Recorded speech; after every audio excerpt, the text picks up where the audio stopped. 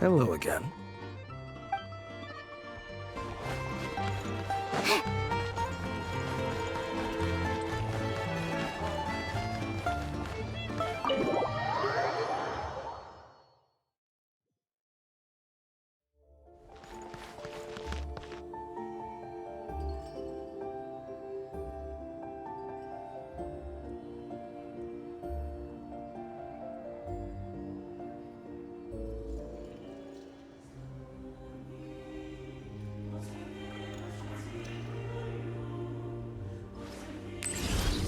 Can I get you anything?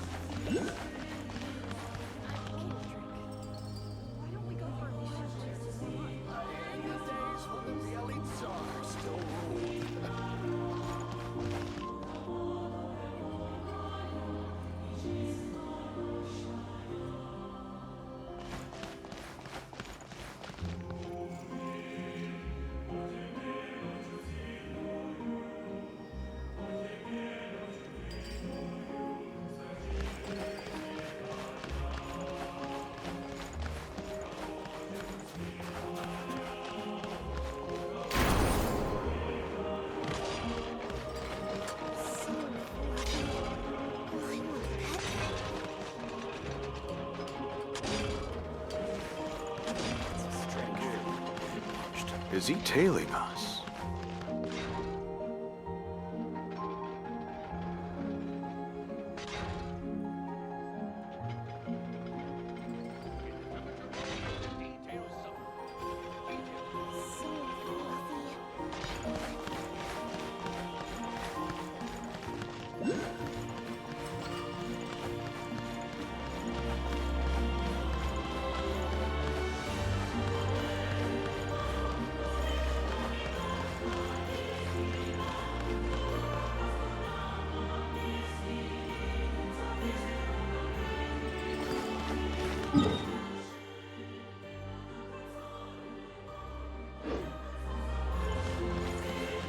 Anything unusual to me at once.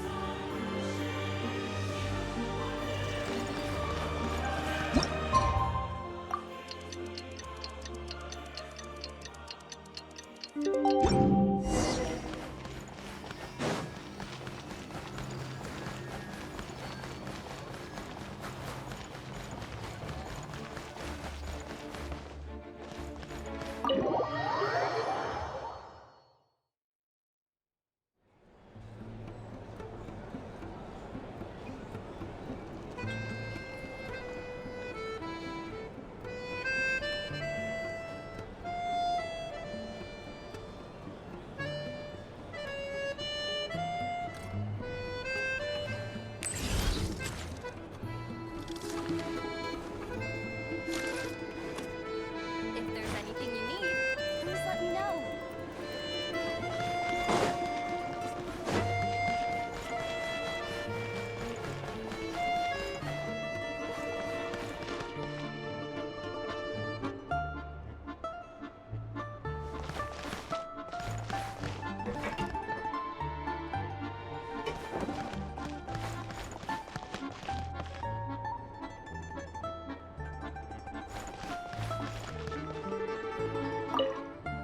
You're back! Paimon's been working on the crossword puzzle in the newspaper. It's actually pretty fun. Oh, shoot! Paimon forgot the next word. Oh, she had it a moment ago. Think, Paimon, think.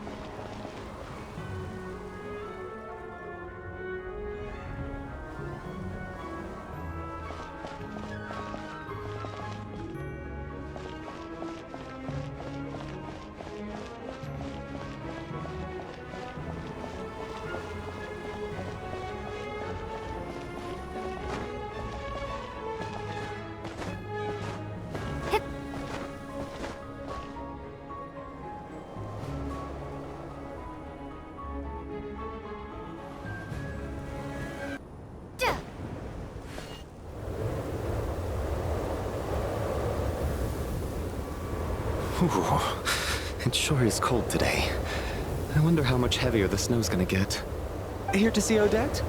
I just need to see your tickets for the preview. Perfect. Thank you. I'll hold on to your tickets. Come on in. It's freezing outside.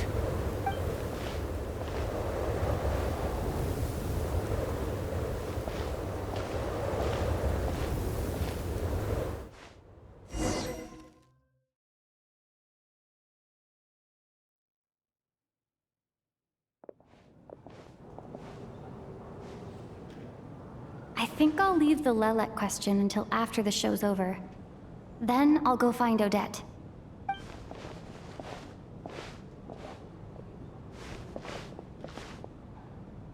Child said he was originally going to come with Tonya, so I'm guessing Tonya's already here somewhere. Is there anyone here who looks like a Tonya? Let's see. It's a small audience. Makes sense for a preview. But wait, I do see some familiar faces. Mr. Chuganov's back again by the looks of it. Oh, and is that MITYA? And that Fatui officer, Valeri. Guess he must be playing cat and mouse with MITYA again. Oh no, it looks like the show's starting, and I still haven't found Tonya. Never mind.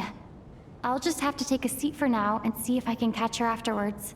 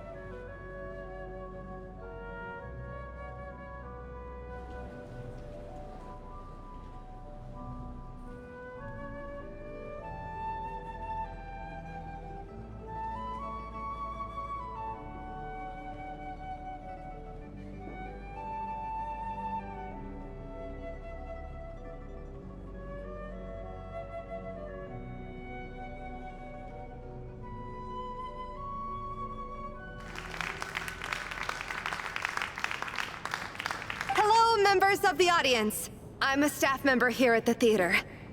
Today's performance was a very special one for us, as it marks the first attempt in a long time to revive the classic Snezhnayan ballet, Spirit Seeker. To commemorate this occasion, we would love to take a group photo of the cast, crew, and audience members present today. Could I kindly ask the audience to please come up onto the stage?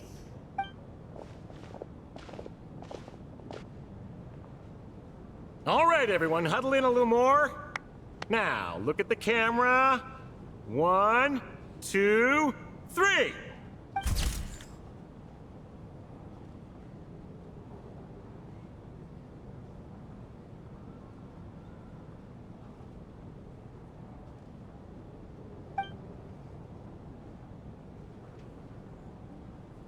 Are you quite satisfied, Mr. Energy Scientist?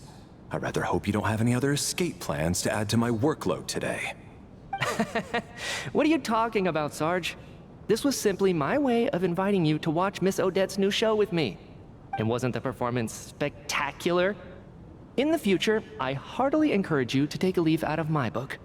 Find some soul-nourishing pastimes to enrich your time outside of work. It was indeed a fine performance, but I must correct you on one point. This is not time outside of work. These are working hours. Working hours and non-working hours are just a social construct. Human technology can never advance if we're too rigid in our thinking, Sarge. May we leave now? Already? I mean, I was kinda hoping to soak up the atmosphere for a little longer, but... no? Okay, guess I'm pushing my luck.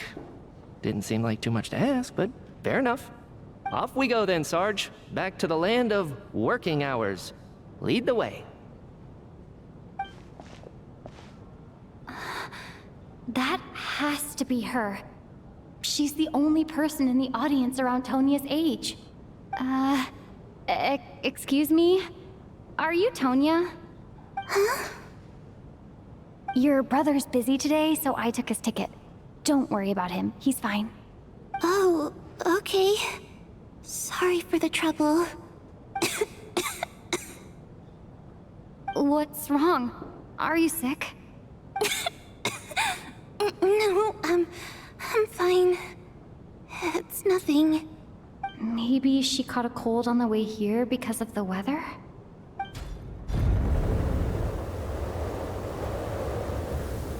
I haven't seen snow like this in a long, long time. It's most unusual. I know. It's completely white out there. You can barely see a thing. I've never seen such heavy snow in my life. Let's wait it out for now. You'd be lucky not to freeze to death in this weather, let alone find your way. Well, look at that. Maybe we shouldn't be in such a rush to get back after all. What do you think? Let's wait and see. Why do you need to take it so seriously? Fate has given us this wonderful chance to take a break. We owe it to ourselves to make the most of it. Come to think of it, there's a small inn not far from here that always keeps plenty of extra blankets on hand for guests. I know the route well. Shall I head over and borrow a few blankets? That way, anyone in a hurry can wrap up warm for the journey back. Just remember to return them next time you're over this way. Sir, there's really no need to go to all that trouble. Hey, it's no trouble at all. Wait here, I'll be right back. What a kind gentleman. Very good. My wife and daughter are waiting for me at home, so I shall be heading back as soon as I get my blanket. So... are you expecting us to go back to the Armory Palace wrapped in blankets too? Don't worry about that. I made arrangements in advance. Should I not return to the Armory Palace within 3.5 hours after Operation Showtime begins, an armed squad will be sent to collect us. They will escort us back.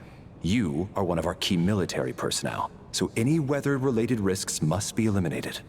Operation Showtime? So, wait. Every single time you drag me back to work when I sneak out, it's a whole official operation? I gotta say, you've really turned this into quite a moral dilemma for me. It's snowing pretty hard out there. I think you should stay here for now. You seem a little under the weather. Sure. My brother might come pick me up in a bit anyway. Time to get to work. I should head backstage and find Odette. I need to look her in the eye and ask her about Lelek. Excuse me, are you looking for someone?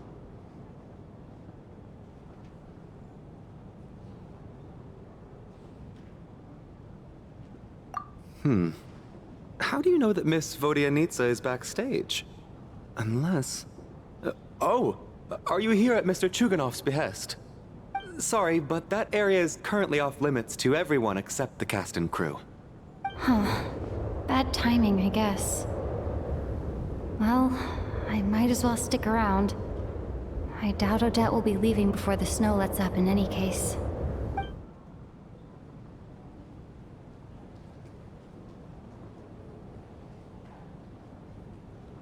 What happened to the gentleman who went to fetch the blankets? How has he still not returned? I was thinking the same thing. It's still snowing very hard. Do you think something might have happened to him? Whatever the reason for his delay, I must say I hate nothing more than people who make empty promises and fail to deliver. Well, I have to treat my employees like that on occasion, but that's different.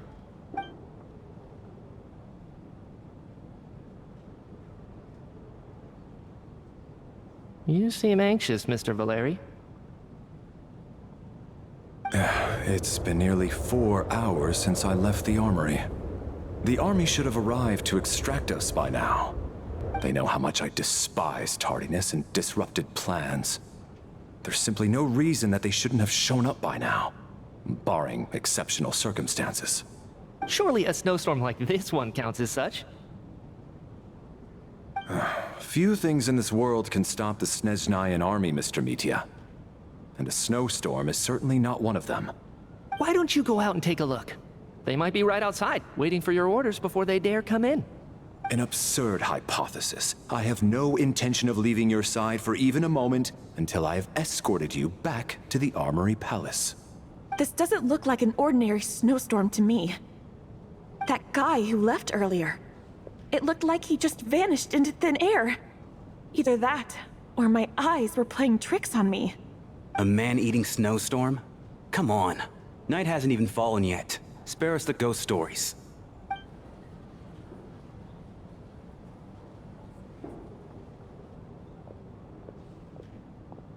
Traveler, didn't know you were coming today. How come you didn't say anything? What is it? Something the matter? Tell me, I can help. Whoa, that's quite a snowstorm out there. I've been working backstage this whole time, so I didn't even notice. No wonder the audience hasn't left yet. Huh. Is weather like this rare even in Snezhnaya? Yeah, snow like this. I'm sure I've seen it out in the wild before, but never in the city. Actually, I take that back. I don't think I've seen snow this bad even in the wild. This is something else. It's not normal. If even Alosha thinks snow like this isn't normal, could it have anything to do with that monster people have been talking about? We can't stay cooped up here forever. Someone needs to go out and take a look. No need. I have plenty of experience with snowstorms. Besides, I work here while you're an audience member. I should be the one to do it.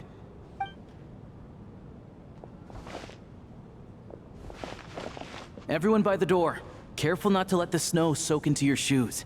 In a snowstorm, you gotta look after your toes above all else. Heading out, my man? Be careful. I've been told the snowstorm eats people alive. Thanks for the advice. I am planning to be careful. I just want to take a quick look at the situation out there.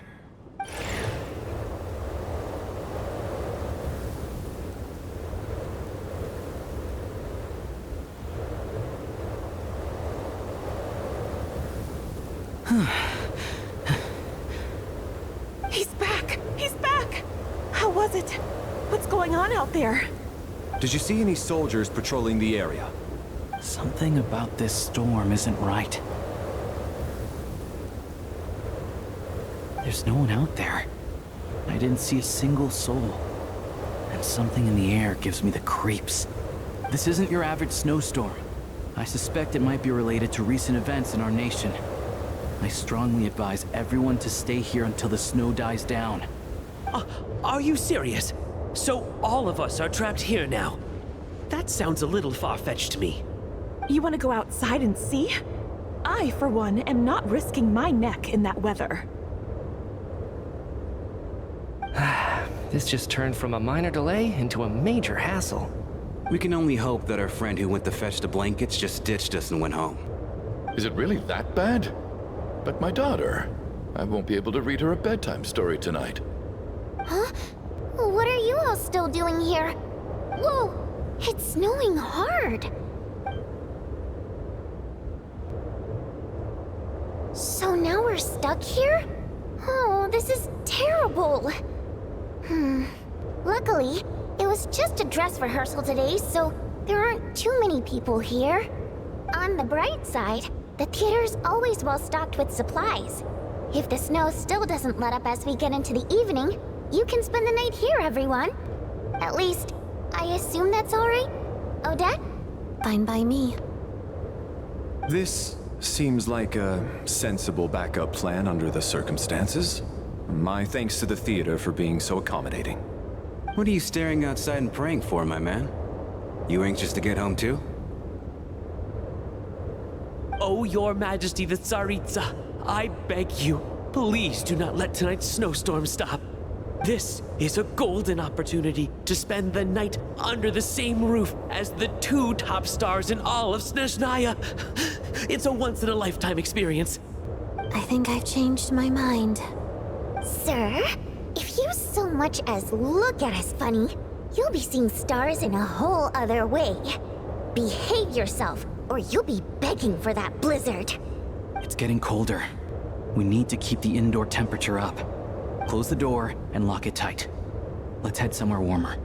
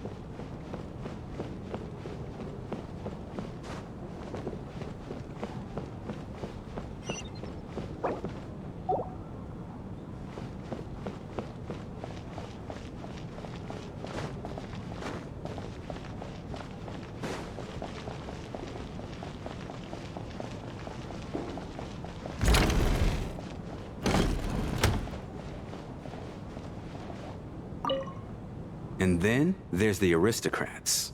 Easiest of all to deal with. You don't need to use any force whatsoever. All you have to do is show them the rope you plan to tie them up with. Do you know why? I don't. Do tell. Because nothing horrifies them more than the thought of a cheap, coarse rope leaving creases on their precious million more coat.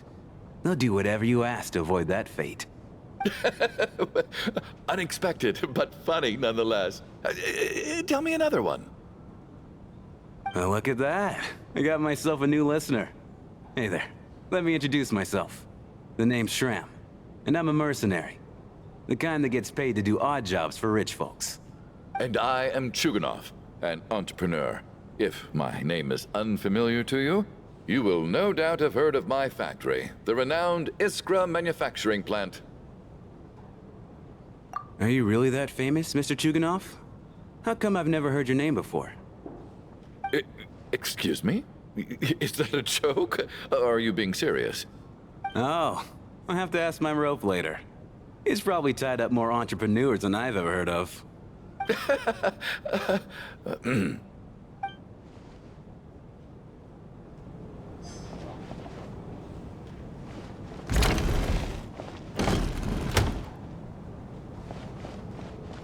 My husband has major trust issues. To him, I doubt even this snowstorm is a good enough excuse for me to stay out all night. That's the price of marrying into wealth. You'll get used to it. I'm not about to stop you if you want to leave, but don't drag me along. Hello? can I help you?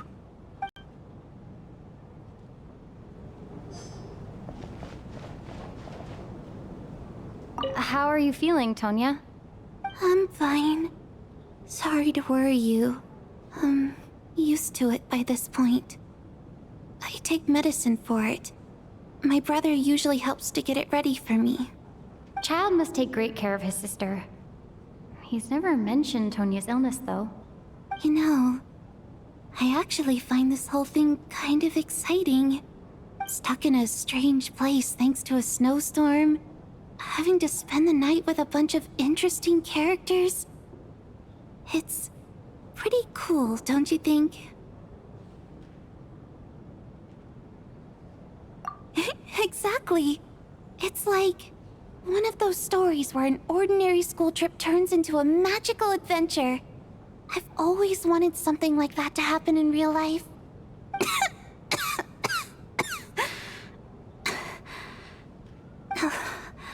I'm fine, really.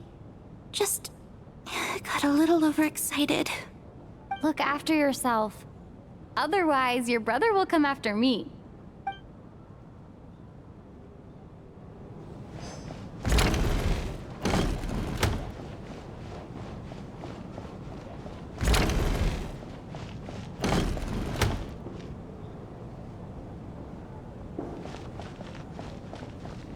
I have to say, even though today was a rehearsal and there were some hiccups along the way, Miss Odette's performance was one of the best I've ever seen, even compared to an actual show.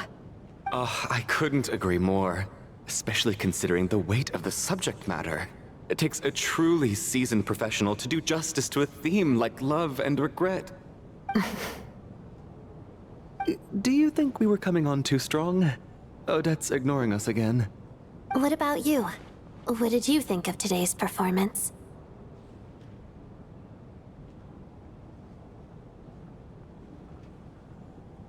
Huh. That's actually a more insightful critique than I was expecting. My mother would agree. She's always thought that was my biggest flaw. Maybe I need to work on making my facial expressions appear more natural.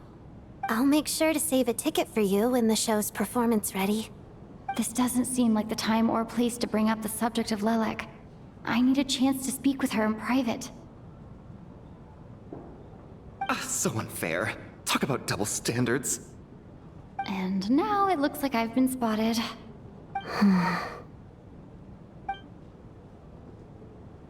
You know MITYA too?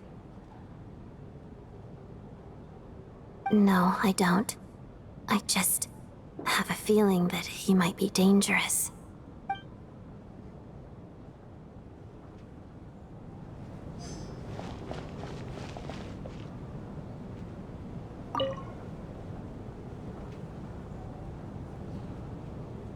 I don't think it's ever been this lively backstage before. I didn't know you were coming today. Hey, have you seen Chuganov? I heard he was coming today. Have you spoken to him at all?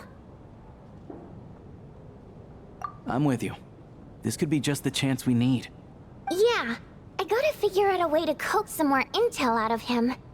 I want to know why he suddenly changed his stance on Project Stuja. What exactly happened before the most recent Vetcha vote? For the Rokad, or just out of personal interest? Shh! There are other people around. Don't say the R word.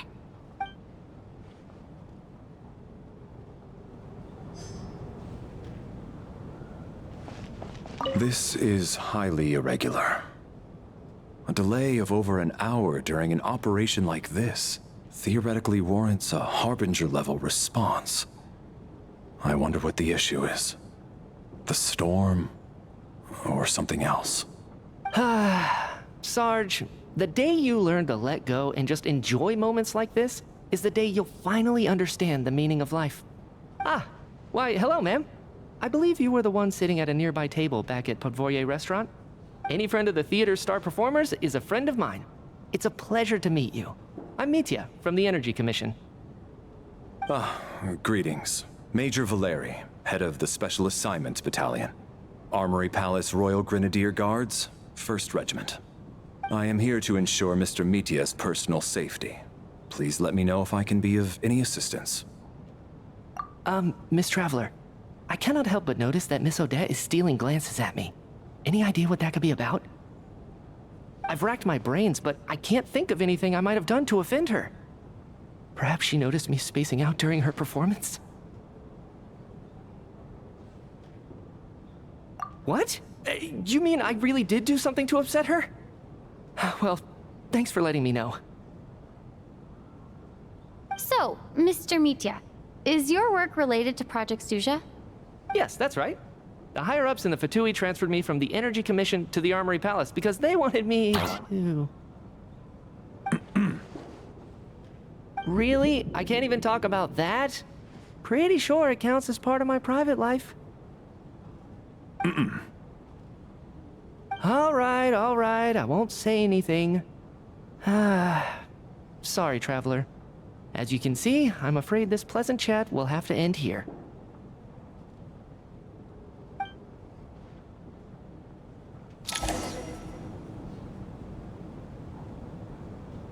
How's it looking, Alosha? No change from this afternoon. Heavy snow with no sign of slowing down.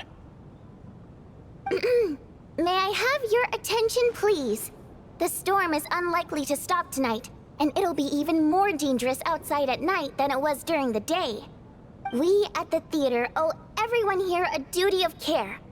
Therefore, we strongly suggest that you stay on site overnight and avoid going outside unless absolutely necessary. In a few short moments, we'll give you a tour of the theater's various quarters. You can choose to sleep in the VIP room, the office, or backstage. Or on the stage if you'd prefer. We won't mind. I'll pass on sleeping on the stage. What if the snow is stopped by tomorrow morning? The early birds in the audience might think we're part of some experimental new show. A drama about sleeping? That could be fun. Maybe we could come up with a title for the production.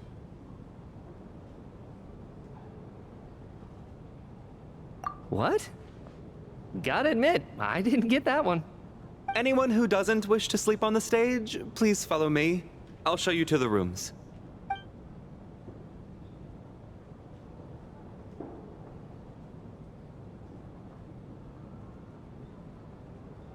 I guess I'll call it a night.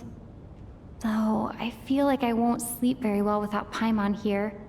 I'm sure she'll be worried that I haven't made it back yet. But as long as she looks out the window, she'll probably realize what's holding me up.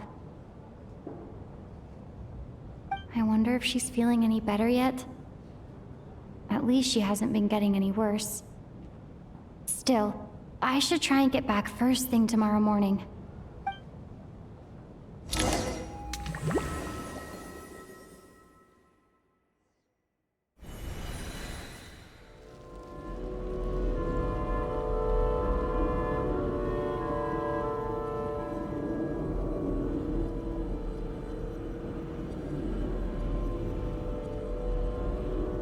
Ah, finally. Welcome back to the world of the living, lazy bones. I was about to wake you. The black mist is almost on us. Still waking up, huh? You know, the black mist. It's been chasing us from below ever since we were born. You're just dozy. There's no way you've forgotten.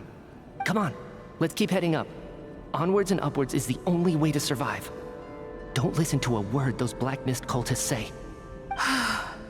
Here we go again. The endless march toward survival.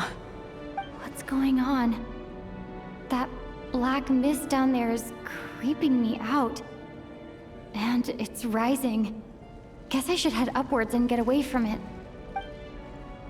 The black mist cultists believe that being swallowed by the black mist leads to everlasting peace. But if you ask me, they're just lying to themselves. We're the only heretics left. The only ones who refuse to give in. We have to keep going. But how do you actually know that they're wrong? Dangerous question there, Torgov. The moment your faith wavers, you start a chain reaction that ends in the collapse of your will. Put the question out of your mind. Stay strong and believe that the black mist means certain death. Okay, but it's not my mind that's the problem. My body's about to give up on me. It's already starting to falter.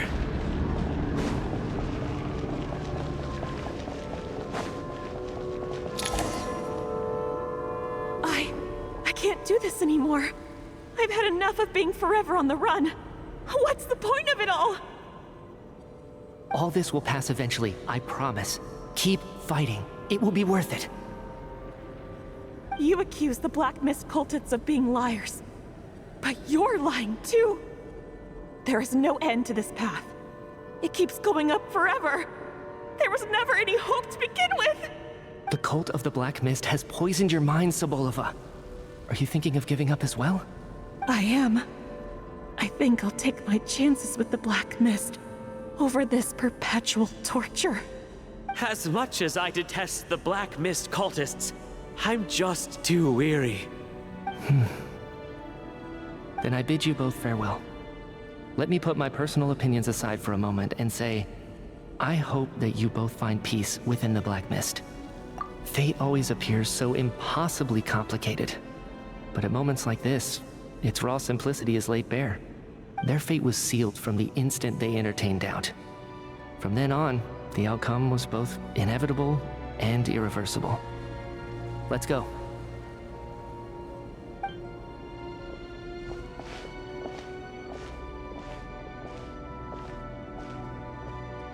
Torgov and Sobolova are gone. I never thought the day would come when even they would be swallowed by the Black Mist. It's just you and me now. Yes, it looks like it's satisfied. For now. This happens from time to time. But it won't be long before the Black Mist starts chasing survivors once again. No one knows how to stop its advance for good.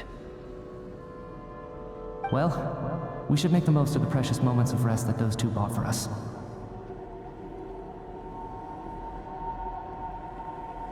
Huh? Are you really that sleepy, traveler?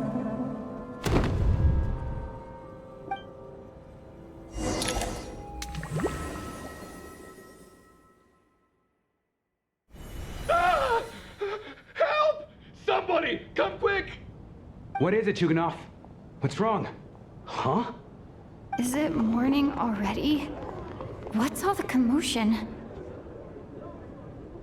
Sounds like it's coming from next door. I should check and see what's going on.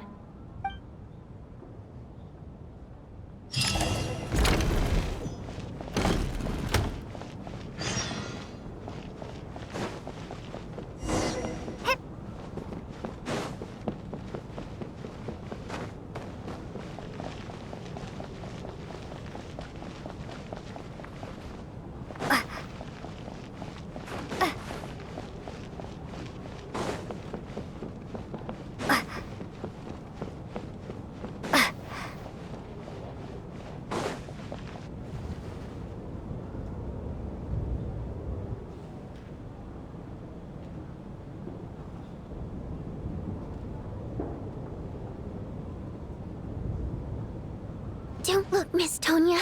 Stay here. Okay.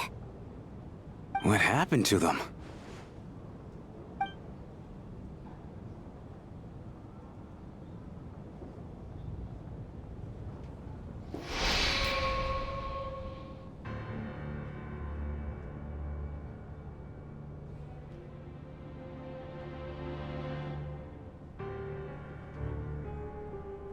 These two people have passed away. And the strange thing is that somehow I knew this was going to happen. I knew that they would be the ones to die. Have I seen this moment before? Or did I have some kind of premonition? I can't remember what it was. Let me take a look.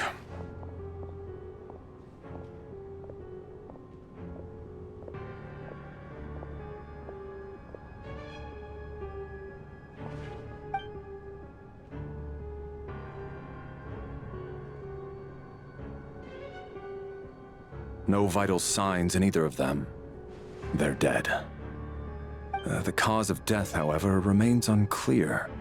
No wounds on the bodies, no signs of a struggle, and no skin discoloration caused by the buildup of toxins. But just last night, they were chatting and joking away. This is so sudden. Could they have had pre-existing medical conditions?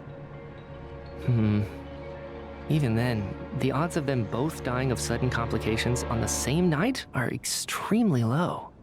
It's hard to believe that they died of natural causes, nor does this appear to be a suicide. Who was the first to discover the bodies? It was me. But these deaths have nothing to do with me, officer. I got up early because I wanted to see if the snow had stopped. Then I noticed that the door to this room was open, and it looked like there was a man and woman inside. I just went over to see what was going on. I had no idea they were... I can corroborate this. I was doing my morning exercises near the stage. When I saw Mr. Chuganov heading this way, I followed him. I can also confirm that I didn't see a single person approach that room before him. The snowstorm was raging all night, and it's still going now. There's no way someone could have come in from outside, correct? You mean an intruder? No, not possible. I slept by the door last night as a precaution. There's no way I wouldn't have noticed if anyone had tried to open it. Everyone, split into pairs and search the theater for anyone in hiding or any signs of suspicious activity. I'll follow up with a full search of my own shortly. Go. There is no time to waste.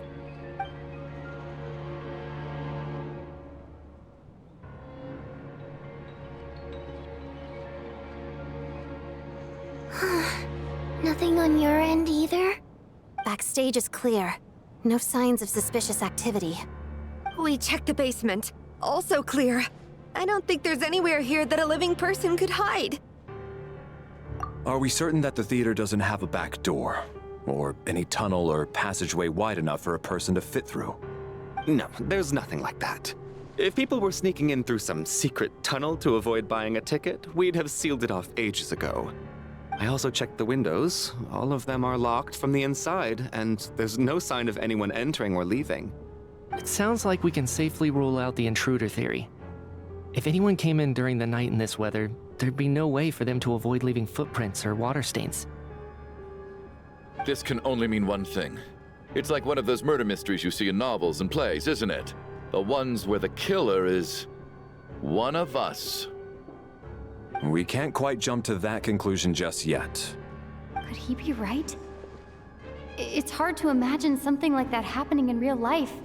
Set in a theater during a snowstorm, a murder takes place and the killer is among us. It's such a classic trope that it seems unbelievable.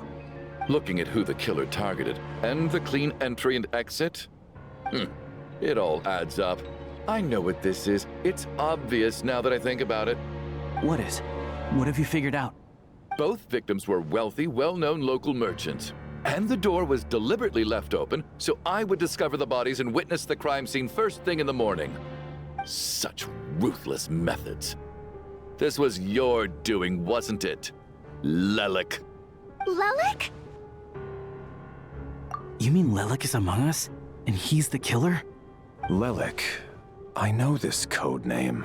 Member of the Rokot, anti-Project Stuja. Always works alone. I've read the case files at the Armory Palace. Walk me through your reasoning, Mr. Chuganov. What do you know about Lelik?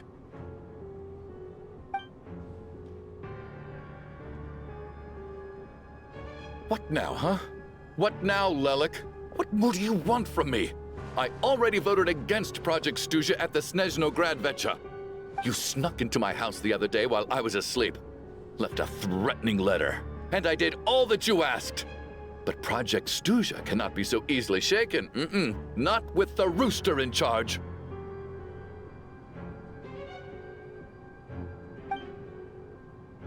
So he really was threatened by Lelik. That makes sense. And now you're resorting to murder to threaten me. Isn't that right? I knew it. The Rokot despises the rich. The lives of the wealthy are but refuse in your eyes.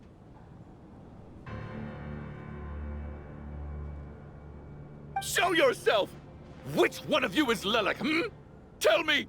I'll do whatever you want! Just stop playing these mind games!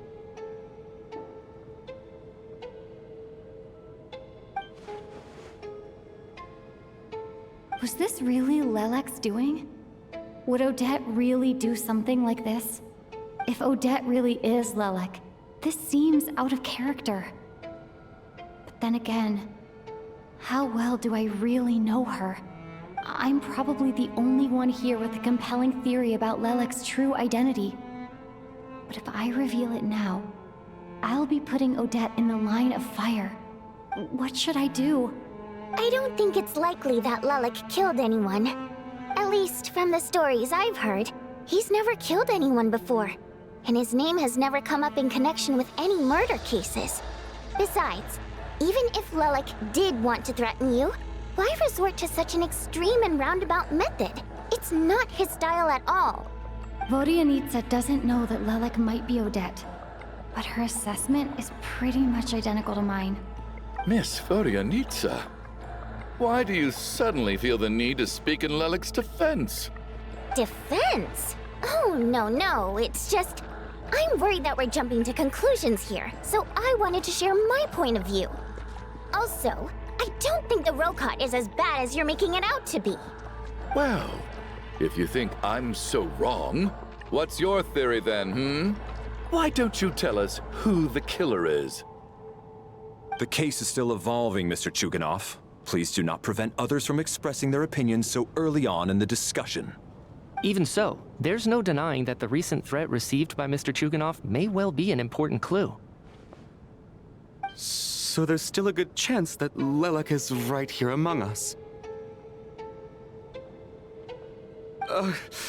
I can't do this anymore. I don't care if it's still snowing outside. I have to get out of here. Whoa, take a beat. We all know it's far too dangerous out there. Even the soldiers can get to us. Go out that door, and you might not live to tell the tale. And whoever this Lelek is, they're surely not going to murder anyone in broad daylight. Be sensible, my man. You're safer inside. As much as I regret having to say this, I'd like everyone to cooperate and refrain from exiting the premises until further notice. Because as things stand, every one of us is now a suspect.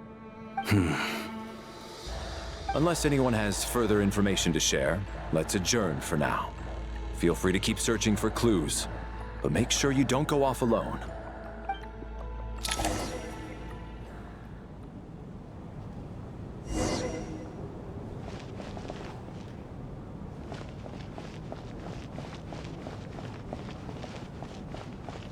I still find it hard to believe there's a murderer among us. Just last night, I imagined we were like classmates out on a hiking trip. There's no guarantee that you can trust your classmates, especially not when you're locked up together. Why did they do this? Was it for money? Even then, they could have just kidnapped the people. They didn't have to die.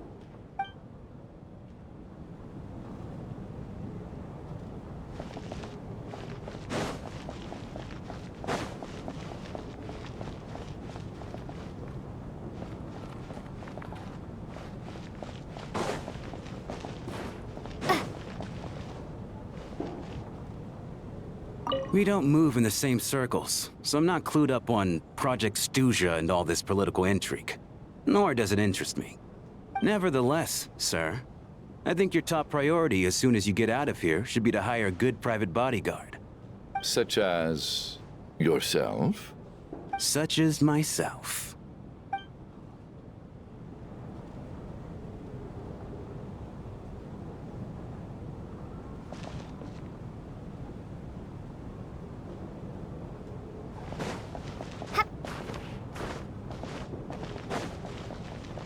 You seem to be very comfortable taking charge, Major. You took the reins as soon as things went south. I simply made an executive decision that someone needed to take control of the situation on the military's behalf. Does this offend you? No, quite the opposite. We feel much safer for it. By the way, what does Major mean exactly? Is it a pretty high rank?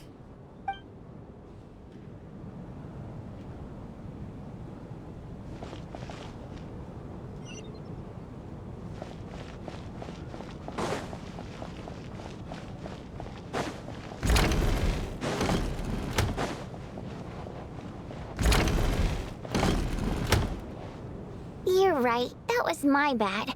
It was a knee-jerk reaction. I didn't think it through. Luckily, no one suspected my identity. Oh, phew. It's just you. I thought someone was eavesdropping.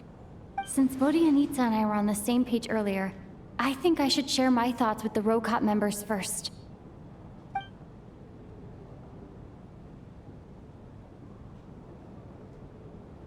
Whoa. Are you serious? I don't know if this counts as gossip, but it's definitely on track to be the juiciest this whole year. Odette? Really? Odette? Oh god, how dumb does this make me look? Lelek has been right under my nose this whole time, and I didn't notice a thing. Actually, it's exactly what you'd expect. Sometimes, hiding in plain sight is the best strategy. And now that you mention it, the more I think about it, the more sense it seems to make. It all adds up. What are we up to now? 1, 2, 3, 4... Odette's identities. She's my coworker, specifically a ballerina, and also a Fatous, a member of the Rokot. Now, Lelek. It must be so exhausting. I just want to give her a hug. I guess since I've always known her as a member of the Fatui, it never even crossed my mind that she could be involved with the Rokot, let alone be Lelek. I don't understand. If she's with the Fatui, what reason could she have for being so opposed to Project Stusha? Probably best if you ask her that in person. Well, since you waited until now to bring this up instead of announcing it to everyone earlier, does that mean we're all on the same page here? Yeah. Lelek may not follow orders from the Rokot leadership, but as far as I'm concerned, she's never crossed the line. If anything, her actions benefit the poor. We need to confront her face to face. Do you think she'd really admit to being Lelek? I don't know. We'll have to see how it goes. For now, we'll work on the assumption that she didn't kill anyone, and see how much she's willing to tell us.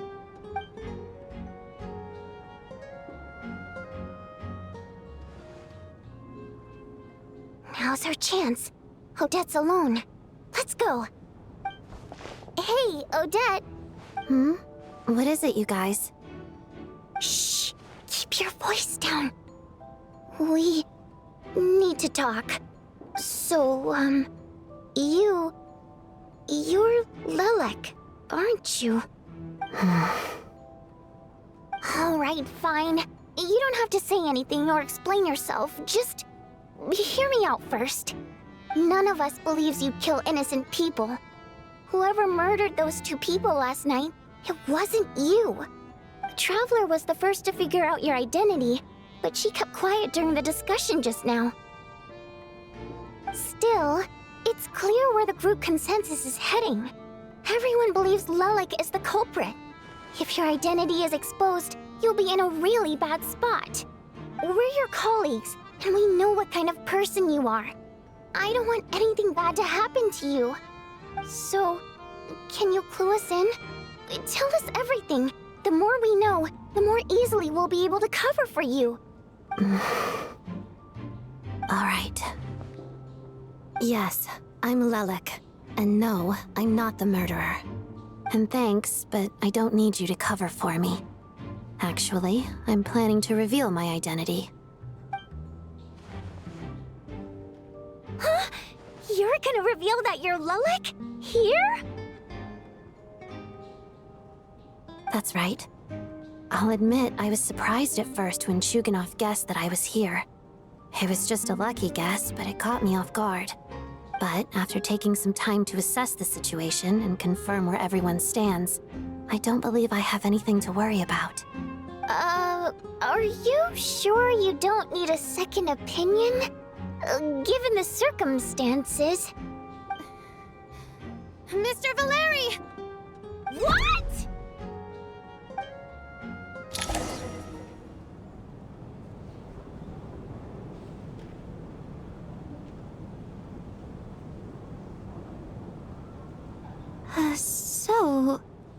Odette is Lelik?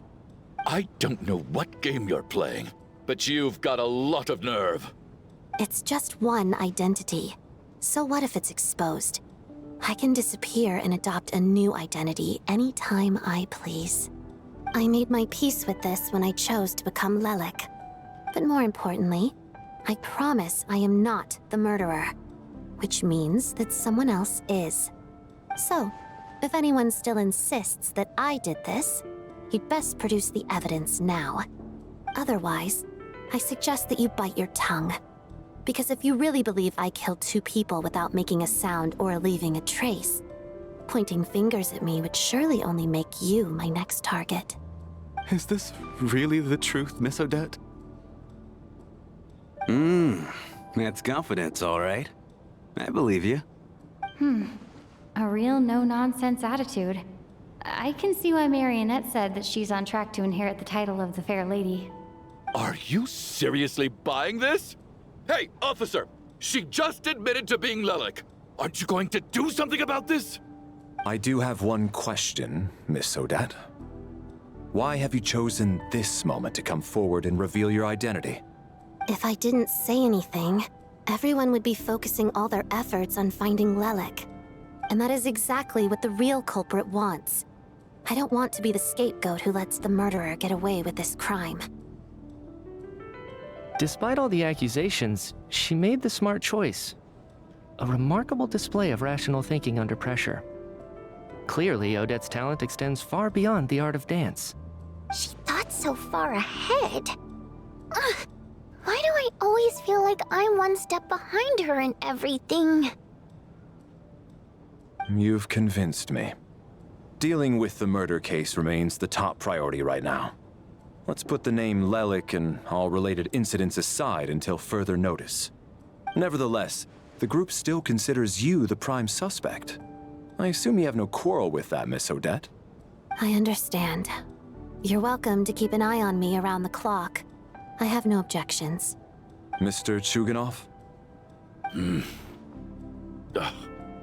For my wife and daughter's sake, I'll let you off the hook for now. But don't think you're forgiven for breaking into my house and threatening me. Just wait till we get out of here, Lelik. We'll settle the score then.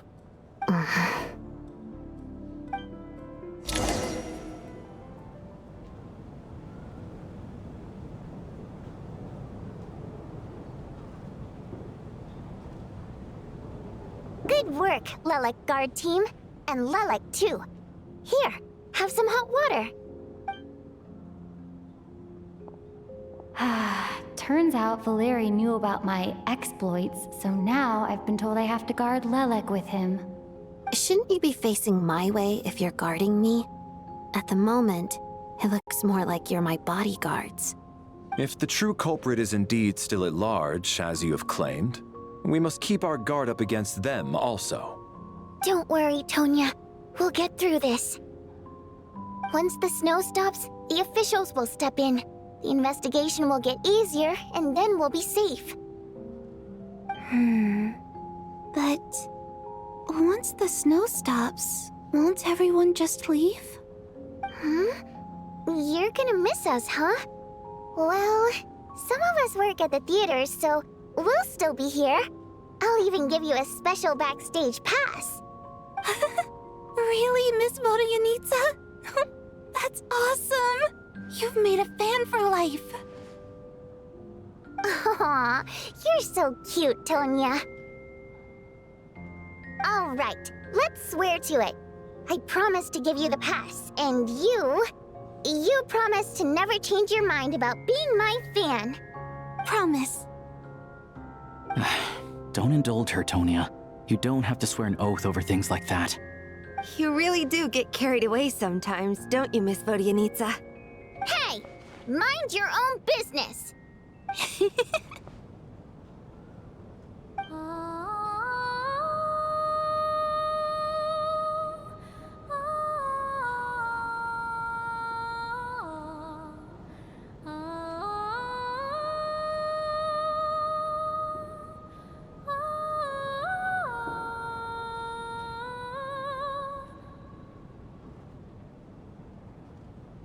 Don't be nervous, Miss Water Imp. Everyone's here. There's nothing to be afraid of. Excuse me? Do I look nervous? Don't be ridiculous. Hmm? No. You sound nervous, lass. Oh. Wait, but how... Okay, plenty of people know that I'm a water imp, but still... How come you understand our primary mode of expression? Primary mode of expression. I've not come across that concept before. Do enlighten me, Vodyanitsa. Well, it's just... We water imps tend to communicate our emotions to each other by singing, rather than facial expressions. The emotions we convey through song take precedence over our facial expressions. So, we think of it as our primary mode of expression. I'm impressed, Shram. I didn't take you for a man of culture, but you're clearly rather learned. It's not about being cultured or not. The thing is, this mode of expression can usually only be understood by other water imps. It's not a simple case of a song sounding happy or sad. And yet, you're clearly human, Mr. Shram. It's really not the big deal you're making it out to be. I think I just have a knack for it. Plus, I have a... very close friend who's a water imp. A delightful lady. But keep that a secret. Anyway, we spent so much time together that before I knew it, I noticed I could understand her expressions. Oh, I guess that makes sense. Still, the fact that you have a water imp friend is even more surprising. I'd better watch what I'm singing when I'm around you from now on. Hey, what are you implying? You're not secretly insulting the audience in your songs, are you? Heavens, why would I do a thing like that? It's getting late. We should discuss our sleeping arrangements for tonight. It's a guard against the killer. Someone needs to keep watch. I suggest that we don't sleep in separate quarters tonight. It will be safer if we all stay together. As long as someone keeps an eye on Lelik, I'm quite sure we won't have any trouble. Are you saying that you wish to bet your life on Miss Odette being the killer? Nonsense. Of course not. Then I propose the following arrangement for tonight. The Traveler, Odette, and I will form the Night Watch. We'll sleep in shifts, but 2 of us must be awake at any given time.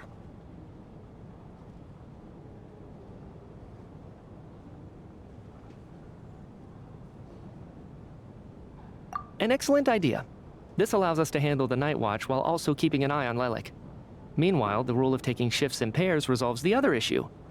Namely that we can't necessarily trust the Traveler or Valeri either. I expect that plan took you quite some time to come up with, didn't it? Actually, our field combat manual outlines a similar approach. Although the scenario there involves guarding prisoners overnight during field operations.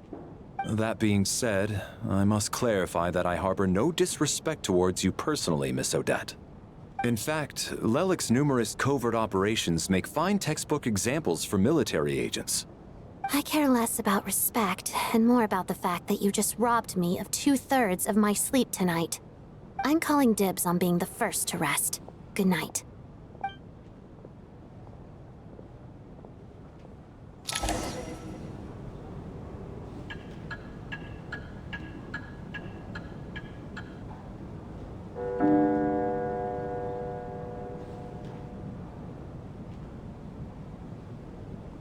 It's almost time. We should wake Odette. How are you faring? Oh, not going to argue with that. I'll take a quick nap. If you start to feel sleepy, wake me up anytime. It's finally time for Odette and I to share the Night Watch. I should wake her up.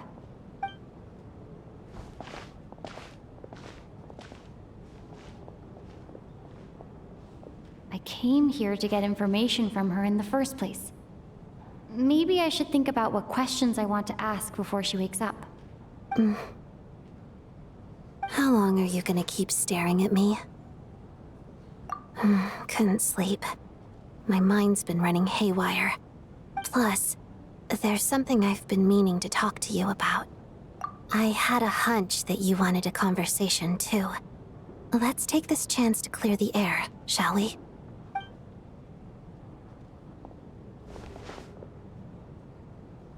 I just had a simple question for you, really. It's, Rosaline. In her final moments, did she have any last words or anything? I see. Well, that was all. I have no other questions. No. She was utterly ruthless in pursuing her goals. That kind of person should be hard to miss. And yet, even though I never approved of her methods, and she was an abrasive person, the fact remains that I am indebted to her. Oh, she told you. I guess that makes sense. I think she and Rosaline were on pretty good terms. Yes. Rosaline wasn't the kind to gossip about this sort of thing. Not that it's any huge secret to me, though. When I was a child, I had to join the Fatui for the sake of my mother and me. I trained under Rosaline. It was extremely grueling, and it didn't exactly come naturally to me. All I could do was try to ignore the biting cold and practice, practice, practice. I was a newcomer who'd managed to make a good first impression on a harbinger. There was pressure to live up to her expectations, to be worthy of the fair lady's reputation. Every day was a struggle against the cold, pain, and fatigue.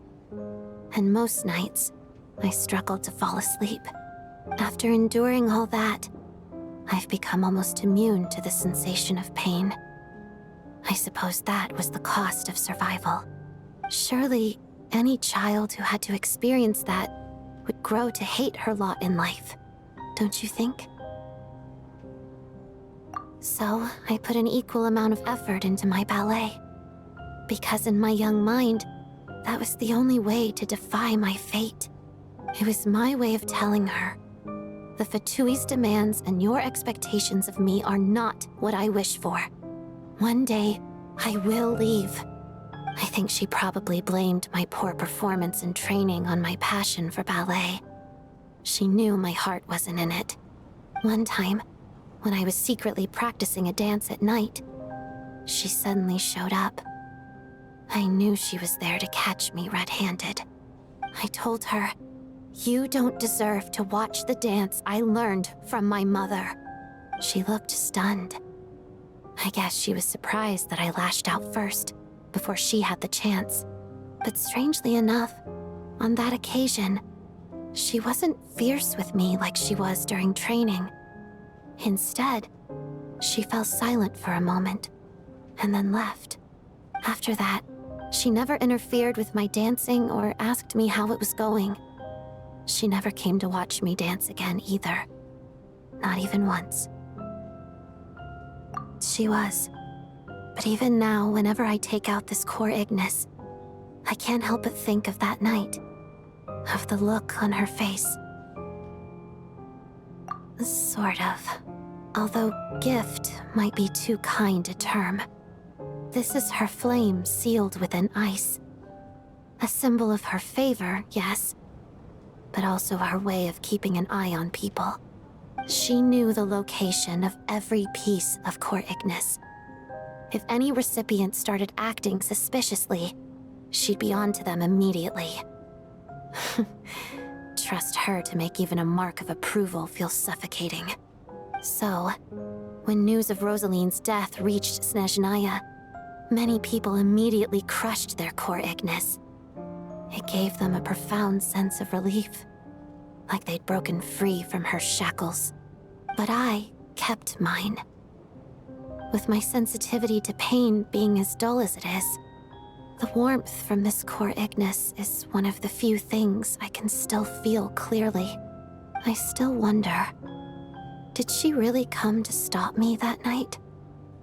I wasn't sure, but I was scared, so I said some really awful things. I guess she didn't leave anything behind. Not that I expected her to. It's fine. It's just a bit of a shame that we couldn't settle our differences before the end.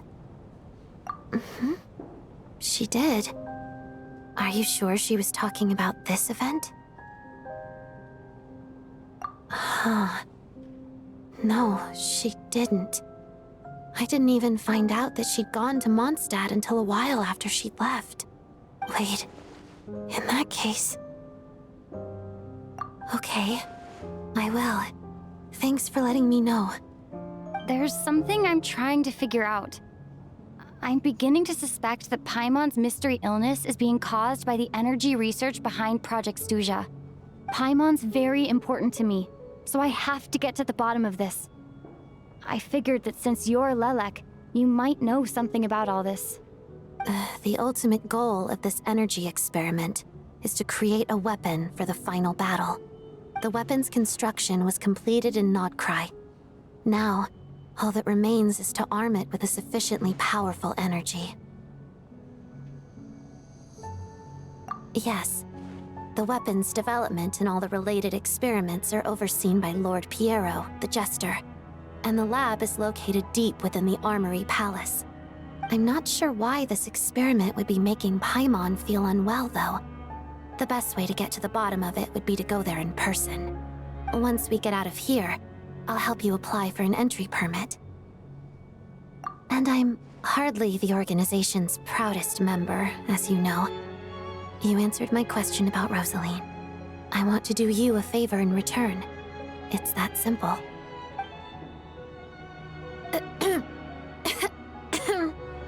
Huh? What's wrong? Are you not feeling well? You two seem to be hitting it off. I thought you were sleeping. Of course I was. In the military, one learns to fall asleep quickly, even in the most inhospitable environments. It's vital to staying alert and energized. Why? Is something wrong? Even if he was awake, he can't have overheard us, right? Well, thank you both for keeping watch. Traveler, I'll take over for now. It's your turn to get some sleep. Sure.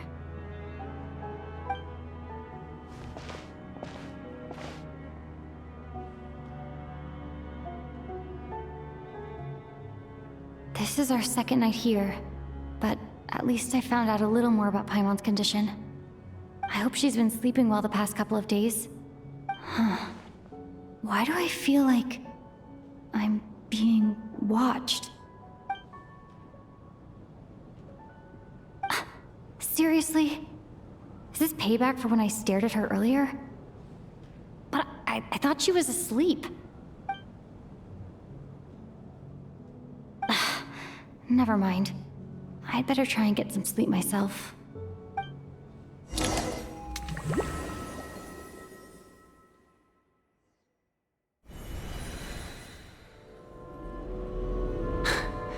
Hey, what are you spacing out for? Are you reaching your limit too? How long have we been walking for? Do you remember? Time's lost all meaning. Ever since we noticed that thing above our heads. What was it called again? A star key? Or key star? Anyway, the person who named it was swallowed by the black mist. Whatever it's called, ever since we noticed it, we've been walking up and up, hoping that as long as we reach it, we can find a way out of this place. But it seems like no matter how far we walk, we never get any closer. Well, we've come this far. You never know. Maybe we're almost there? Come on, enough moping. Let's go. The black mist is catching up.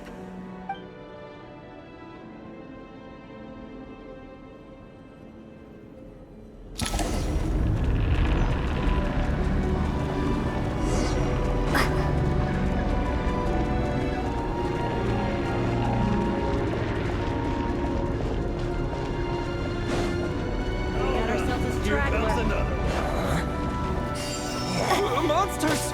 Watch out! Not again! I lost count of how many times we run into them. Careful! What the?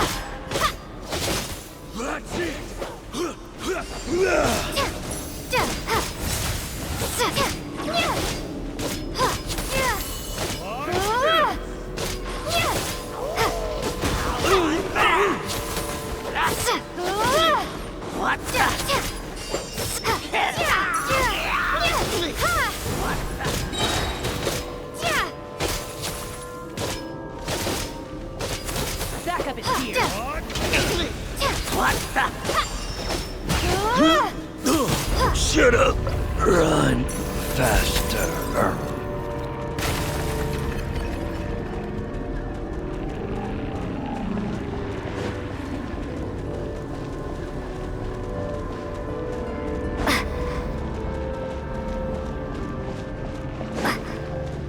We got ourselves a straggler. Here comes another one. You wanna Here they fight? come again! Let's Get go. ready!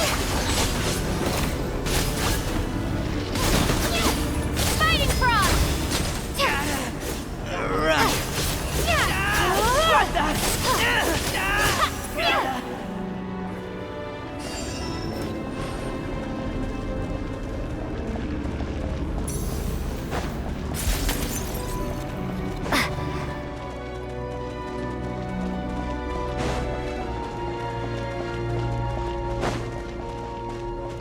We got ourselves a straggler. Here comes another. Monsters ahead of us. The black mist behind us. Fine. Feels like there's no escape.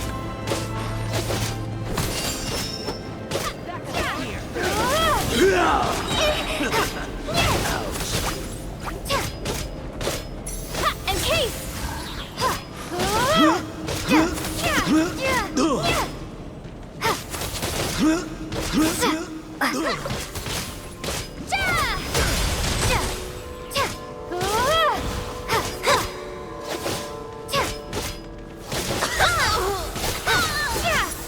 Learned. Are you hurt, Coolish? No. I'm fine. It's just... Suddenly I don't want to walk any further. I get you. In fact, I reached my limit a long time ago. Sometimes it feels like there's hope where there shouldn't be. Yeah. The hope that the star gives us is the only thing keeping us going. But I'm not sure it's real at all. It may just be a collective illusion. Otherwise, why would it always be out of reach?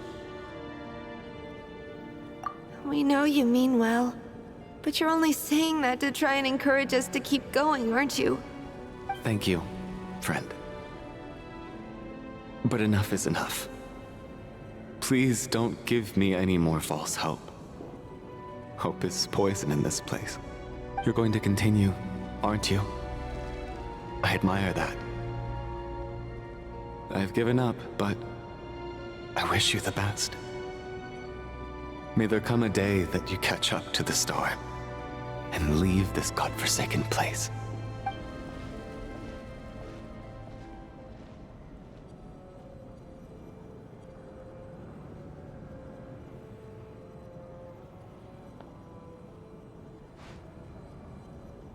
It's not an illusion.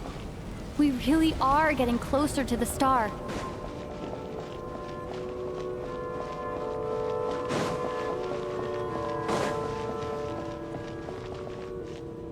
Congratulations. You're the first person to make it here.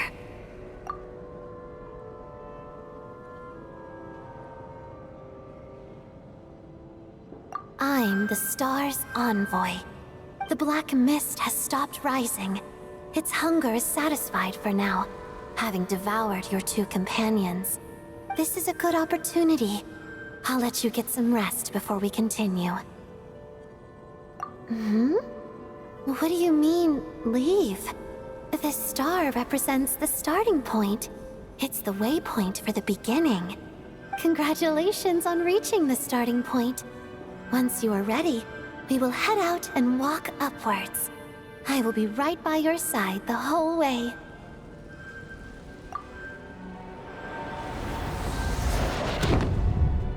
Huh? What's wrong? Hey, don't give up before the journey's even begun.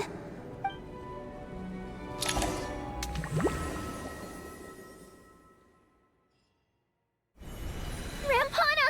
Rampana! Is that Vodyanitsa's voice? What happened? Coolish, wake up! Please wake up!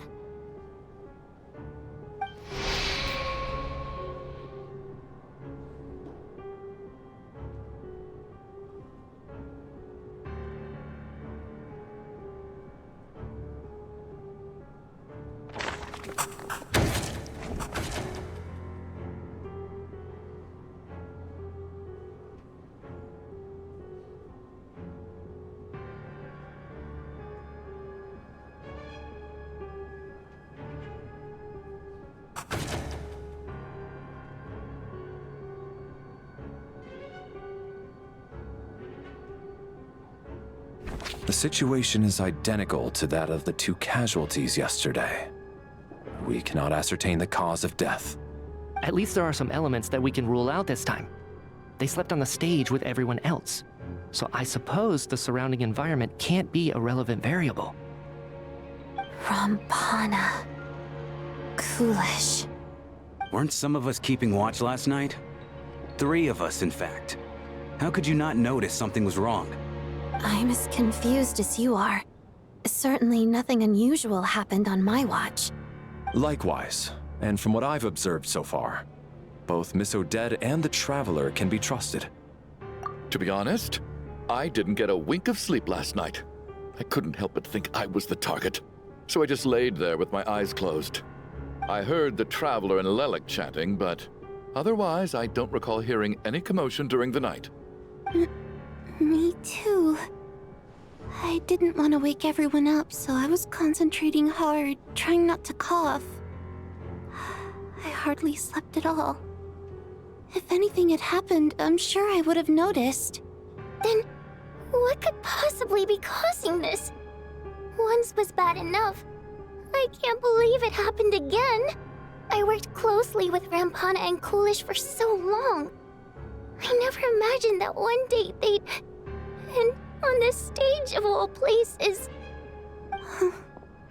Vodyanitsa. 4 victims in just 2 days, and we still don't have a single lead. I need to get to the bottom of this as soon as possible. And above all, keep Tonya safe. I'd never be able to look Child in the eye again otherwise. Still snowing? Yes, I just checked. Still no sign of anyone outside either. So we only have ourselves to rely on. If you ask me, this killer can clearly strike whenever they please. The Night Watch was a useless endeavor from the start. Lelik must be an expert in poisoning. Clearly she used some poison that can't be detected on the corpse. Here we go again. Listen, I was already thinking to myself last night, was Lelik's reason for revealing her identity the real story? Well, now I have my answer. It most certainly was not. She's been playing us for fools. You get off on this, don't you? Revealing your identity, only to carry on with your killing spree?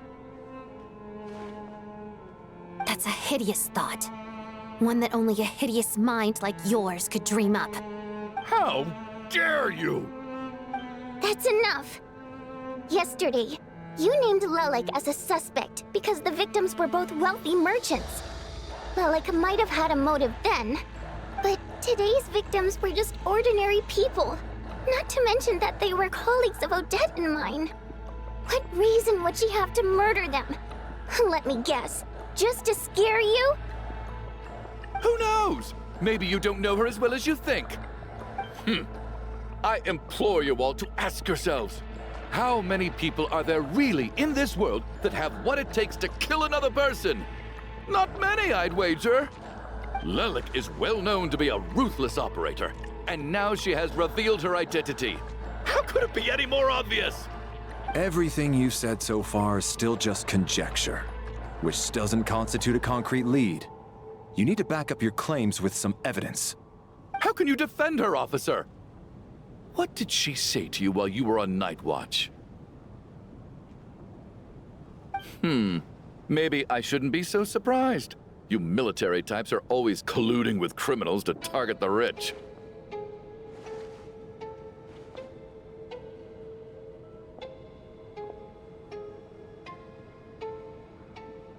All so you can get your grubby paws on our hard-earned fortunes, then tell us to fall in line.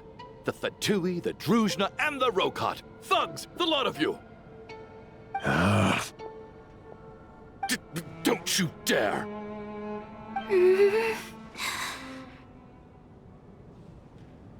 Sir, but you were the one who told us not to stop other people from expressing their opinions yesterday. 4 people have already died. Only yesterday I was chatting with Mr. Coolish. Then we woke up in the morning and he's... Turning against one another is the last thing we should be doing right now. Little girl. Even if Mr. Chuganov is a puffed-up, pig-headed windbag who doesn't have a clue what he's talking about, he's still one of the victims here, isn't he?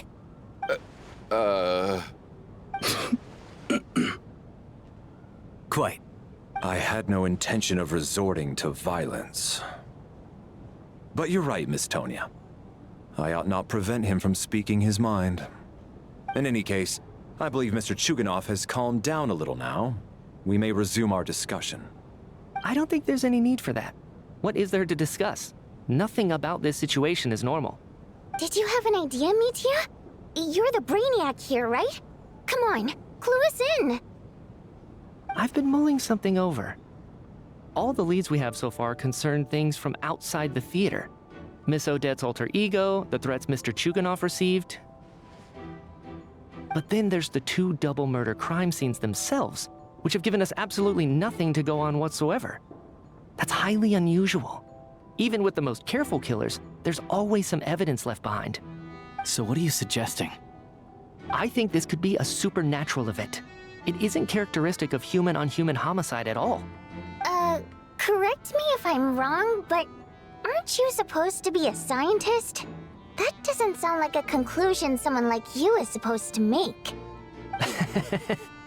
I got into scientific research because of my insatiable curiosity.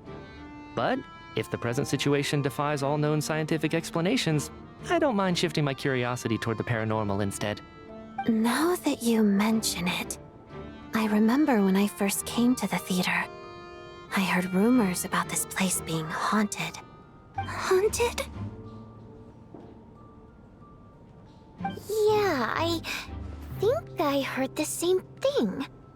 But I mean, they're only rumors, right? We've worked here for years. Surely we would have noticed any spooky goings-on by now. Well, this has taken an unexpected turn. A haunted theater? If Paimon were here, she'd probably be hiding behind me in fear right now. Why don't we take this opportunity to look for clues again with a more open mind? Maybe a different perspective will help us see something different. Very well.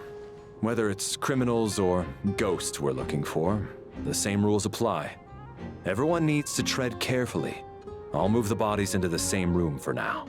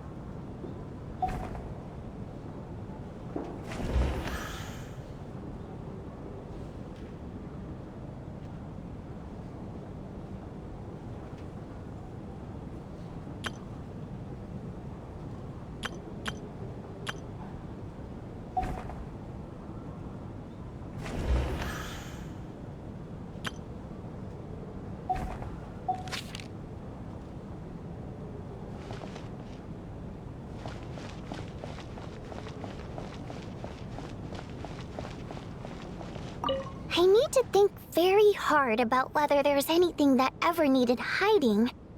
After all these years, there must be some things even I've forgotten about.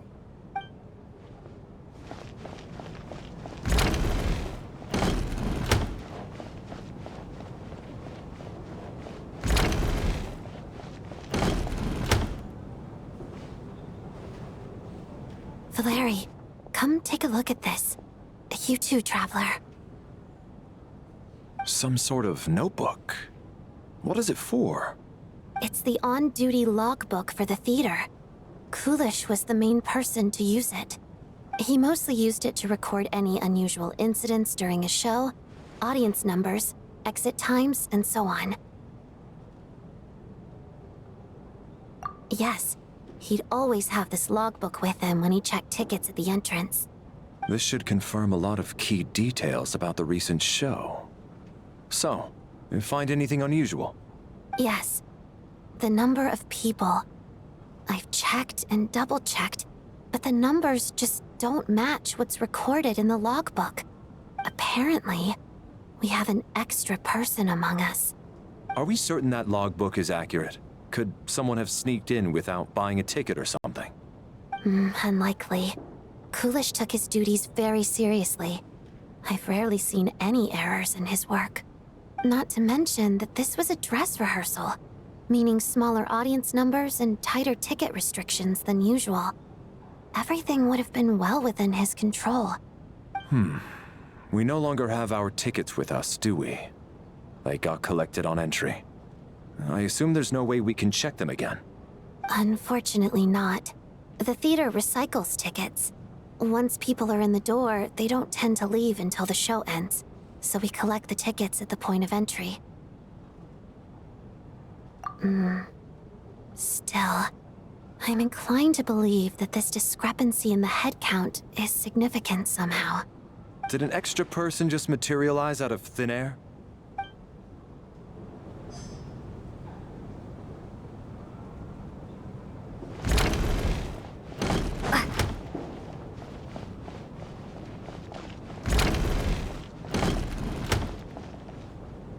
Tonya? Did you find anything? Not yet. Still looking. So... Are we supposed to be looking for something paranormal? I think I'd prefer teaming up with you than looking around on my own. This looks like somebody's notebook. Shall we read it together?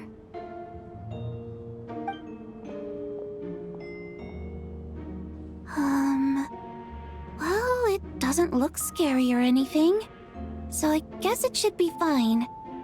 All right, let's read it together.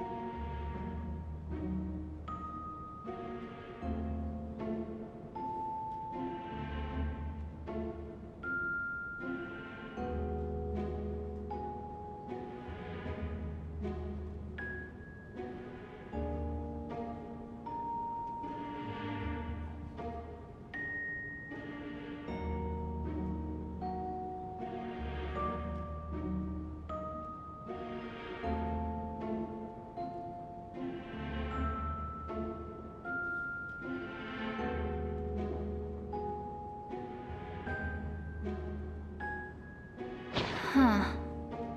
This has to be Vodyanitsa's writing, surely. Maybe it's a little rude for us to peek at this. I feel like I just read someone's secret diary by accident. It sounds like she's writing this for her parents, right?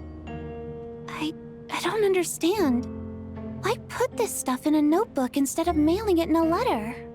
Because her water imp parents belong to the aristocracy, who were driven out of Snezhnaya by the Tsaritsa long ago. And now they live somewhere new, where the postman can't get to. We're sorry. It's fine. My fault for not storing it properly. I can't leave things lying around and expect them to get ignored when everyone's scouring the place for clues. Alright, give me my notebook back. I'll take over the investigation in this room.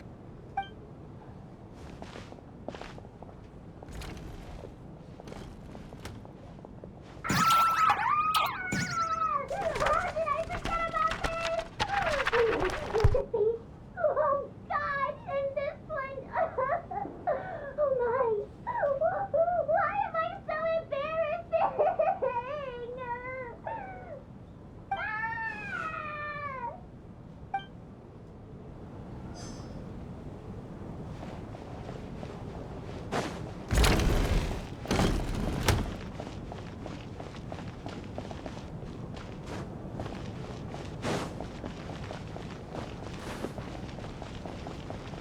Chin up, my man. That soldier guy just gave you a bit of a fright, that's all. Think about your wife and kids back home. That'll get you your mojo back. Me, for example? Whenever I get hungry, tired, sleepy, or thirsty, I just think about that water imp friend of mine. And everything's suddenly alright again. So daydreaming about women somehow removes your need for food and water, does it? Don't be absurd.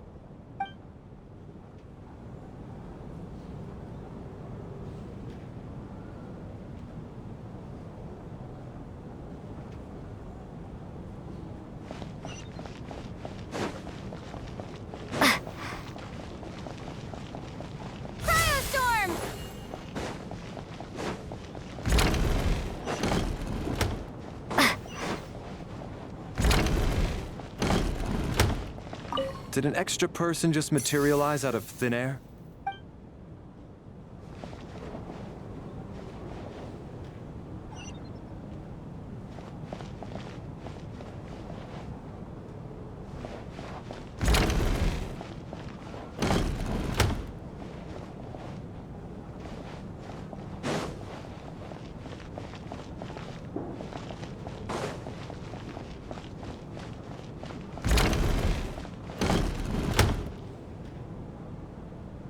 Ah, Traveler. Since you're here, come take a look at this. Alosha found it. We're both curious to hear your perspective. It appears to be an investigation report. And the focus of the investigation was the rumors of haunting we heard about earlier.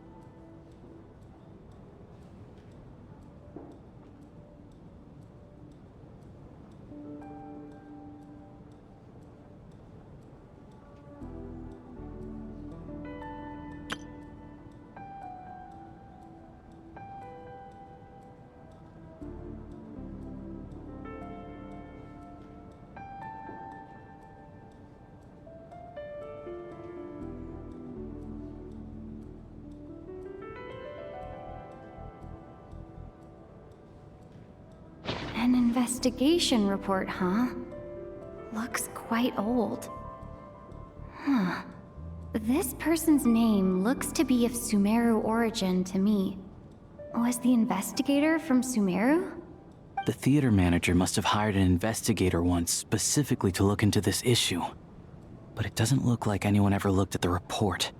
Presumably, the manager wanted to know if the supposed haunting was dangerous while also being fearful of word getting out in case it affected the theater's business. Anyway, the bottom line is, the haunting is actually real after all. It's caused by an obstruction in the ley lines. Is there any chance this is the key to finally making some progress with the murder cases? Ley line problems are pretty unexceptional to me by this point. And while it certainly offers an explanation for the ghosts, it's hard to imagine what connection it could have to these two murder cases. Some of the language that appears at the very end of the report caught my eye. Angel civilization, ley line renovation? My area of research doesn't touch on any of that, so it's completely outside of my wheelhouse. Huh? A piece of paper just fell out from the report. It landed right by your feet.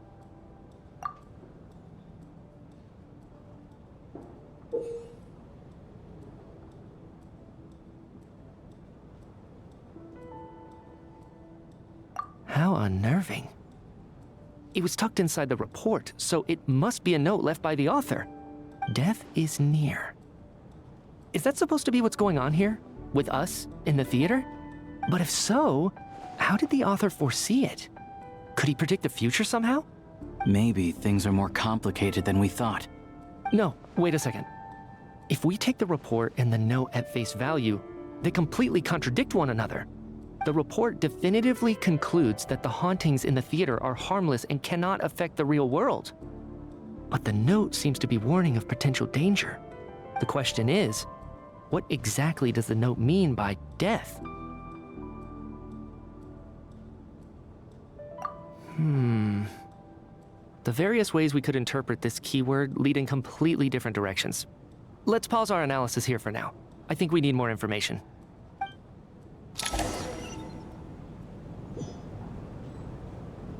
If we take all this together, it's not impossible, is it? If anything, it's the natural conclusion. Oh, I beg to differ. This sounds to me like a product of a researcher's vivid imagination. And perhaps it's because I'm still viewing this through the lens of a typical murder investigation. But still, I'm struggling to be persuaded by your theory. Does it really sound that far-fetched? All right, well, let's treat that as speculation for now. I do agree with what you've said, so let's go with your idea for now. Good. Okay, now that we finally have some meaningful leads, I think it's time to reconvene. Let's get the others.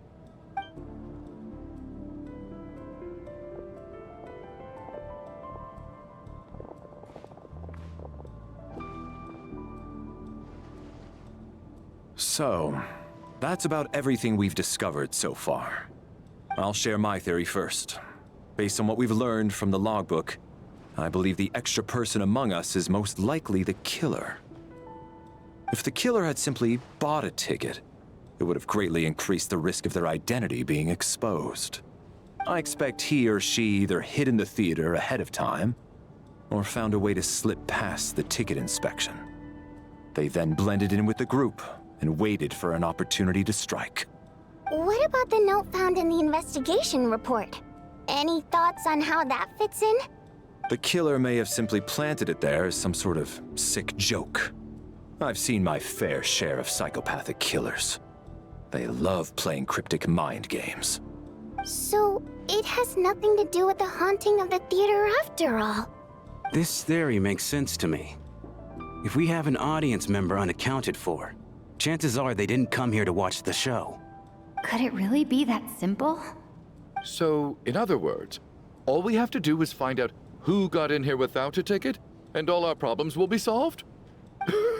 Then let me make one thing clear. All the theater staff should be well aware that I came here for the rehearsal legitimately, yes? There's no way I'm the one who didn't have a ticket. It's true.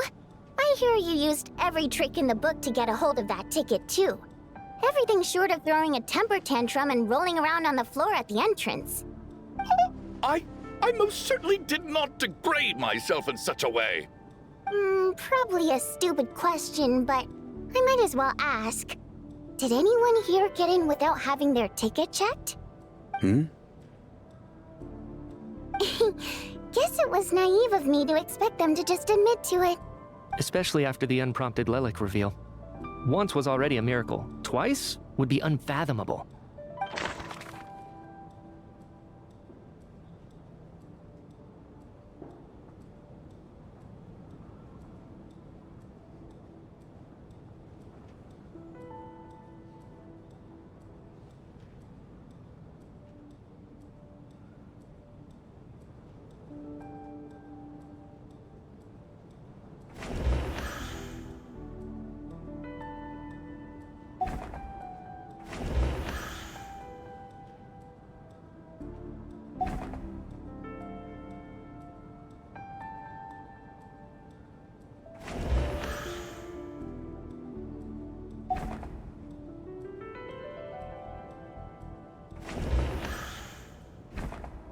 I don't believe any of us here knew Shram before all this. If no one can verify Shram's identity... Mr. Shram, did you really go through the ticket inspection to get in here? Huh? Me? Why am I being singled out, my friend? Do I seem that suspicious? It's not that you stand out as suspicious, more that everyone else has been ruled out as trustworthy. Okay. Well, we spent the best part of 2 days together now, so I'm sure you can all tell what kind of person I am. I'm a true gentleman. I never dream of doing something like sneaking to the theater without a ticket. Yeah, I have no doubt that you're a good person. But the problem is, none of us here actually know you, so no one can say for sure that you are who you claim to be. Although, actually, what was it you said last night? Yeah, you're friends with that water imp, which is why you understand our primary mode of expression. Last time I checked, there were barely any of us remaining in Snezhnaya, since most of the water imps left. Could you tell me a little bit more about your friend? There's a good chance I actually know her. And I suppose it's also kind of a way for everyone else to get to know you a little better.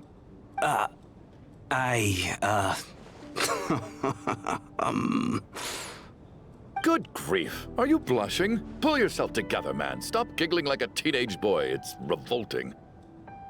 Hey, revolting is a little strong. All right, fine. I'll admit it. That water imp friend of mine, the truth is, we're dating. I was just a bodyguard hired by our family. But the stars must have aligned, because sparks began to fly between me and their daughter. Never in my wildest dreams did I think I'd get so lucky. We don't need details. Just get to the point. Okay. I'm just a little hesitant to reveal her name, that's all. You know how it is. These are delicate times. Even with me to protect her. If word gets out that she's dating a human, both the Fae and human factions will give her a hard time. Really? Wait, no. That can't be. Huh? Shram, what the devil are you talking about? Why is everyone looking at me like that? Surely you can understand where I'm coming from. Delicate times? Factions? Yes? You know, the Civil War? Last time I checked, the Fae and the humans were still at each other's throats.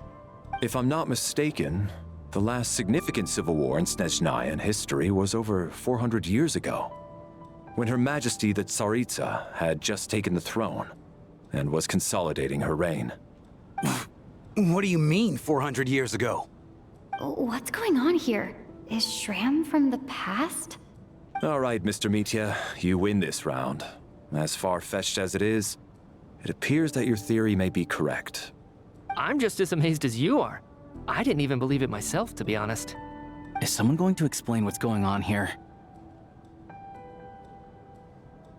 From the look on your face, you figured it out too, haven't you, Traveler?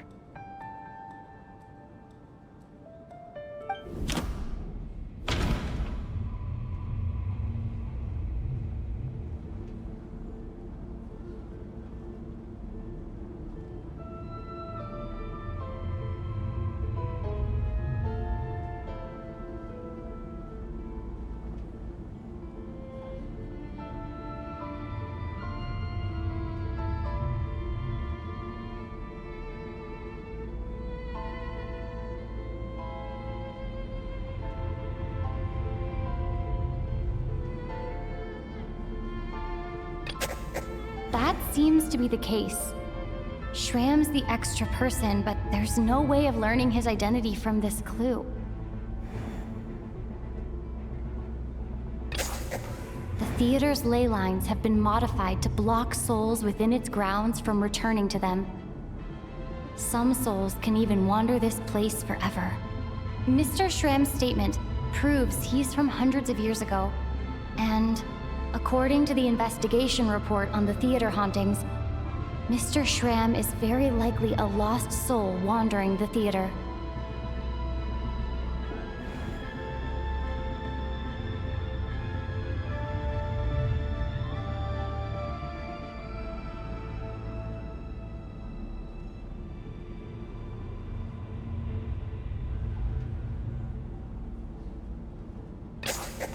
For some unknown reason, the soul that has been wandering the theater due to the leyline issues has joined our group and blended in. Yeah, that must be the immediate reason why the ticket count doesn't match the number of people present.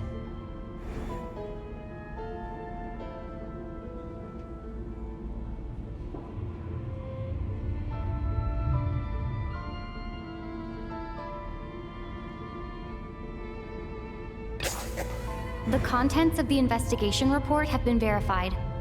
There are indeed leyline issues and wandering souls in the theater.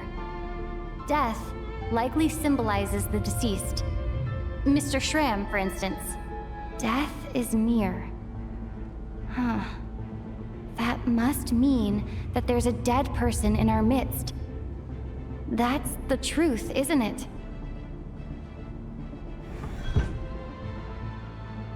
Yeah, the logic is clear now. The investigation report said that there would be souls stuck wandering around the theater because the ley lines were cut off. Mr. Schramm must be one such soul who died in the theater a long time ago. In which case, that also makes him our extra person. So when the note said death is near, it must have been referring to death as in the deceased, people who died a long time ago. Someone who died a long time ago. In short, there's a dead person among us. The extra person we've been searching for is a ghost from the past. You mean I'm a ghost? No. Don't make jokes like that, my man. There must be some mistake. But even if I was dead, I know for a fact I didn't kill anyone these past 2 nights. Yeah, even if all that's true, the report also said the souls inside the theater can't affect reality, right? They're harmless. Then what if the problem isn't the souls at all, but the ley lines themselves? The ley lines have a powerful ability to attract and devour souls. Let's say that the ley lines are like a black hole, constantly seeking to engulf souls. But the souls that don't want to return are trying to avoid being sucked in. Huh. Why does this analogy sound so familiar? What happens when the black hole can't achieve its goal? I'm only speculating here, but what if it ended up swallowing innocent souls by mistake? Or intentionally taking other souls to compensate? That could explain why we weren't able to determine a cause of death. If you're right, and their souls were devoured by the ley lines, it does make some sense. It does seem to explain a lot of the things we couldn't make sense of. Does that mean it's true? Except there's no concrete evidence. MITYA is relying on a lot of logical leaps. Still, it seems like the best explanation we have under the circumstances. All right, so how could Schramm not know that he's dead? Seems a little unlikely that he hasn't noticed anything unusual even after several days interacting with us. On the contrary, it's perfectly normal for a soul to wander the theater for centuries without questioning their existence or reason for being there. It's simply what's natural for them.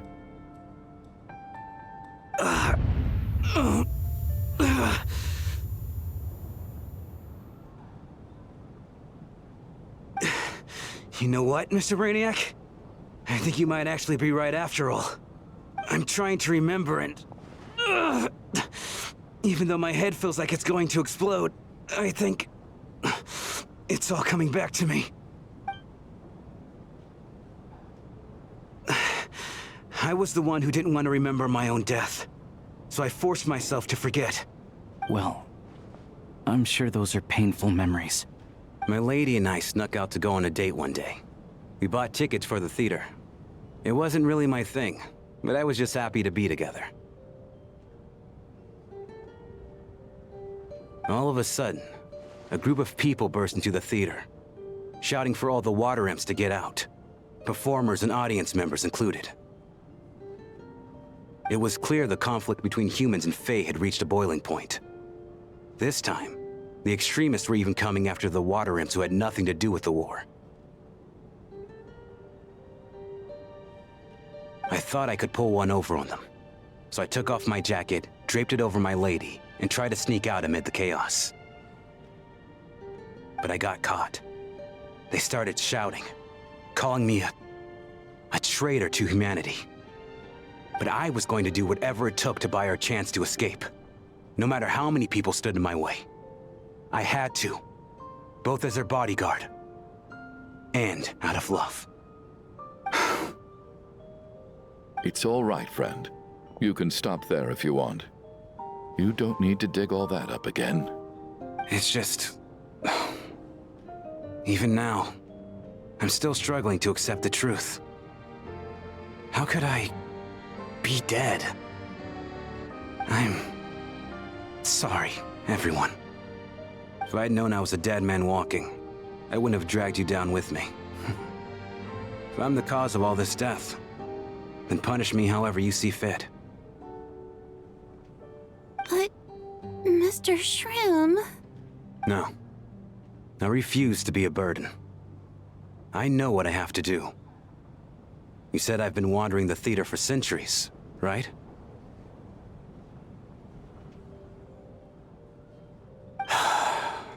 I guess it's high time I got a breath of fresh air. Out there, I mean. I'll leave this place and take all this death with me. Go out on my own terms. Mr. Shram, I'm sure we can figure out a different course of action. My good sir, we both know I'm not supposed to be here. I should have accepted my death long ago. One way or another, this has to end. Unless you're saying this goes against another one of your military principles somehow. No, I'm speaking on a personal level this time. Let it go, man. Oh, wait. One last thing. Miss Waterimp. My lover. Her name was MITYA. MITYA Ozarova. Do you know what happened to her? Ozarova. Oh, Auntie Ozarova. That's what we all called her. I remember her as a very kind elder. She had a bunch of kids, too. I'm so glad she survived. And she had lots of kids? Good. That's... good. I could hardly expect her to stay single just because of what happened to me, right? As long as she went on to be happy, that's all that matters. Besides, I'm dead. My soul's been wandering around here for so long because I was worried about her. But now, I can go without regret. There's no need to see me off, my friends. I've enjoyed our time together over these past few days. Perhaps we'll meet again in the next life.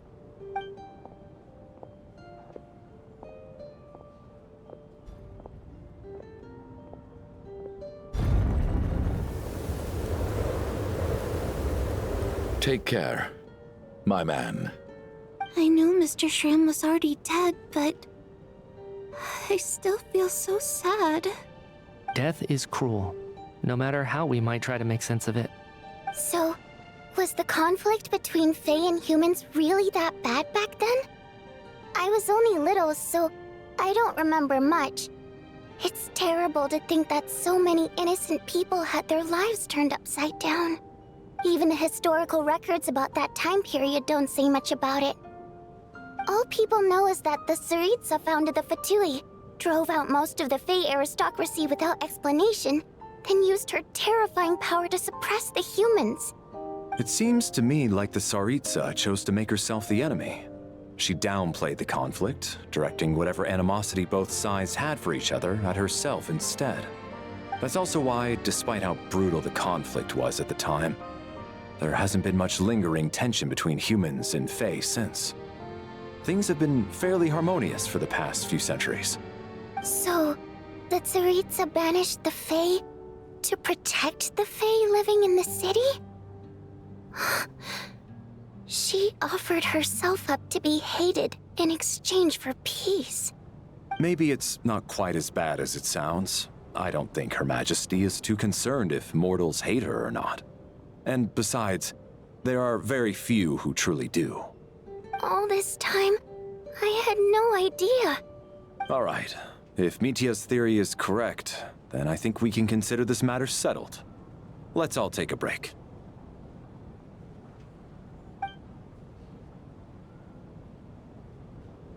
Ugh, if only this blasted storm wasn't still raging on.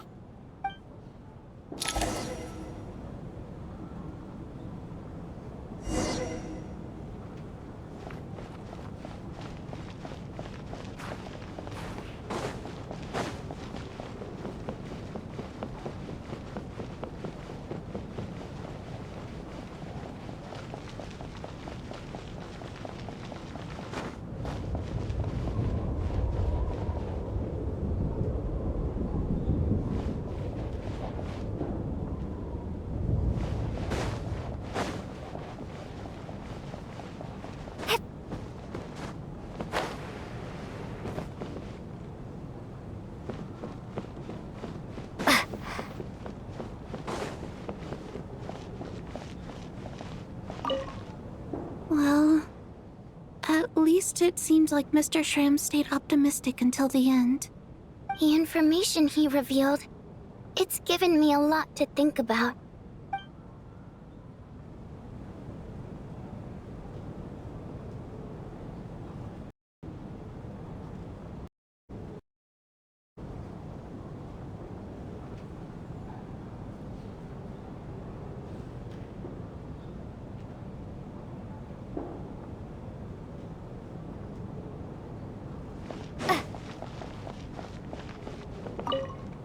At least the lingering regret that kept him here has been put to rest. That's not necessarily a bad thing.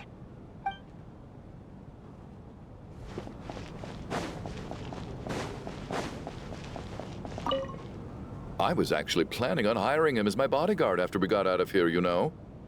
Oh, poor guy.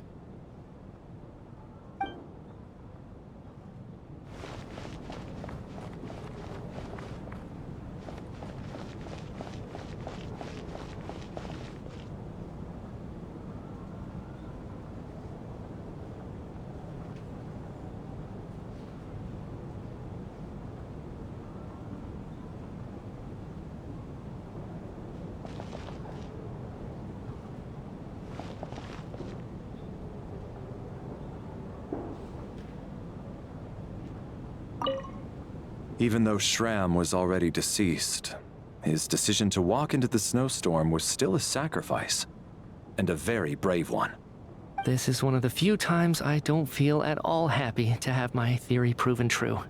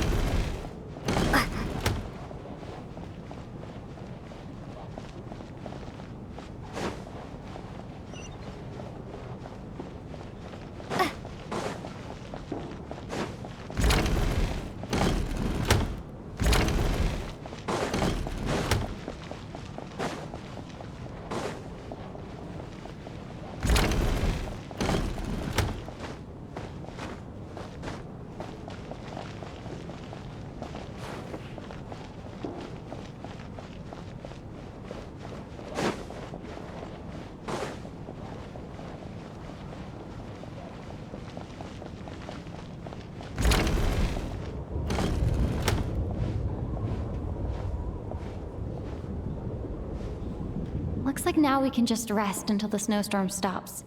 I still can't believe Shram turned out to be a ghost who'd been in the theater for hundreds of years. To think he was dead this whole time. What a strange turn of events. Knock, knock. Hmm? Knock, knock. You know the door isn't closed, right? You don't have to knock. Think of it as a signal then. When I'm entering someone else's room and I knock, I'm here as Odette. If I don't knock, it's Lelik. Thanks. So, why did you come to find me? Is there something I can help with? Vodyanitsa said you knew about my secret identity from the start. But when everyone was discussing who Lelik could be, you were worried that revealing what you knew would be unfair to me, so you kept it to yourself, right? Yes. I'm extremely grateful for that. It's nothing. I mean, you didn't hold what happened with Senora against me, so I should thank you for that as well. Actually, there's something else as well. I found myself in a situation similar to the one you were in when you helped conceal my identity. So I thought I'd come and ask you for advice. It's about MITYA. Before all of this, the last time I saw him, he was dead. As I'm sure you know, my goal as Lelik was to stop Project Stuja. Well, when I found out the tech lead for the experiment behind Project Stuja was MITYA, I immediately started planning to track him down and threaten him to back out.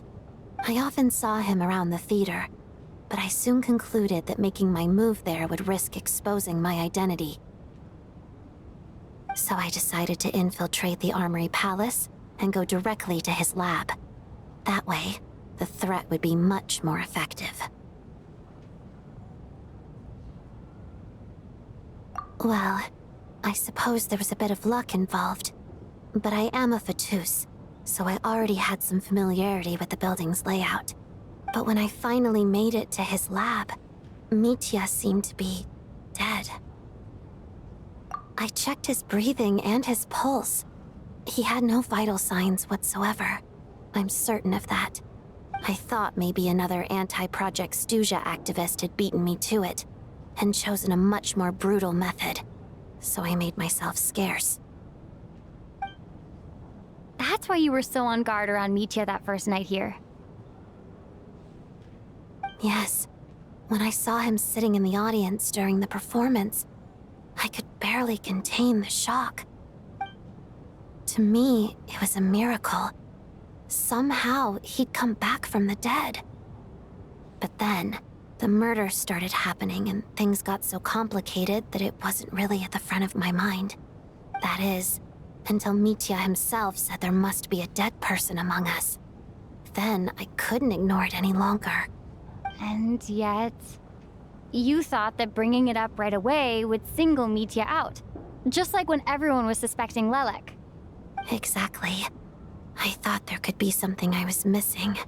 Besides, we soon figured out that Mr. Schramm was a ghost, and we knew there was only one extra person, so we thought he had to be the one.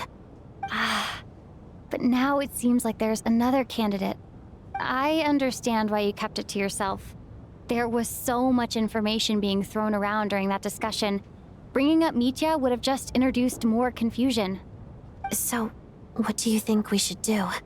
Let me confirm one thing first. When was it that you found MITYA dead? Around a week ago, sometime in the afternoon. A week ago? That's earlier than I thought. I saw him just a few days ago at a restaurant. That definitely would have been after you found him dead. He seemed completely normal to me, chatting with Vodyanitsa, trying to avoid Valeri. So he was definitely alive on that day. Huh. Well, all I can say is I know what I saw. Here's a thought. The reason we even suspected a dead person could be among us was because of the problem with the theater's ley lines. But MITYA's death happened inside the Armory Palace. The ley line issue affecting the theater shouldn't reach that far. You're right. I guess he doesn't fit the profile of the person we were searching for. I think the chances of it being him are very low. Surely he can't have died for real in the Armory Palace. Unless... Unless what? Unless he really did come back from the dead. You're right. Do you think we need to disclose this to the others? Huh, what's this? A private meet and greet? Where do I line up? That's not what's going on here. Well, I was just making the rounds. Thought I'd try to lighten the mood a bit. Vodyanitsa's handing out food if you're hungry.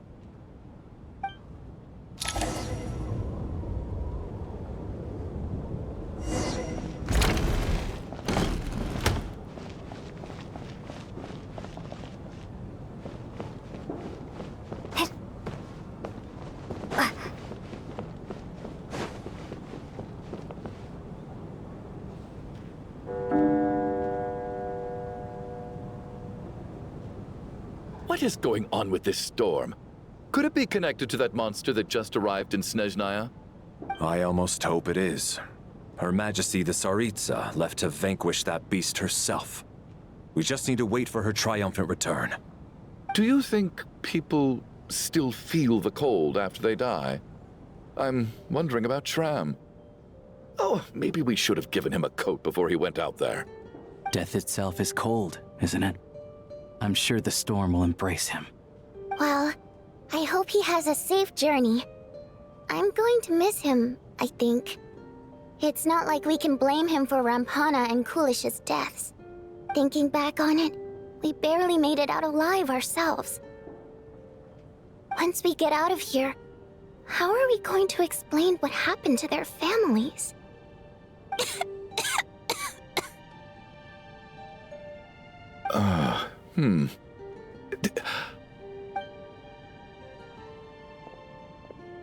Are you okay? Here, take this. I've never used it.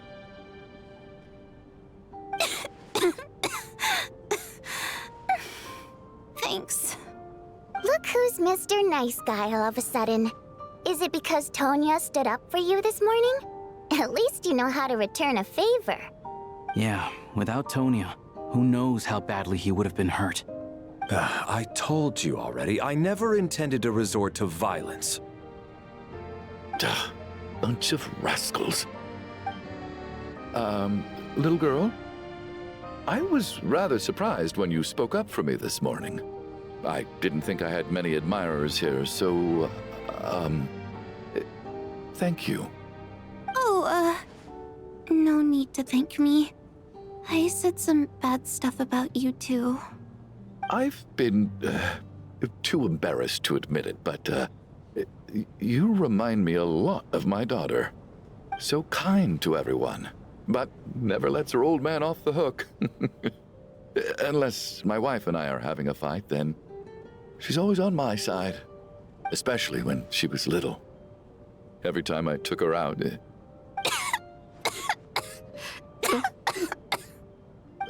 All right, easy now. How long have you had that cough, Tonya? I don't know. It's probably been a while. I'm fine. Are you taking anything for it? Yeah. I'll be fine once I see my brother. He's gonna pick some frost fairy flower leaves and brew a tonic for me. I'll feel much better once I drink that. I see. That's good to hear, then. We should probably discuss arrangements for tonight. Now that the deceased has left our midst, there shouldn't be any more incidents. However, out of an abundance of caution, I'll keep watch. Shouldn't we take shifts? I can take one if needed. No need. I managed to get a nap in earlier, so I have plenty of energy right now. After all the tension of the past few days, everyone else should just focus on getting a good night's sleep.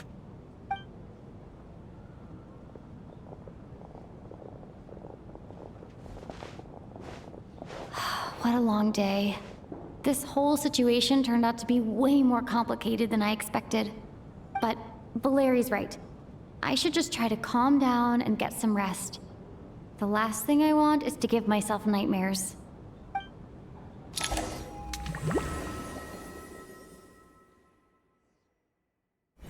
She's awake. She's awake! Get over here, you big lug, and take a look! If you must call me something, call me Mr. Door. The Black Mist is coming. You need to go.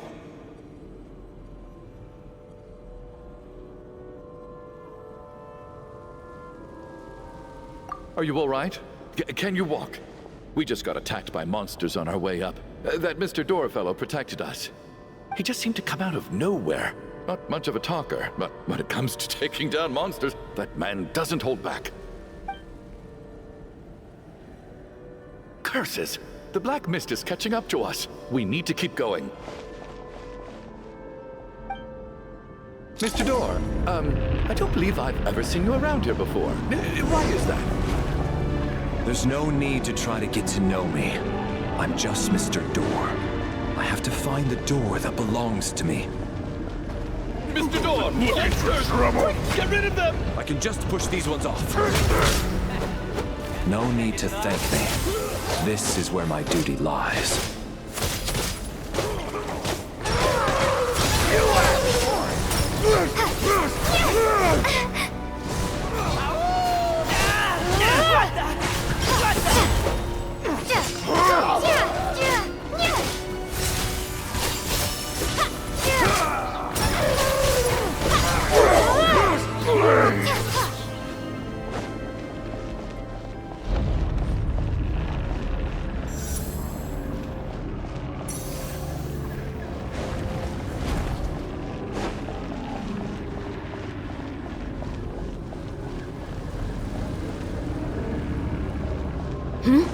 So we're doing this the hard way.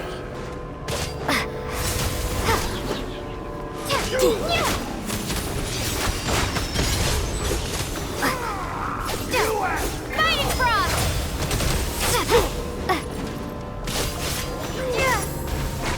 You win!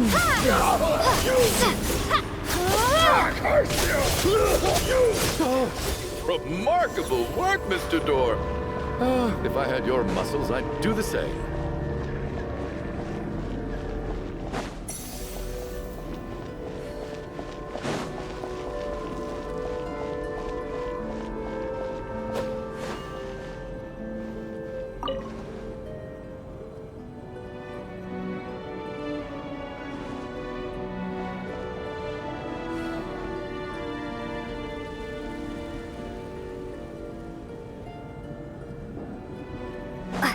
Are none of these doors the one you're looking for?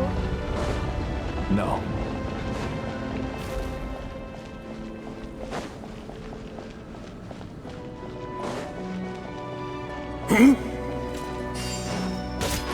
Cryostorm!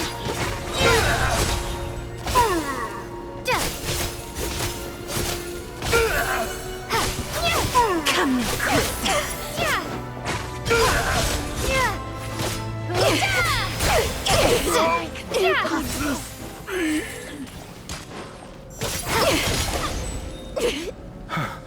I'm so exhausted. And the black mist is still rising. Oh. Wait, look! There's more monsters down there. Are they coming from within the black mist?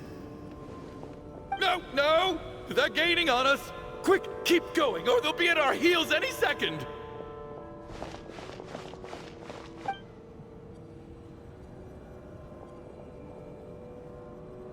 Mr. Door, what are you doing? We need to get out of here. They're coming! Found it. This is my door. What? You mean you're going to stay here? I am a door. This is where my duty lies. No! You saved us. We can't leave you behind. You must keep going. A door can only keep things out for so long. You must make haste. But... Oh, you're right. Let's go. We can't let Mr. Door's sacrifice be in vain.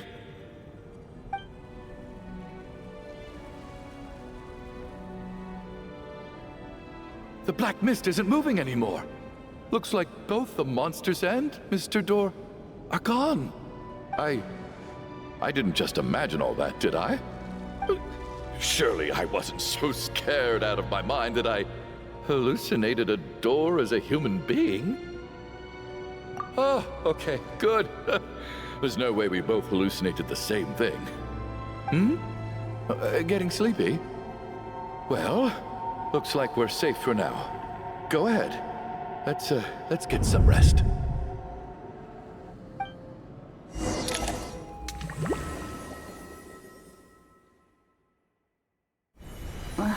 What time is it? Is it morning? I think I had a nightmare. Oh, I guess everyone's still asleep. These past 2 days have been exhausting. Valeri's keeping watch though, so he's probably the only one awake. Valeri?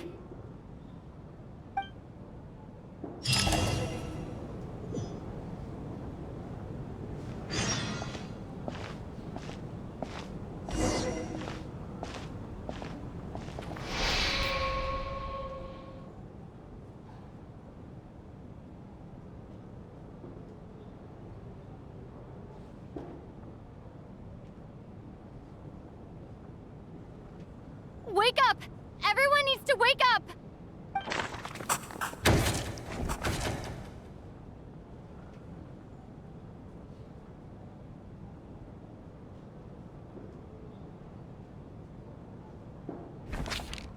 Just like the last 2 nights. No clear cause of death. I've been a real thorn in your side, haven't I, Mr. Valeri? Now you can rest in peace. But for me, life will be all the duller for not having to run away from you, my friend. How's Tonya? Is she okay? I just checked on her, and it doesn't seem like anything serious. She's just exhausted from the past couple of days, and she's still recovering from her illness. We should let her sleep a bit longer. That means Valeri was the only one who died last night. If Valeri was awake and keeping watch, it would have been impossible to kill him without waking everyone else up. That much is certain. This is so frustrating. Why has nothing changed since yesterday? I thought we already dealt with the dead person causing all this. Actually, one thing has changed. There's only 1 victim this time, not 2. Does that mean...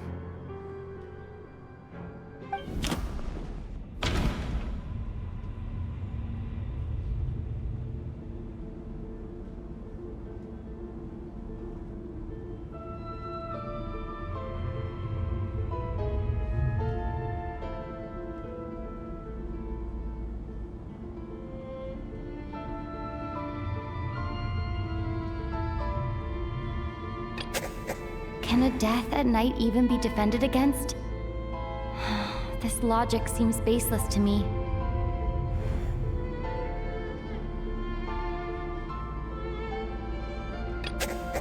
No similar cases have ever been confirmed, so this theory doesn't seem to hold up.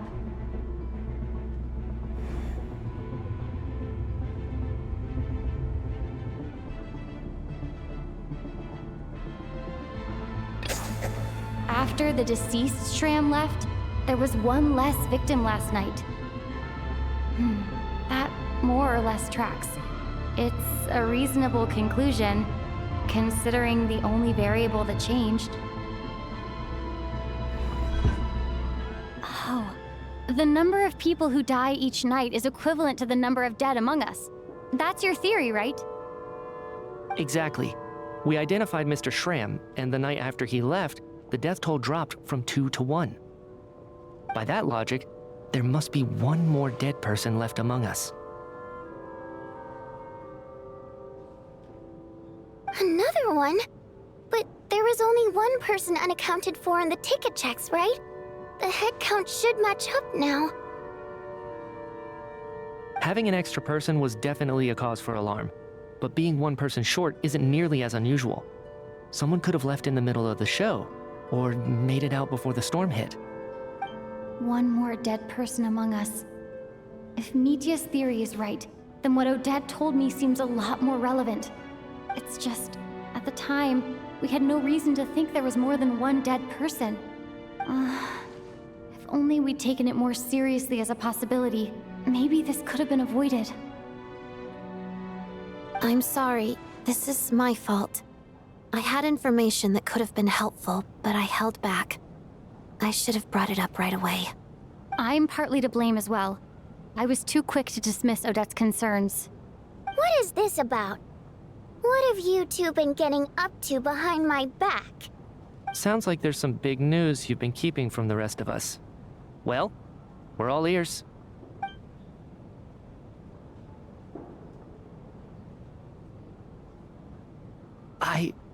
I'm the dead person? Wow, that's certainly news to me. Odette and I talked about it yesterday, but we thought it just wasn't possible, so we left it at that. Yeah, I don't blame you. If I'd been there, I probably would have reached the same conclusion. It just sounds too unbelievable. Let me just try and verify this. I just scoured my memories trying to think back to the afternoon Miss Odette mentioned, but I honestly have no recollection of dying. That's where I'm different than Mr. Schramm. Having seen Mr. MITYA a few days ago myself, I also find it hard to believe he could be the other dead person among us. Well, if it isn't MITYA, then who? Do we vote on it? If you don't mind me asking, Traveler, I believe you mentioned that you know Tonya's brother. Had you ever met her before all this? No, never. Wait, are you saying... Now, just 1 minute. I know where this is going. You can't just randomly point a finger at anyone you want. You're in the hot seat, and all of a sudden you want to divert our suspicions onto somebody else? Trying to pick a fight, Mr. Chuganov? Whenever you open your mouth, all you do is attack people, and I've had enough of it. If you don't want to engage in a civil discussion, you can shut up. You little brat! Did MITYA ask about Tonya because he suspects her? I suppose I only identified her by age and nothing else. Could that mean... I'm just saying, you're going around casting suspicion on people for no reason. How could Tonya be dead? I can vouch for her, if nothing else. I've seen her before. She's the sister of that Harbinger, isn't she? The one called Child. Oh, really? You're telling the truth? Since being here, I don't think I ever mentioned she was Child's sister specifically. Does Chuganov actually know her? If Chuganov can vouch for her, then it can't be Tonya either. In which case, it seems unlikely that there's another dead person among us at all. Miss Odette, could you go over that afternoon with me one more time, when you found me dead? No problem.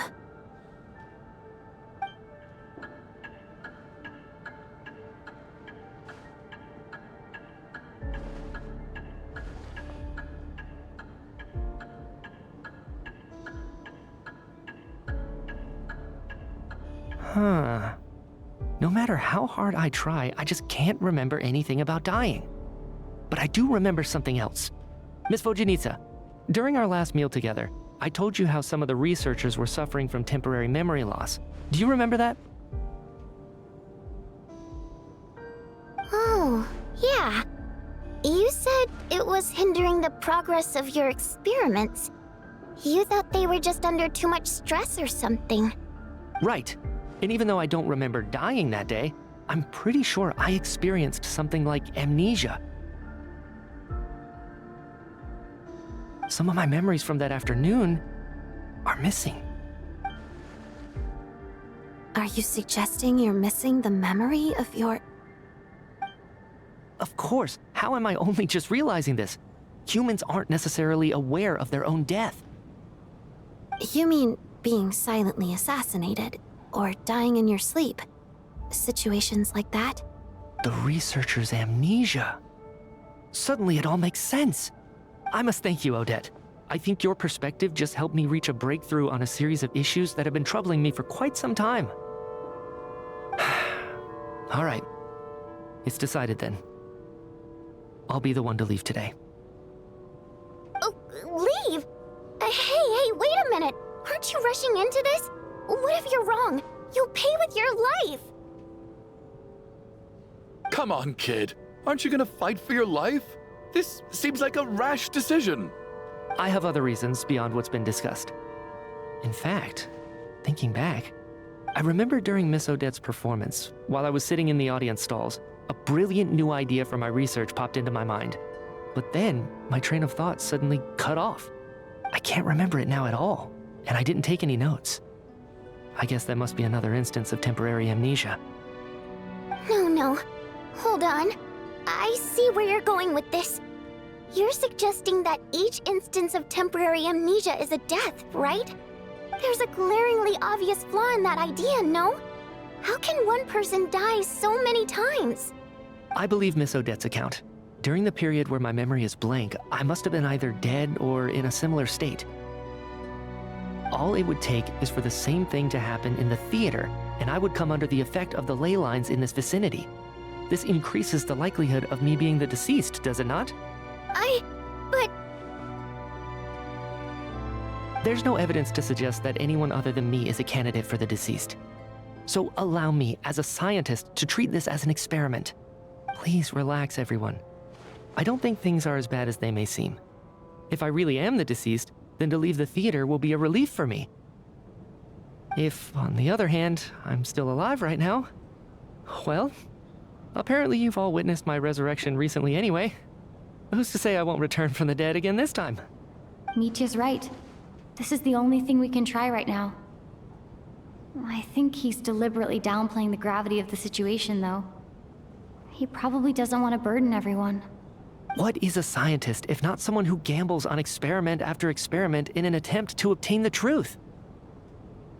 With this snowstorm, the ley line phenomenon, ghosts of the dead, and my amnesia, we've been paralyzed by not knowing and powerless to do anything about it. It's a terrible feeling. But if I do get resurrected, you can be sure that I'll come back with the truth of all this. Just you wait.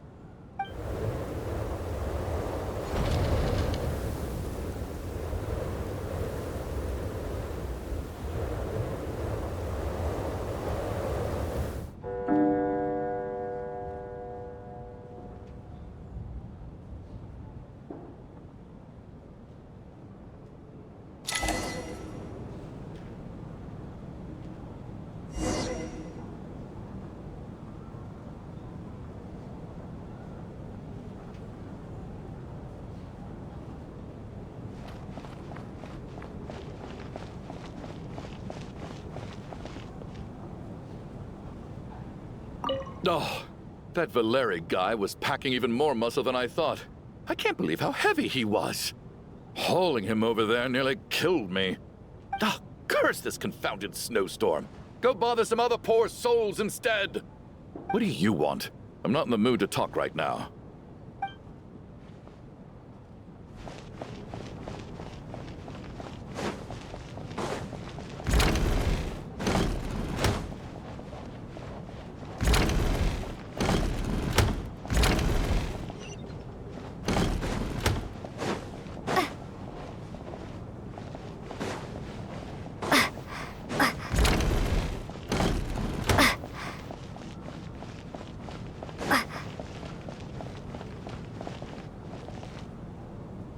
Poor Mr. MITYA.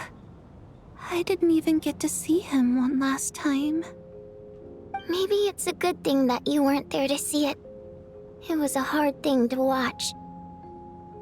I hate goodbyes. Why does it feel like everyone around me is slowly disappearing? Not just in here, I mean. In the outside world, too. Maybe it's the realization that, at the end of life, everyone has to face it alone. Come to think of it, the main reason we're still alive right now is pure luck. Each morning here, for every one of us, there's the chance that we might not wake up.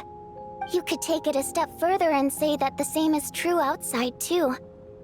Who can ever be 100% sure when they drift off to sleep that they'll open their eyes again in the morning? If I make it out of here, I'm going to cherish every moment that I'm awake and live without any regrets. Without regrets?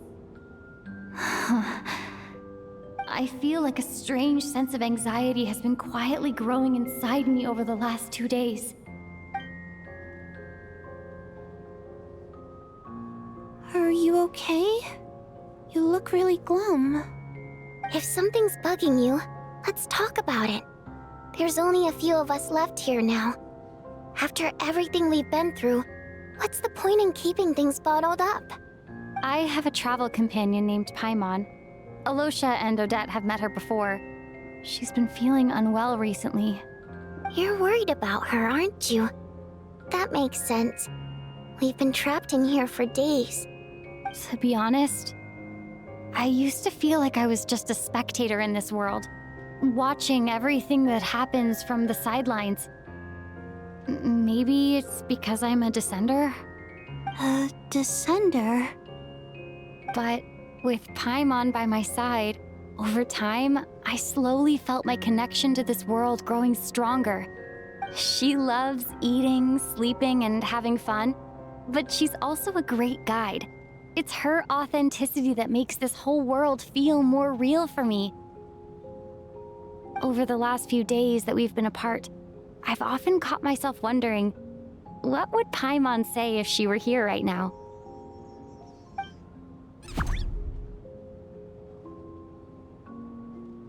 But by the time I snap out of it, the conversation has already moved on and I'm still in my own little world. I'm trying to overcome this sense of detachment, but I really miss Paimon.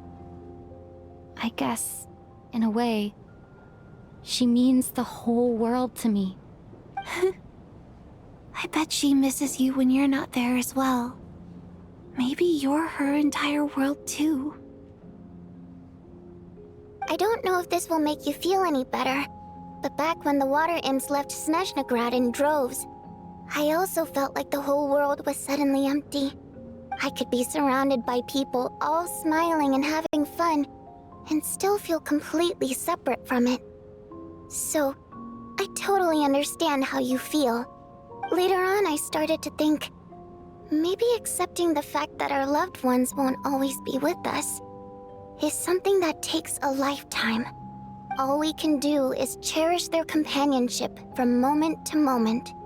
So, once we get out of here, you better hurry back to our side as fast as you can. You can't let your story end in regret. That's the trope I hate the most. Thank you. That's exactly what I needed to hear. But Vodyanitsa, if you hate goodbyes too, why didn't you leave with your people? That's just the choice I made. I used to regret it, but I don't anymore. Like I said before, singing is a water imp's primary mode of expression. It's how we convey our emotions. Our songs have echoed through this theater for hundreds of years, each one a story pieced together through moments of joy and sorrow. But does a story exist without someone to read it? To me, the answer is no. So I made the choice to stay. That way, there would still be someone left to sing these songs and listen to their stories. Otherwise, they could have been lost forever. Could you teach me how to understand your people's songs sometime? I want to be able to truly hear them, like Mr. Shram. A fan after my own heart. Thank you, Tonya. How about I sing something for you, and you tell me what you hear? Okay, I'll do my best.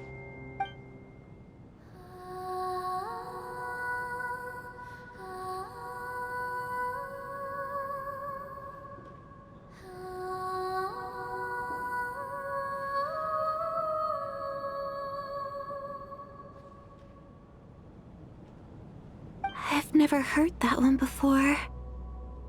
I feel like I can hear a sense of longing somehow. I wonder why that is. Color me impressed, Tonya. You're a keen listener. Most people can only tell if a song is happy or sad. I didn't think you'd be able to pick up on such specific details. So, what's the song about then? Come on, tell me! I've actually never performed this song in the theater before, because it has more of a ceremonial purpose for our people. It's not meant for the stage. It means something like, "May those we have lost watch over us, and follow this song back home in the night, so that we might be reunited once more. No wonder I could hear that sense of longing. You sing it for loved ones who have passed away. I hope it reaches them. It's getting late, Tonya, and you're not well. We should all turn in early. I suppose there's no reason to keep watch tonight. Okay. But, before I go to bed, could you sing that song a couple more times for me, Vodyanitsa? Of course. Anything for my #1 fan.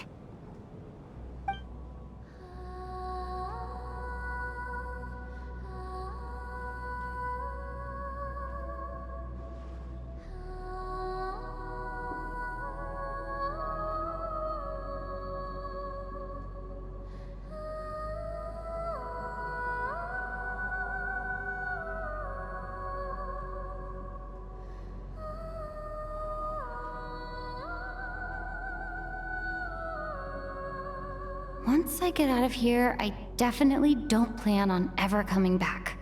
But I guess that means I'll never get to hear Vodyanitsa sing again. That's a sad thought. Before I fall asleep, I should cherish this moment of companionship while it lasts.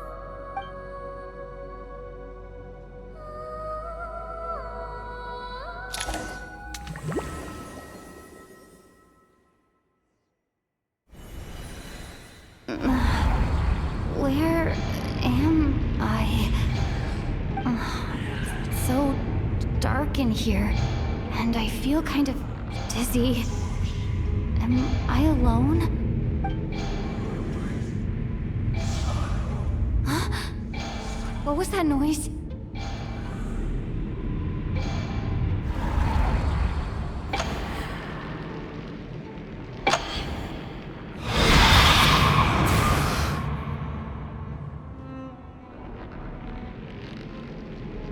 Return, O spirits.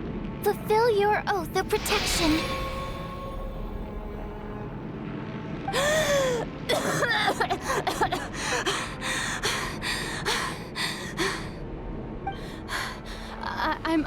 I'm alive? What just happened? No time for questions. Quick, over here. Turn on the switch. We need to bring back the light.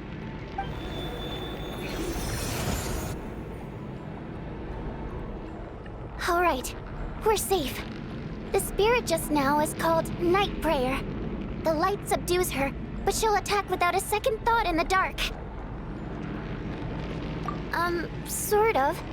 I know it's hard, but you can't let this place go dark, or she'll kill you again.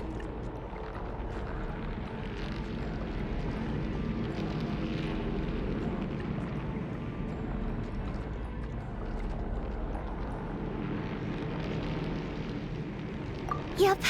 Luckily, I was here to resurrect you. Otherwise, that'd have been a real bummer. A bit more than a bummer, I'd say. Wait, so you have the ability to resurrect people? Sure I do. I'm your guardian spirit after all. I specialize in soul recall. Oh, it's nice to meet you, by the way. Oh, thanks. It's nice to meet you too. All right, there's no time to waste. The black mist is already catching up. We need to avoid it at Night Prayer at all costs. Come on, let's go. We need to reach the next switch before the place gets too dark. If we bring the light back, Night Prayer won't be able to get to us.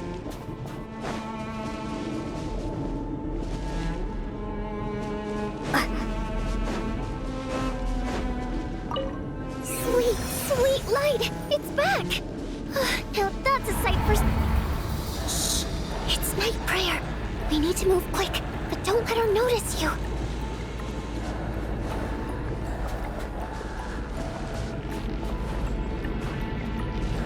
Look out!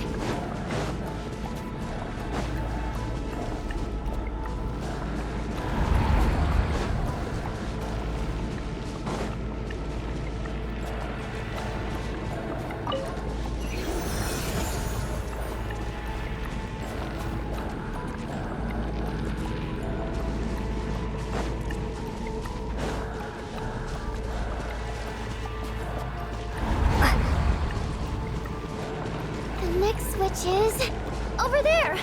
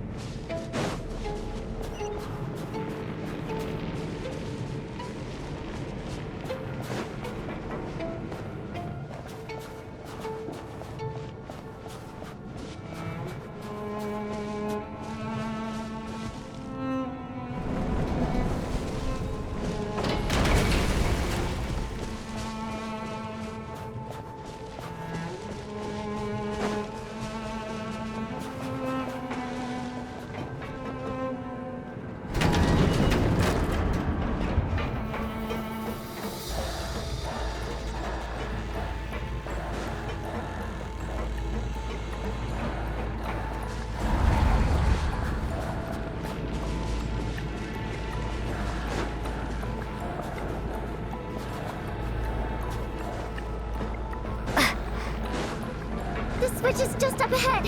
Hurry!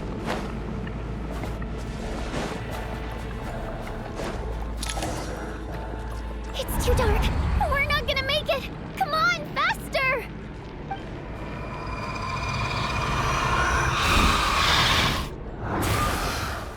Traveler! I won't let you die like this. Not on my watch.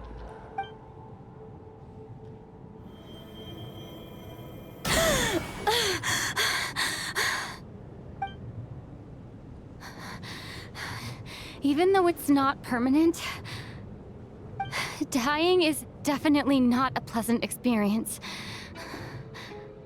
Great. You're back. Yeah, thanks to you. Time for you to get out of here. Quick, before the light runs out. What about you? You're not coming with me? I can't. I've already been used up. A guardian spirit's skills are finite. I can only resurrect someone so many times. I might not look any different, but my essence has been exhausted. Now, I will slowly start to fade away. I can go no further. The black mist is where I belong. It's okay. Why didn't you tell me sooner? Because it wouldn't have changed anything. That knowledge would have just burdened you. And a guardian spirit's role is to protect. But... Go. Now, before it's too late. I already hear night prayer approaching.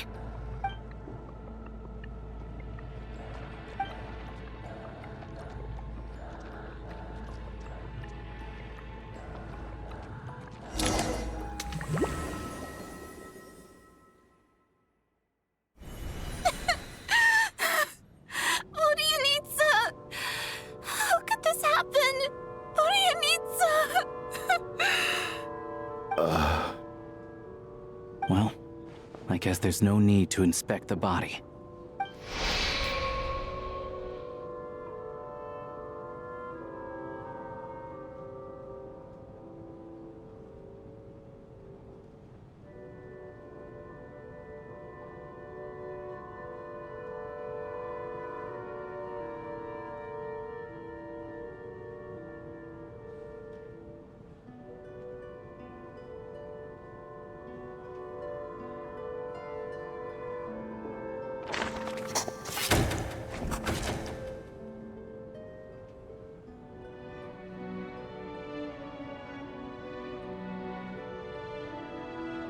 This wasn't supposed to happen.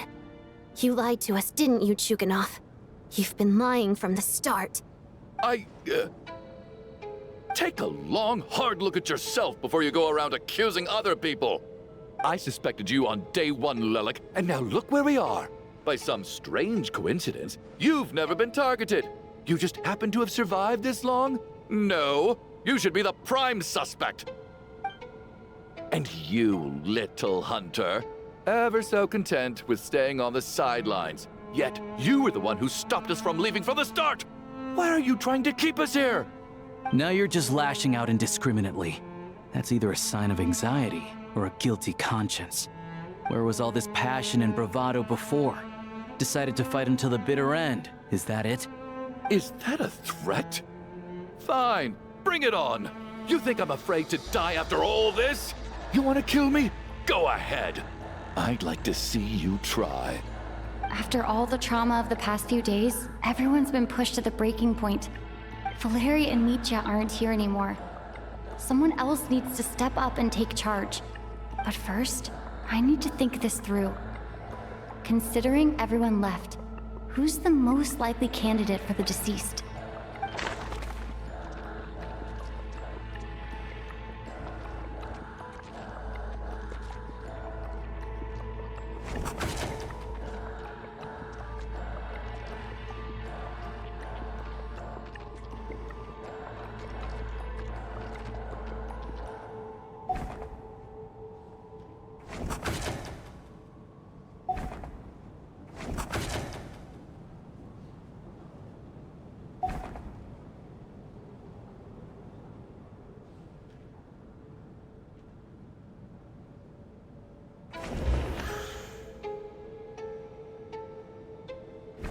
He's arguably the first friend we made after arriving in Snezhnaya. While he works at the theater, we've also met him outside of it, so he can't be the deceased.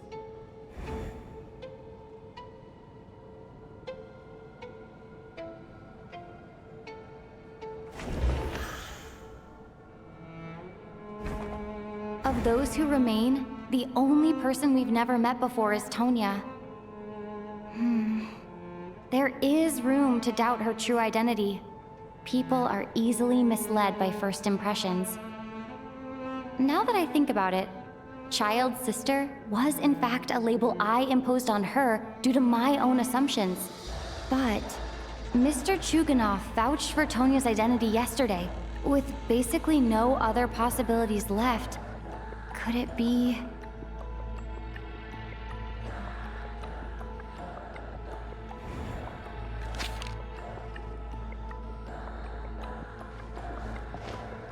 Tonya, how's Tusser been lately? Tusser? Your brother Ajax must have mentioned me in his letters home, right? Did he say anything about a blonde traveler? No. And my brother's name is Razik, not Ajax. Chuganov, looks like it's your turn to do some explaining. Yesterday you said you could vouch for Tonya. Why did you give us a false testimony? I knew you were behind this, Chuganov. You've been lying through your teeth from the start. Everything about you is fake. Down to the wife and daughter you're always talking about. Your entire family man persona is a charade, isn't it? That night, when I infiltrated your place as Lelik, I noticed you were home alone. Didn't think much of it at the time. Just thought everyone else was out. But thinking back on it now, that doesn't seem very likely. My guess is, you live alone, don't you? Even that was a lie? But why would he lie about having a family? Oh, curses. Oh, why is there no end to this blasted snowstorm? If it would just stop. If it would just stop. I think I remember now. I know how I ended up here. It feels like a distant memory. But at the same time, it's just like it was yesterday.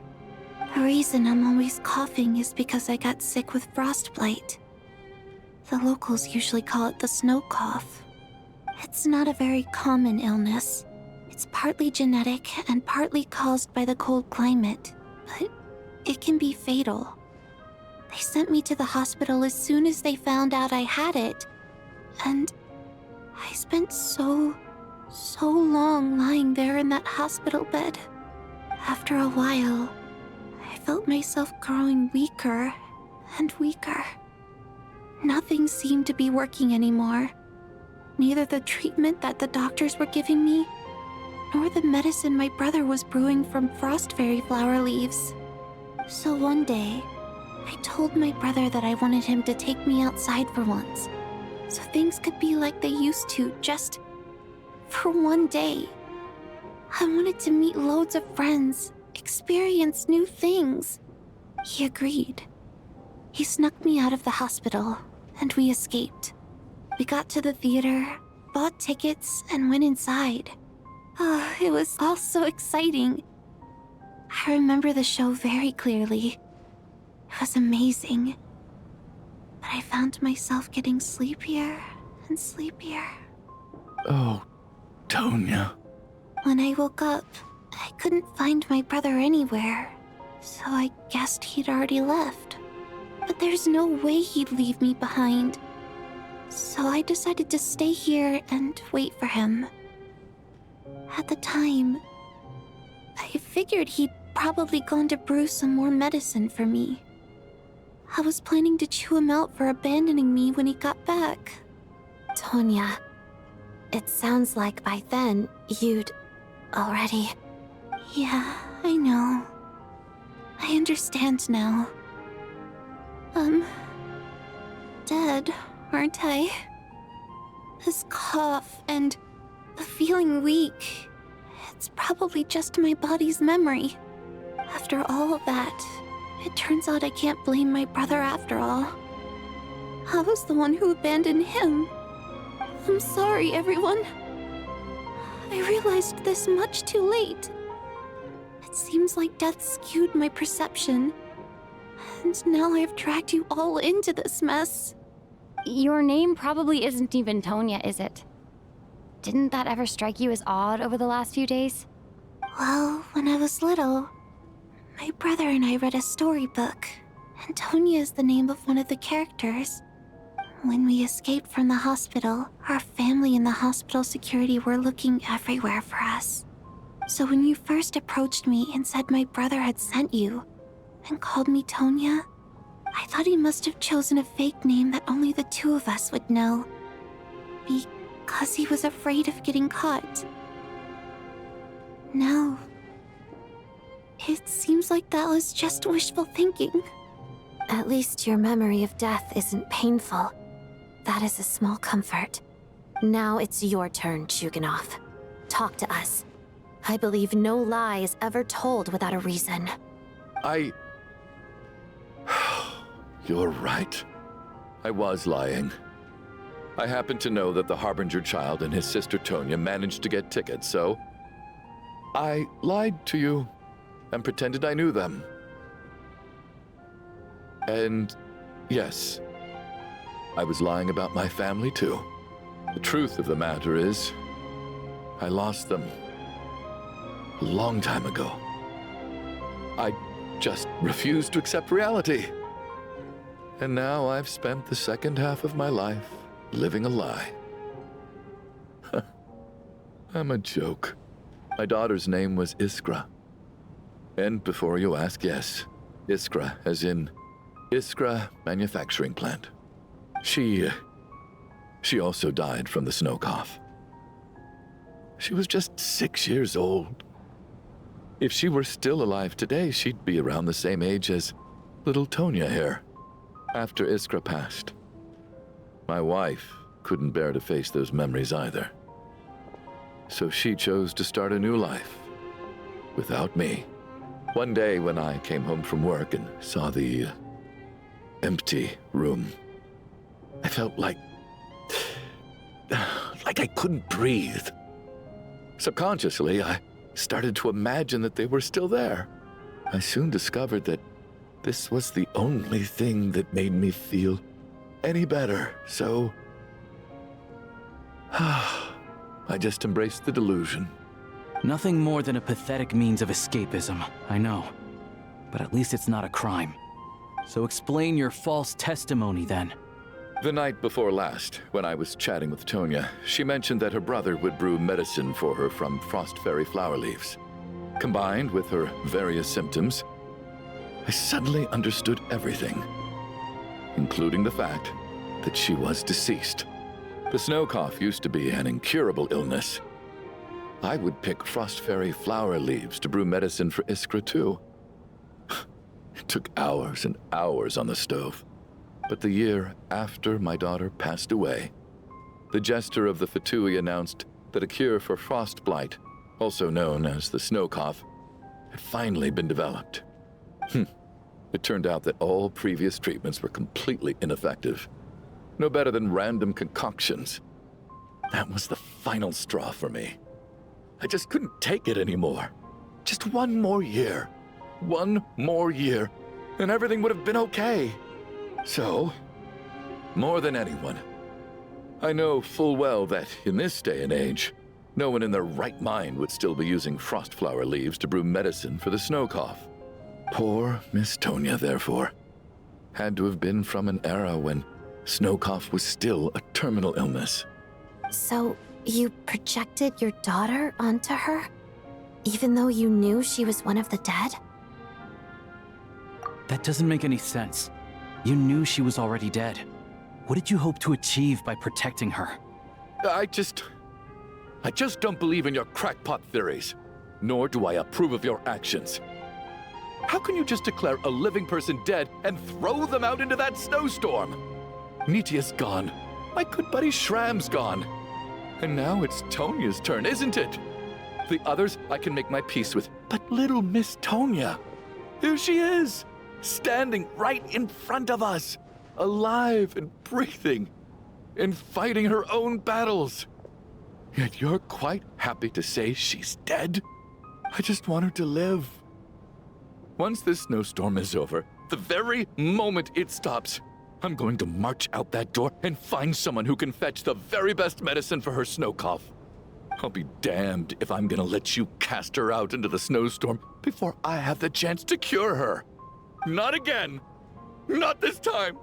Not when the cure is right within our grasp! I'd never be able to forgive myself. Mr. Chuganov, stop.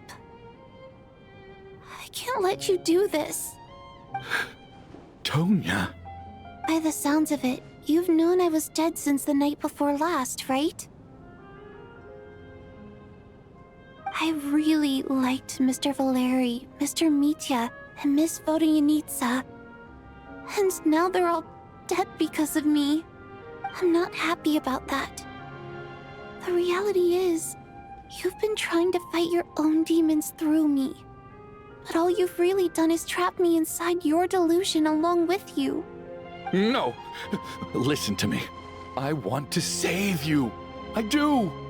Well, at this point, I'm quite sure that I'm dead. I don't need to be saved. The time I got to spend with all of you is more than enough for me. Despite all the bad things that kept happening, I got to meet so many interesting people and spend so many days and nights by your side. Since the day I escaped that hospital until now, this has been an adventure I never even dared to dream of. I'm very fond of you all. If it were only possible, I'd trade my soul to bring back the ones who died. If it meant things didn't have to end like this. And that's why I'm not fond of you at all, Mr. Chuganov. I'm sorry. It's them that you owe an apology to, sir. Not me. Well then, I suppose this is it. It's time for my adventure to end.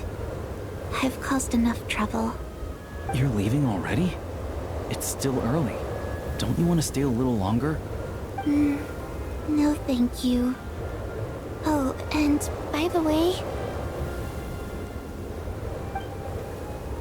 my name is Patashka.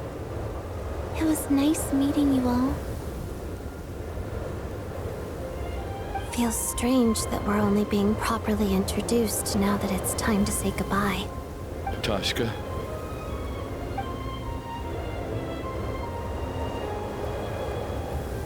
What are you doing, Chuganov? Are you crazy? Let me leave. I can't keep lying to myself anymore. In your dreams. Don't think you're getting off that easy when you had a hand in the deaths of so many people. The Fatui have honed quite an array of enhanced interrogation techniques since they were founded. Once we're out of here, Lelik will personally give you a taste of every last one.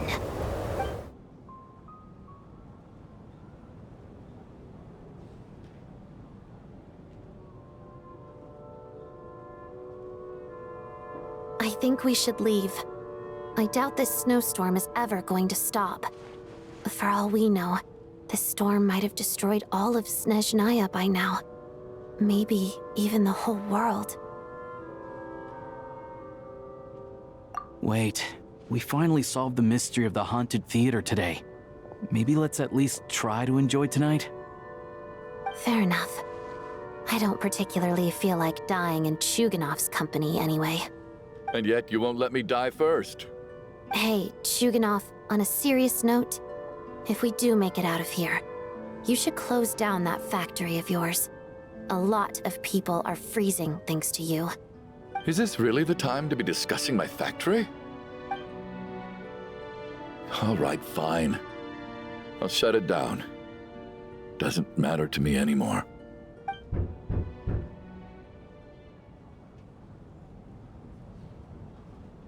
Am I hearing things?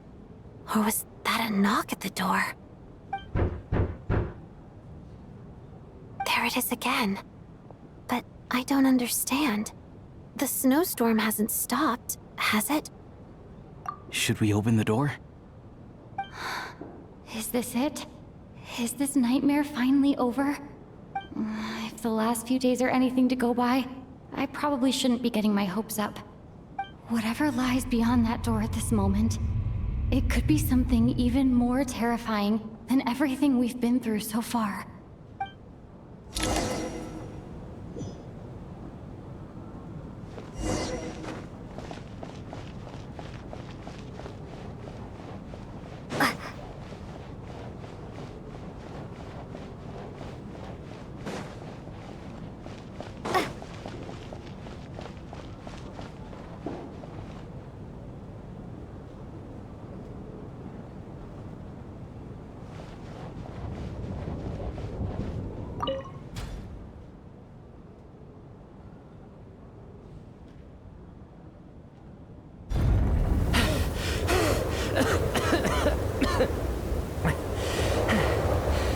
Hey everyone, I'm back. How are you doing? Feeling any better? Much better, thanks. Whew, it is so good to have you guys here. I was a little worried that the theater would be empty by the time I got back. Let me see. Tonya and Vodyanitsa are missing, which means Vodyanitsa died last night. And then you discovered that Tonya was the other dead person. Am I right? Not Tonya. Pitashka. First, tell us how you made it back here. Given the conditions outside, no one should be able to return alive. You're right. The thing that got me back safely was a song. I heard someone singing. After walking into the snowstorm, my mind grew hazy. I don't know how long I walked through the storm before my mind completely slipped away. Then, suddenly, I heard the sound of singing. The voice instantly brought me back to my senses, and I regained consciousness. So I followed the voice, searching for the source of the singing. I searched and searched, until finally, just a few moments ago, there was the entrance to the theater, right in front of me. I've actually never performed this song in the theater before, because it has more of a ceremonial purpose for our people. It's not meant for the stage. It means something like, "May those we have lost watch over us, and follow this song back home in the night, so that we might be reunited once more." That must have been Vodyanitsa's Requiem. Who knew it actually worked? That song is meant to guide the souls of the dead. Mitya, that must mean that you... Huh. No kidding. Huh, seemed like I guessed right then. this is what I've been so desperate to tell you about. When I first stepped out of the theater, I was still quite lucid. My memory of it is still pretty intact. I remember the outside world being completely different than what I'd expected. It was like this was a world where only the snowstorm existed. There wasn't a trace of any humans or buildings ever having been there. I don't know how else to describe it, except to say that it just didn't seem like the real world. And as for the Requiem, if I was guided here by Vodyanitsa's song, it can only mean that I must already be dead. And this is my soul, not my body. But I didn't experience a clear moment of death while I was out there. Nor do I feel any different now than before I walked into the snowstorm. You don't seem any different to me either. In fact, this is something I've been wondering about for a while now. If souls aren't physical, shouldn't they lack tangible form? Both Shram and Patoshka were clearly deceased, and yet their souls didn't look or feel like ghosts at all. They were visible, tangible, no different than you or me. This raises a truly terrible thought.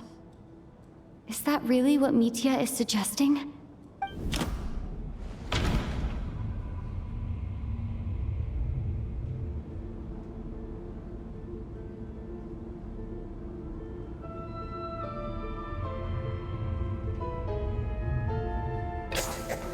MITYA's soul was summoned back by the Requiem, confirming that he is indeed already dead.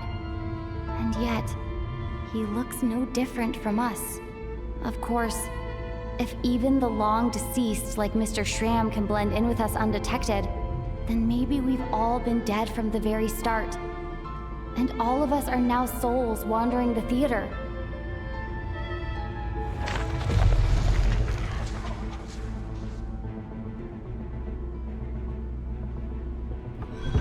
Yes. I think that this is probably the afterlife. What did you say?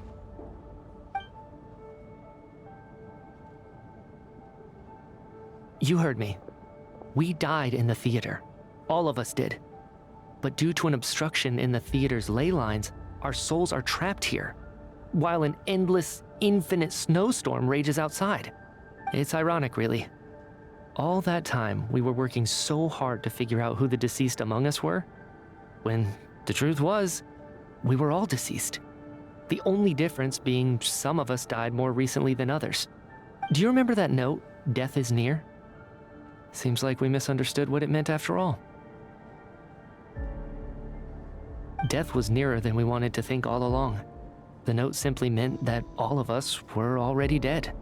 So all our attempts to survive, our search for the deceased, it was all for nothing?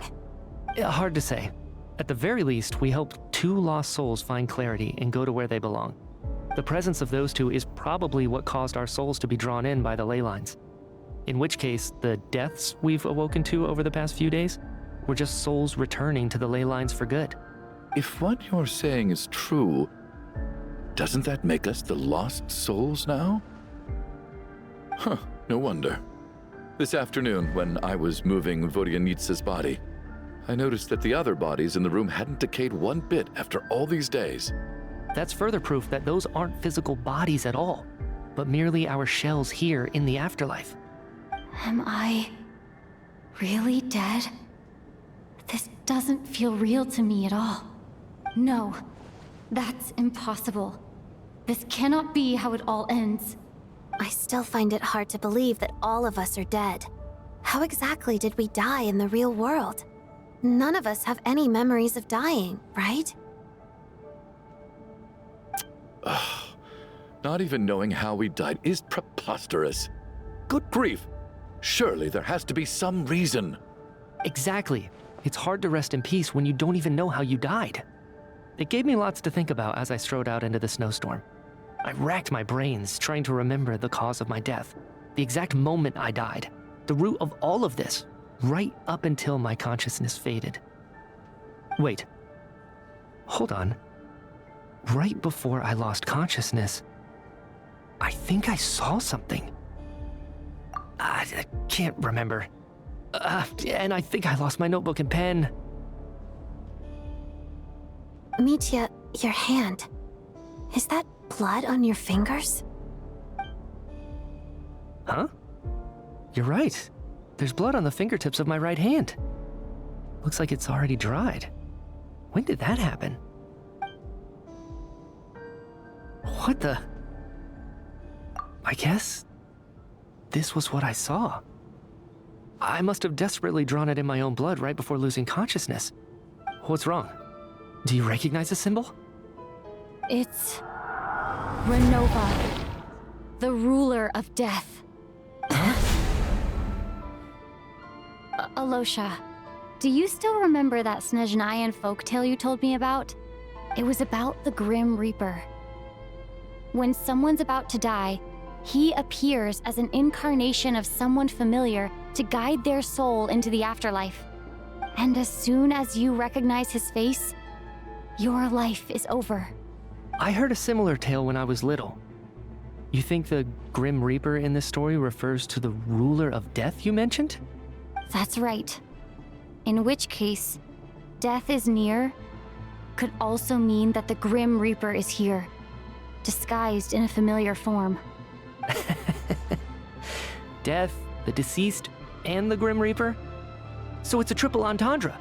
When I first saw this note, I thought it contradicted the investigation report. But now it seems like that was the whole intention.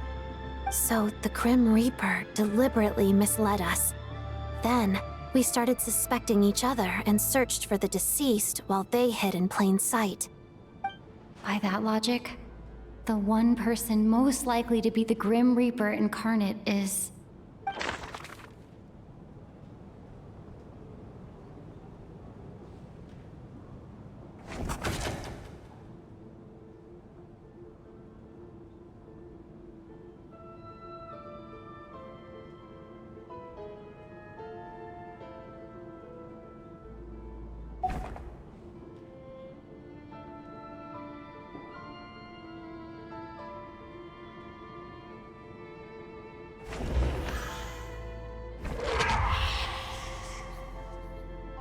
No doubt about it. It's Alosha. Looking back at how everyone has acted over the past few days, Alosha is most likely the Grim Reaper lurking among us.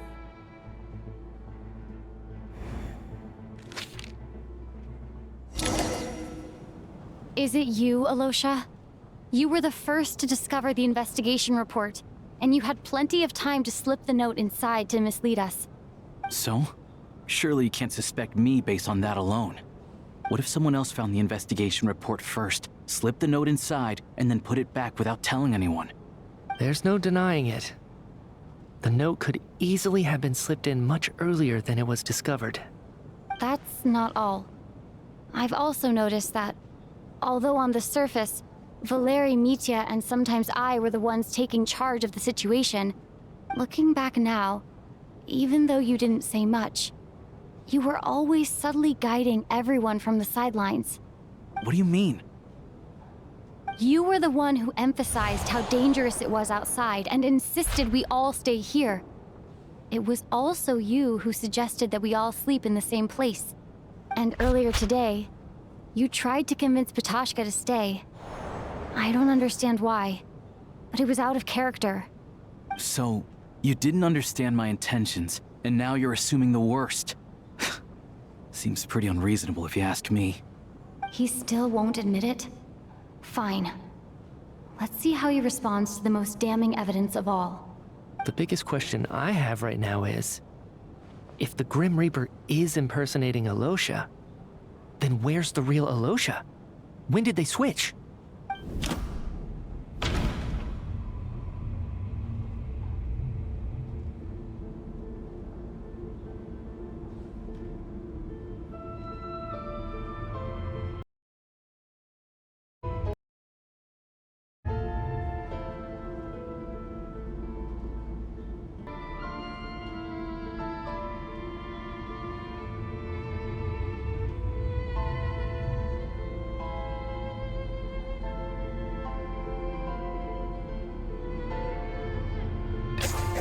That's right.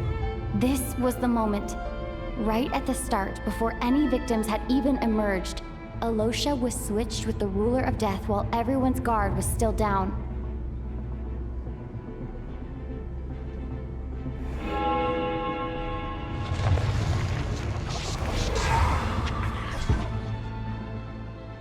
When all this began, right after the performance ended and the snowstorm began to pick up, no one suspected anything unusual.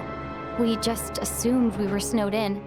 It wasn't until we discovered the bodies the morning after that we realized something out of the ordinary was going on. But it's clear now that the oddities actually started earlier than that, when Dimov walked into the snowstorm and never came back. Right. So Mr. Dimov was the first victim, not Sobolova and Torgov.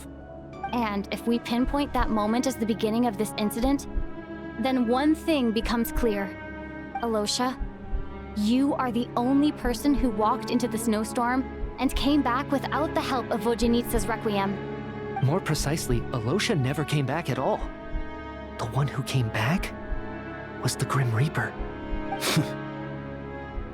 Not bad. Well, since you've backed me into a corner, I suppose there's no point in keeping up the act anymore. Alosha? You're the Grim Reaper? I am no such tired cliché.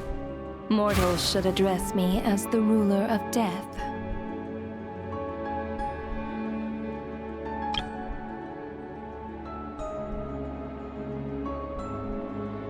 Before being wiped out for good, you identified the two deceased, and even sensed my presence. A commendable achievement. Far beyond what I expected. I heard you can ferry souls. Those deaths each night. Were they your doing? Your initial conclusion was correct. Due to the existence of the two deceased, the ley lines yearned to reclaim those long-lost souls. Every night they devoured an equal number of souls to fill the void. This required no intervention from me. Though, of course, ferrying souls is indeed my authority. Here, take a look.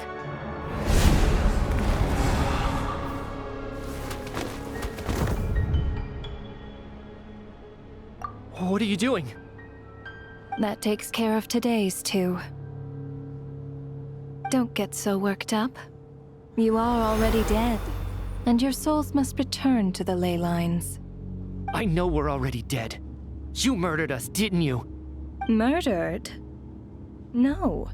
Murder is when mortals usurp my authority. Death is my jurisdiction. If I require someone to die, I need not resort to such laborious methods as murder. You simply met the criteria to trigger my curse of death. I know about the curse of immortality. So there's another death-related curse too? You cursed us? When? And why would you do such a thing? So often, humans pray to me, begging to know when their death will come, and what form it will take. But few people ask why. If you must have an answer, know that death comes simply because one's time has come. So you're not gonna tell us the truth? Hold your tongue. By all rights, you shouldn't even be allowed to speak with me. Those angels from the past are to blame for the reckless renovation of the ley lines here. It's made my work on this occasion infuriatingly complicated. Work? So trapping us here, making us watch our friends die, that's just another day at work for you? You clearly have a lot of questions. Fine. As a reward for your remarkable accomplishments over the past few days, I shall answer a few of your inquiries, provided they aren't too unreasonable. After the physical body dies, the soul must return to the ley lines for that person's death to be considered complete. My work encompasses the entire process of death, including, naturally, the guiding of souls into the ley lines, with which you are now so familiar. You must also be rather familiar with Natlan's Night Kingdom, I presume? It was I who supported the creation of the Night Kingdom. It provided a convenient means of guiding the souls of Natlan. Here, too, the ley lines connected to the theater underwent some modifications. The angels hoped to make them capable of accommodating the souls of some special creations. But this actually hindered their ability to accept ordinary souls to some degree. This effect manifested itself after you died from the curse in the theater, leaving you stranded in the afterlife, unable to achieve a complete death. But if souls who die from the curse of death fail to return to the ley lines within a short window of time, they will miss their chance for good. Then, they will remain forever suspended between life and death, no longer subject to the authorities of either. So if you don't resolve this matter soon, and see all our souls return to the ley lines before long, we'll escape your control. MITYA is sharp. This must be what Renova was worried might happen, and the reason she got involved to begin with. But if you have the authority to guide souls, why didn't you just show yourself and get it over with? Why hide among us in the form of Alosha?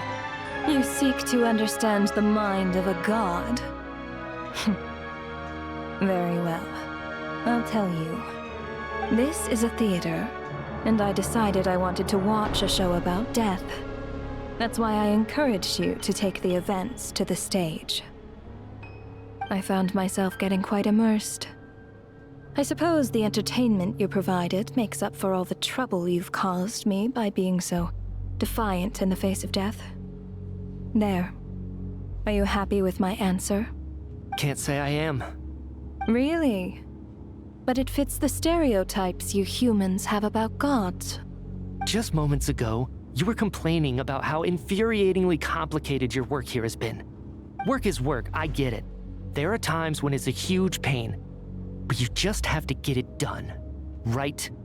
That's a rather unique perspective for a human. You are in fact correct. There is a pain point in this case.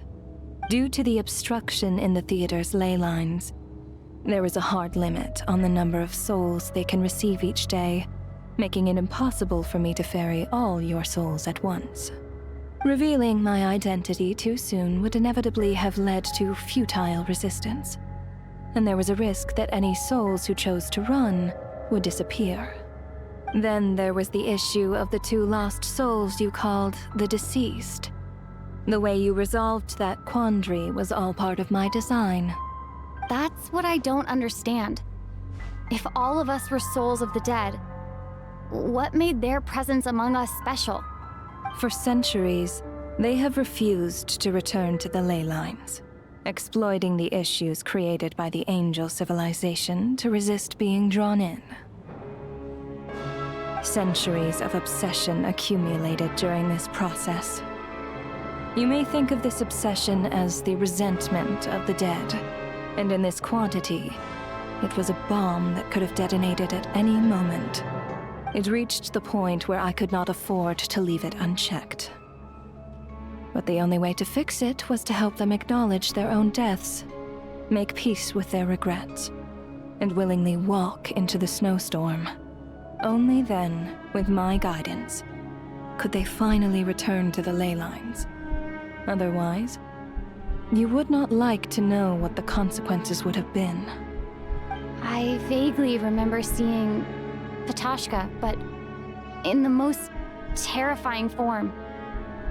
Was that in a dream? Is that what would have become of her if she hadn't returned to the ley lines? I see your dreams brought you many revelations. So you see, death in fact grants wisdom to mortals. Souls connect to all things in the world and see the chain of cause and effect between them. It's nothing unusual. Anyway, giving psychological counseling to lost souls is not my strong suit. That is more of an angel's role. It was something I could not resolve directly using my authority, so I decided it was easier to leave the bomb defusal to you.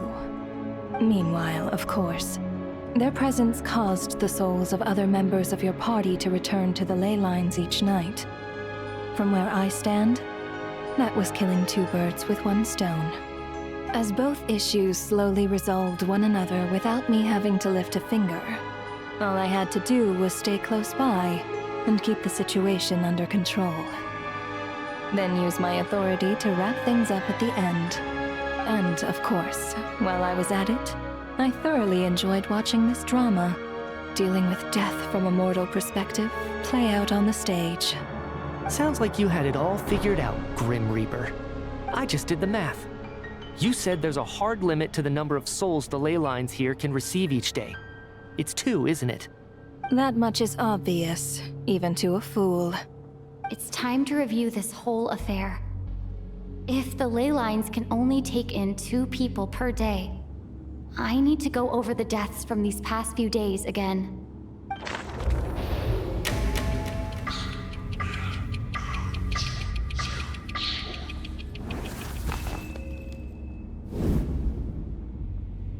Looking back now, none of us had the faintest idea at the time.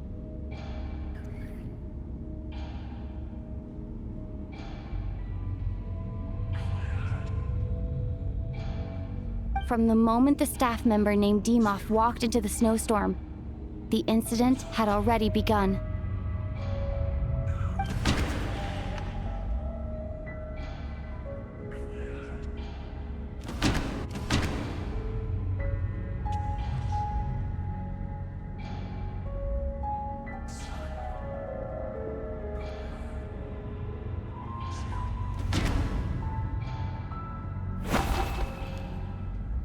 No. Let me go over this again.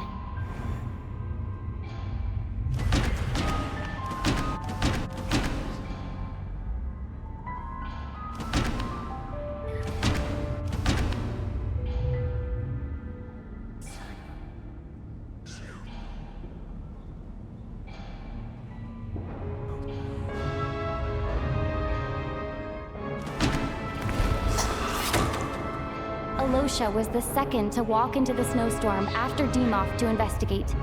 During this process, the ruler of death assumed his identity, making him one of the victims.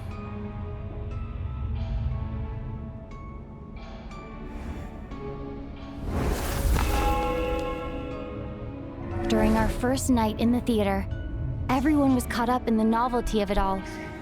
No one could have expected there would be victims the very next morning. Despite all the confusion, and with the help of hindsight, we finally began to realize that something was amiss with the snowstorm.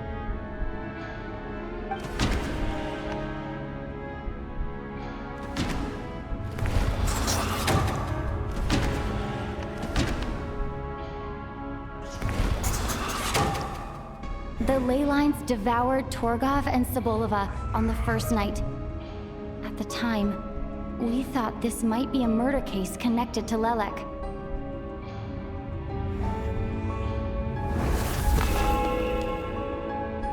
Odette and I spoke a lot that night.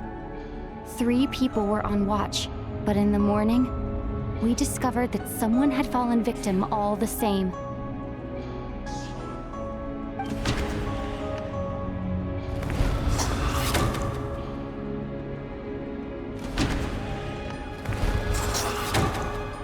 The deaths of Kulish and Ranpana caused everyone to stop suspecting Lelek. Unexplainable phenomena occurred one after another, leading MITYA to suspect that we were caught up in a supernatural event.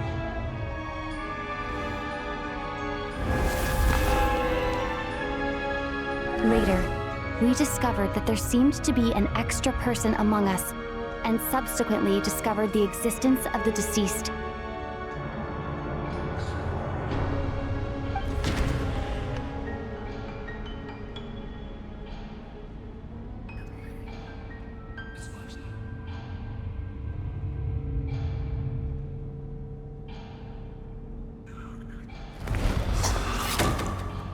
Mr. Schramm realized he was the deceased and walked into the snowstorm to return to the ley lines of his own accord.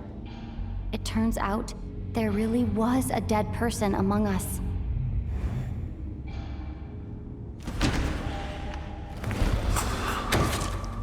We thought it was all over, But Mr. Valeri's death was a rude awakening for everyone.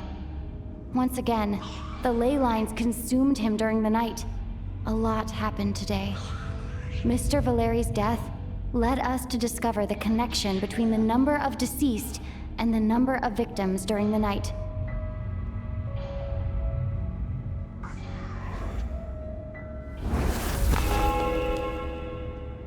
The fact that there was more than one deceased seemed to bring us back to square one. Odette revealed some information she had been keeping to herself.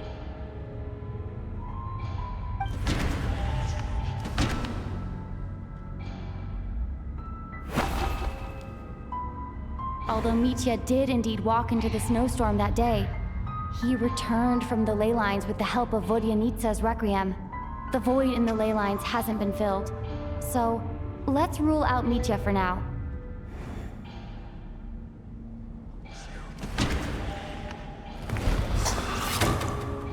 Vodyanitsa was swallowed by the ley lines in her sleep, but the requiem she sang before falling asleep was quite a game changer.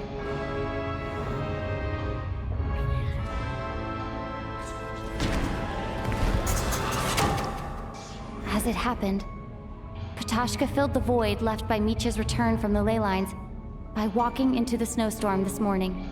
The girl I thought was Child's sister, Tonya, turned out to be another of the theater's deceased. Come to think of it, Ptashka was about to walk into the snowstorm at that time, and Renova, unaware that MITYA would return, was concerned that her soul would overflow from the ley lines. That's why she used Alosha's voice to try and persuade her to stay behind. Looking back, I suppose that was an early slip-up on her part.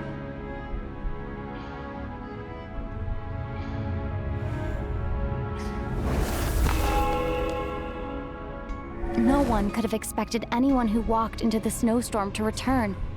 But just after nightfall, MITYA returned, bringing crucial information with him. Various truths began to surface, including that all of us were already dead, and that the ruler of death was here among us. Then, after revealing her true form, Renova callously claimed 2 souls.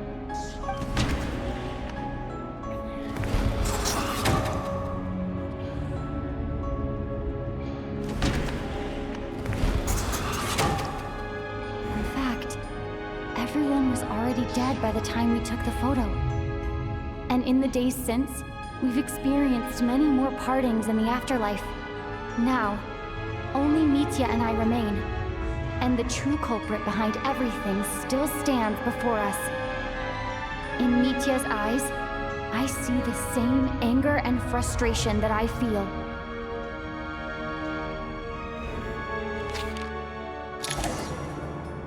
That covers everything.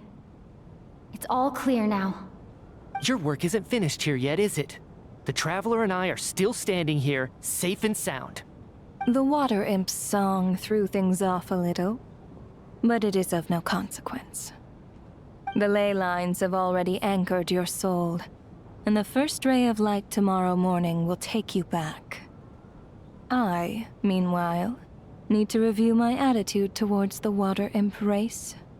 So the reunion in the night that Vodyanitsa mentioned, I suppose that was never meant to be a permanent reunion. That just leaves you, Traveler. My power only allows me to temporarily separate your soul from your body. The ley lines of Tevat would not accept you, and your soul is firmly anchored to your body by your will. For a descender like you, who is not bound by Tevat's rules, your death can only be brought through the most violent of means, such as directly destroying either your body or soul. I have no interest in involving myself with Descenders, for now.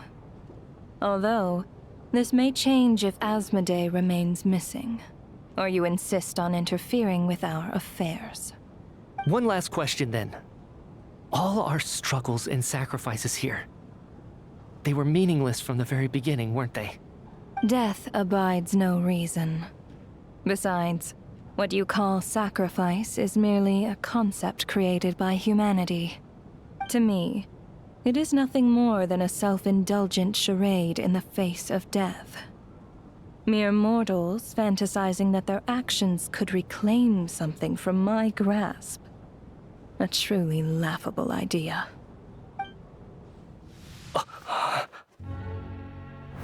Grim Reaper, you really know how to get on my nerves. I'm not here to ingratiate myself with you. I kill merely because your deaths are necessary. Oh, you've made that quite clear. But humans don't take well to being scorned. Not even by the gods.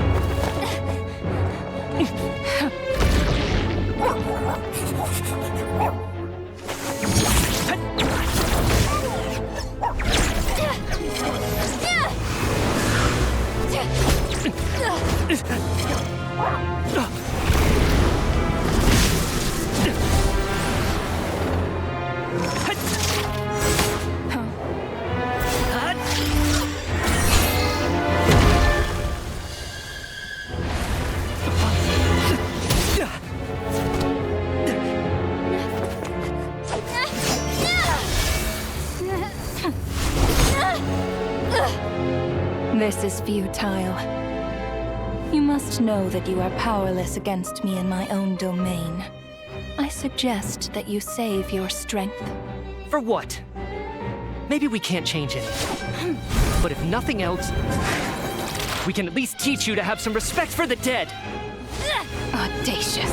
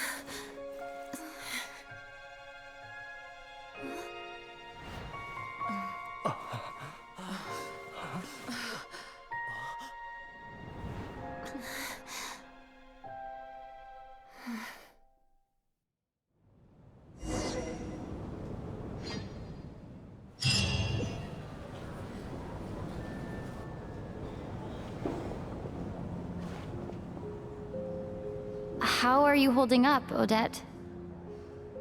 What happened to me? How much do you remember? What do you mean? Is the performance over? I can't seem to recall what happened. Has Odette already forgotten?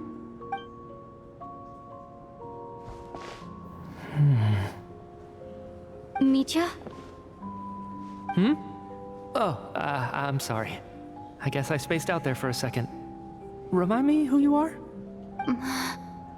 Don't you remember anything?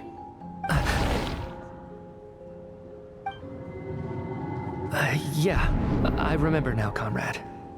Looks like we guessed right. Just like me when Odette found me at the Armory Palace. For some reason, everyone killed by the Ruler of Death eventually came back to life. Just with one catch. They forgot what happened while they were dead. Odette and the others have already forgotten everything. Why were you able to remember this time? Could this be the reason? You said this is the ruler of Death's symbol, right? I don't see anything there. You don't? Huh. Okay, I guess that makes sense. I carved this into my hand in the afterlife, so it's not visible in the physical world. Does that mean I carved this symbol into my soul? What an unsettling thought. Still, at least I get to remember what happened. I suppose it's a blessing in disguise. What about you, though? The ruler of death mentioned that you're a descender? Is that why you can remember? A full explanation would get complicated very quickly, but that's essentially it. Well then, now that it's all over, let's figure out what we've learned. The first thing I notice is that everything here is precisely as we left it, right before our deaths. This confirms that time passes differently in the afterlife than in the real world. They say that right before death, time slows down and your whole life flashes before your eyes. That must be how you know you have one foot in the afterlife by that point. Anyway, clearly the few days we spend in the afterlife probably only amounted to a few short minutes in the real world. This also aligns with previous reports of widespread temporary memory loss among the Armory Palace personnel. Now it seems likely that those were all brief deaths caused by the Grim Reaper's so-called curse of death. To those unaware of the truth, dying and coming back to life must feel similar to a short bout of catatonia. This leaves me with a couple big questions. What are the conditions that trigger this so-called curse of death? And why are we resurrected after we die? If nothing else, I think it shows that killing us wasn't her ultimate goal. We still don't know her true reasons for subjecting us to death. Right. This time only got complicated because of the situation with the theater's ley lines. That's why she had to approach it differently. If the previous incidents of amnesia among the researchers are anything to go by, killing us is usually a pretty routine matter.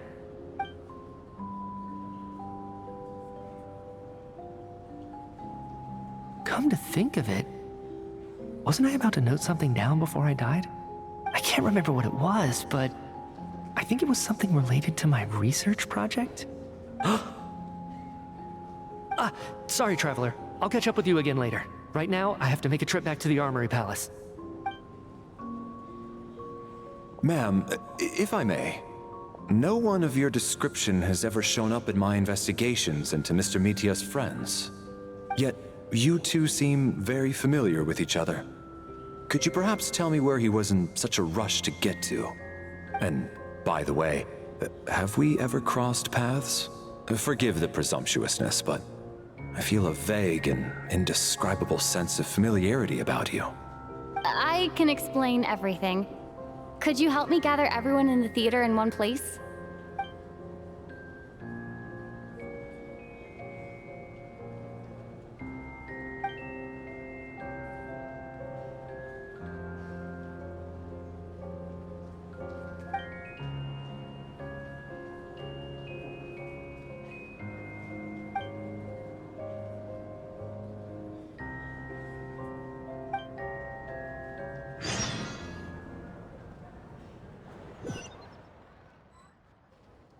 So, Chuganov really is going to shut down the factory. I guess this theater incident actually did us some good after all. So, you said I promised to take you to the Armory Palace while we were in the afterlife, yes? I believe you. I think I even have a vague memory of it.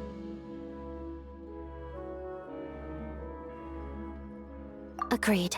Let's check in on her first. The whole reason for our trip to the Armory Palace anyway is to figure out what's going on with her health.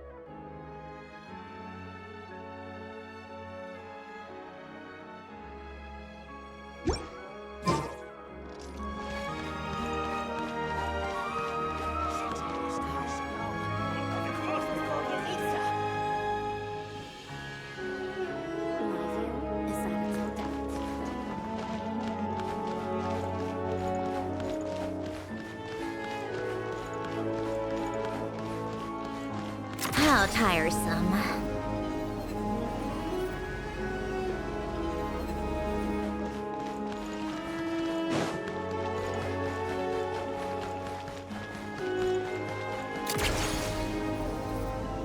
Pick up the pace.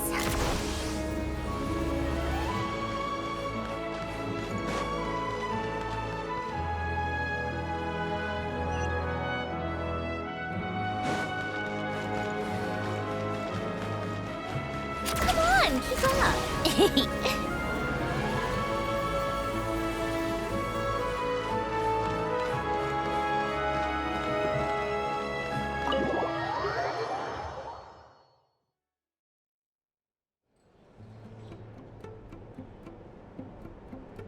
I'm finally back.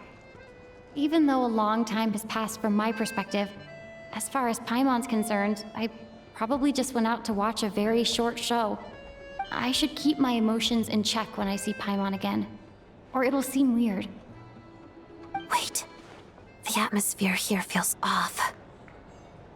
Shh. Stay quiet. Let's go inside and take a look. Have we still not been able to notify Child yet? We need new orders. What if that person comes back again?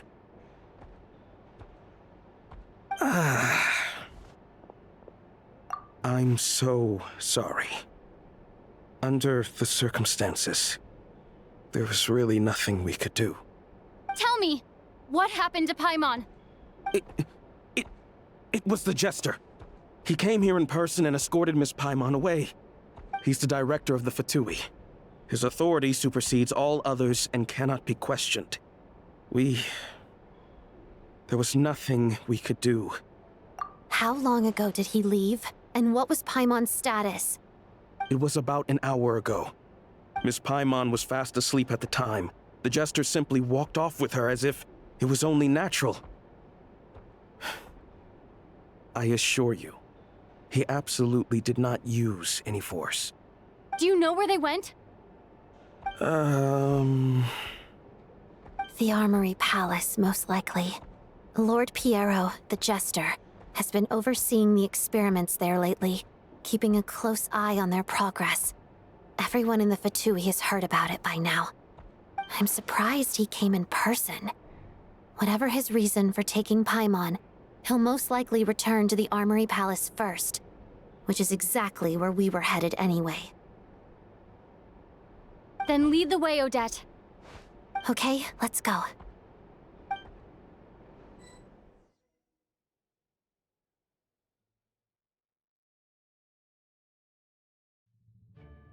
It's just up ahead. Quick, let's get inside. No, I'll go alone. You know I'm planning to force my way in. You're with the Fatui, so you should stay outside. I was hardly planning on taking you through the official channels anyway. I'm here to force my way in, just like you. I may be a Fatus, but I'm also Lelek, enemy of Project Stuja. Paimon's safety is paramount right now. With me around, you'll have an extra pair of hands. There might be devices inside that are easier for an insider to deal with. If you say so. Let's go. There's no time to hesitate.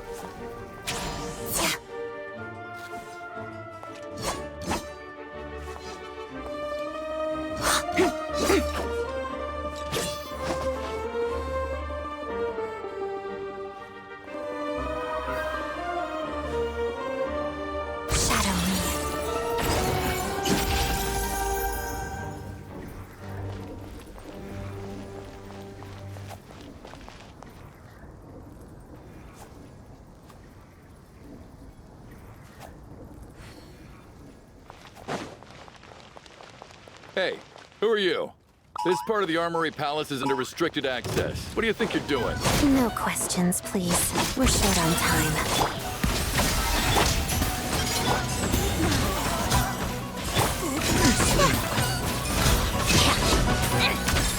Mission over.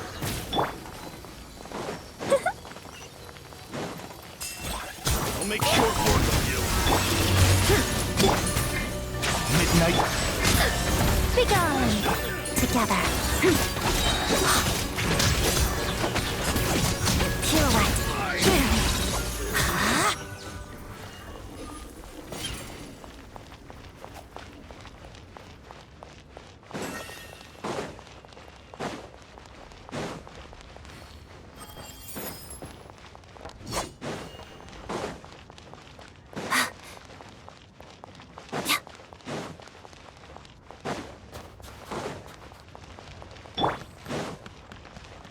How tiresome.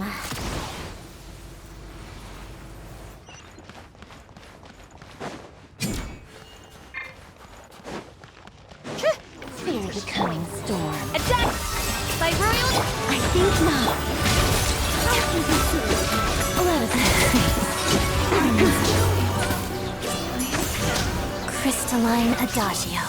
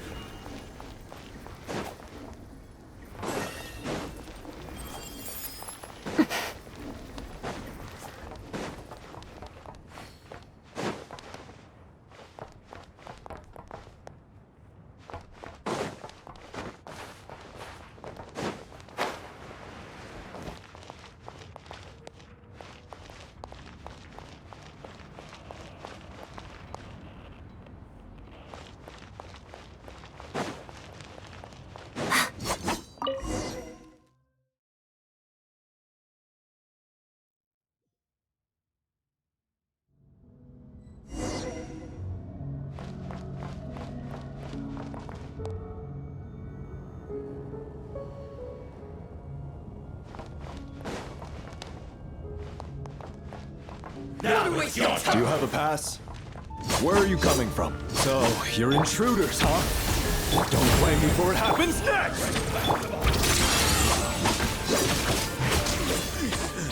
Pirouette.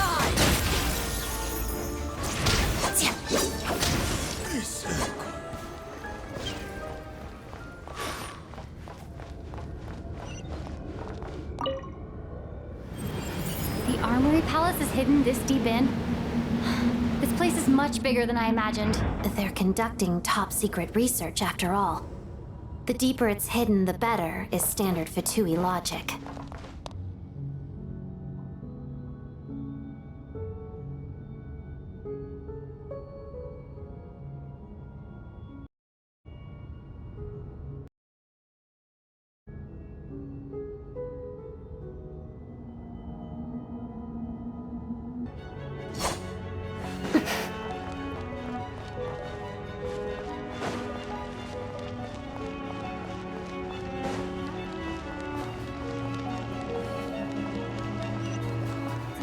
Style doesn't really look like the Fatui's handiwork, though. They must have requisitioned some structures from a past civilization.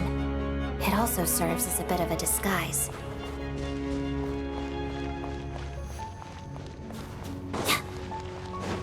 Looks like we're in for a tough fight. Stay alert!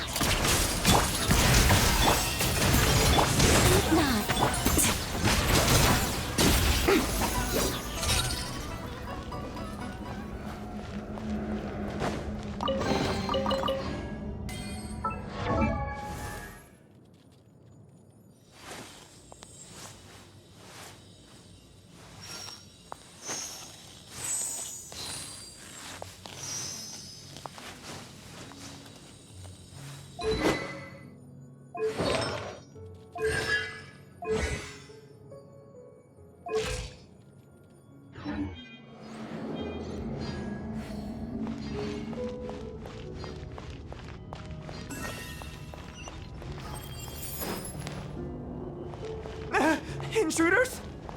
Don't come any closer! Just what are you guys trying to do here? I'm sure fix your skull! Come on! Odd reveal! Such defiance! Cut it down! Your skull! No one interferes with the Jester's work! Attack defrosting!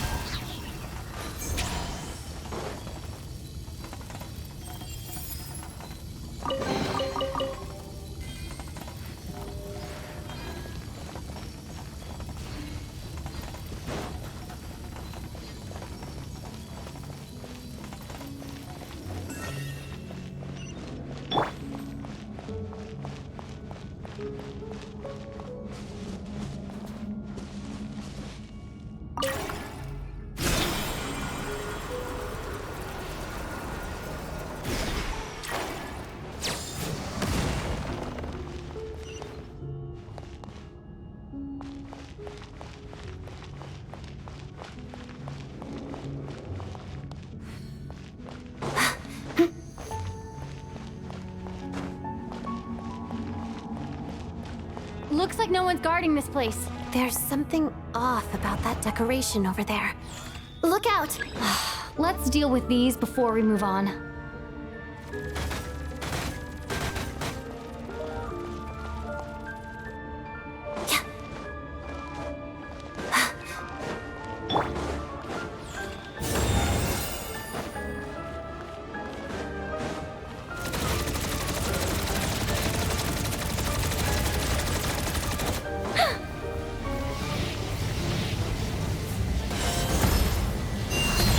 Take a break.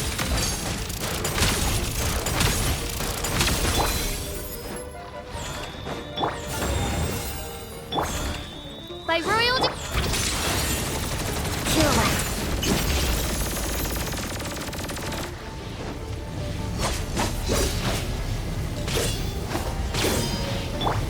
Come on, keep up!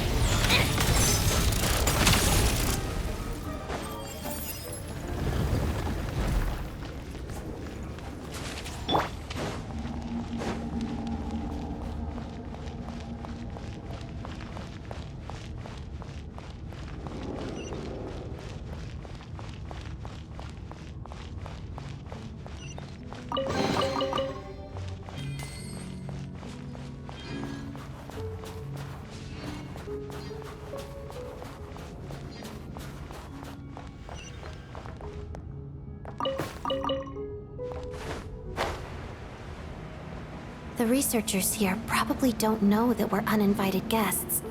Let's try not to hurt them. What's the big star from the theater doing here? That's Miss Odette. She's a member of the Fatui. Don't tell me you didn't know that.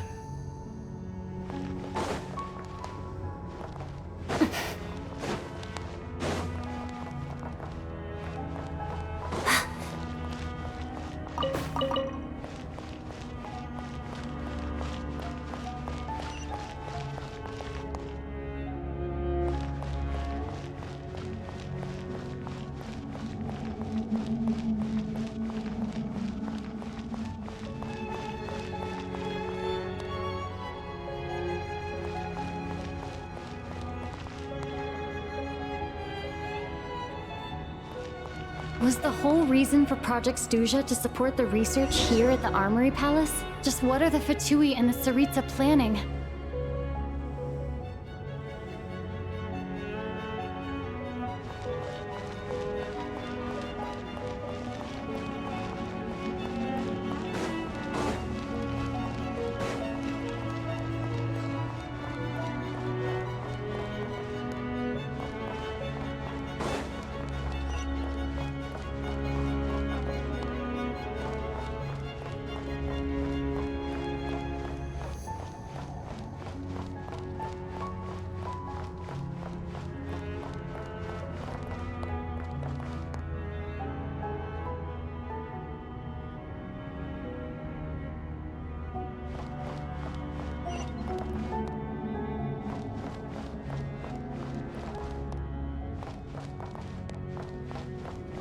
Whoa! Who are you? Never seen you around here before.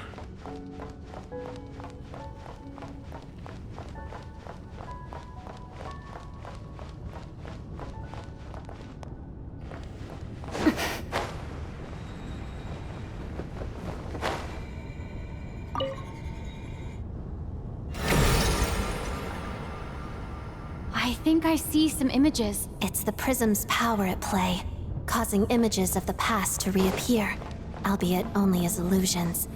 Let's make our way through here. Paimon and the Jester? Is this another scene from the past? Yes. It looks quite old, though. I don't think it happened in the recent past.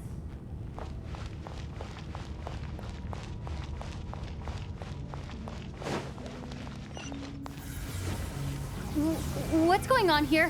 What happened? The source seems to be the Armory Palace. They must have started some large-scale experiment. Wait, what if this has something to do with Paimon? We need to hurry!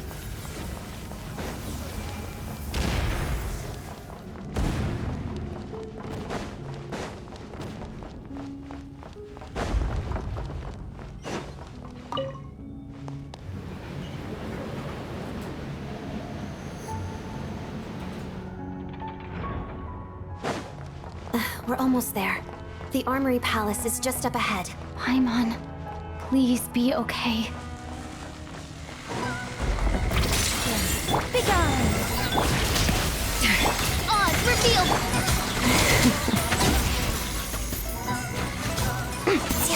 Lots of the snowflakes.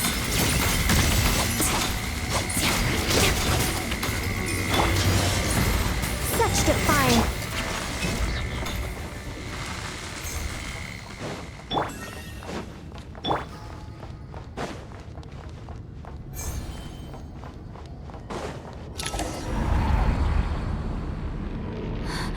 What's going on? Wait, I remember this feeling. It's the curse of death. No, no, not now.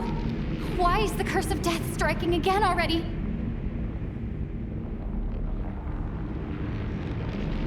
Odette?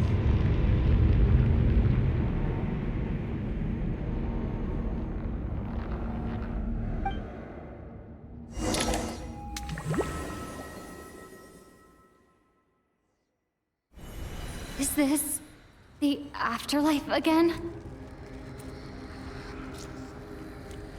I need to find a way back to reality. Is that Odette's core Ignis? Could that be what just woke me up?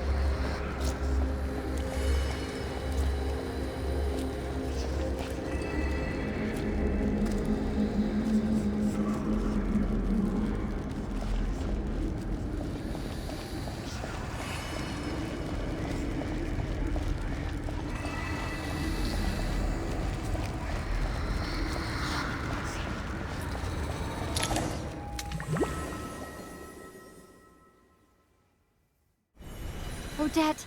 Odette! No signs of life, but past experience says that she should be resurrected before too long. Right? Did Odette intentionally use her core Ignis to guide my soul? I feel like something similar happened in a dream I had before. Thank you, Odette. If not for you, my soul wouldn't have found its way back to my body so quickly, and I might not have woken up so soon. But I'm sorry. I don't have time to protect you. I have to use the time you bought me to get Paimon back.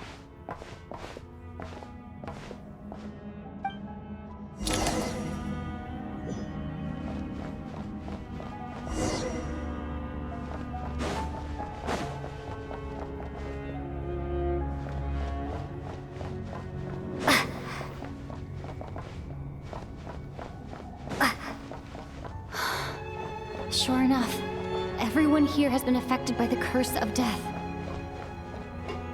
Paimon! Paimon! No, wait. Paimon probably didn't escape Renova's curse either. She won't be able to respond to me right now. I'll have to find her myself.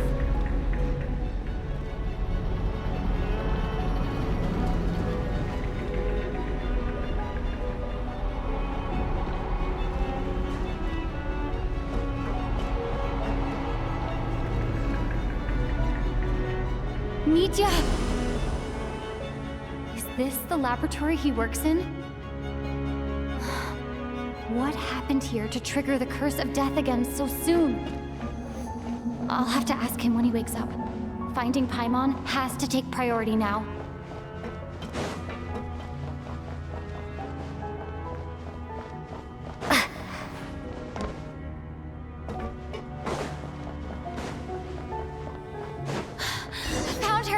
Paimon really is here.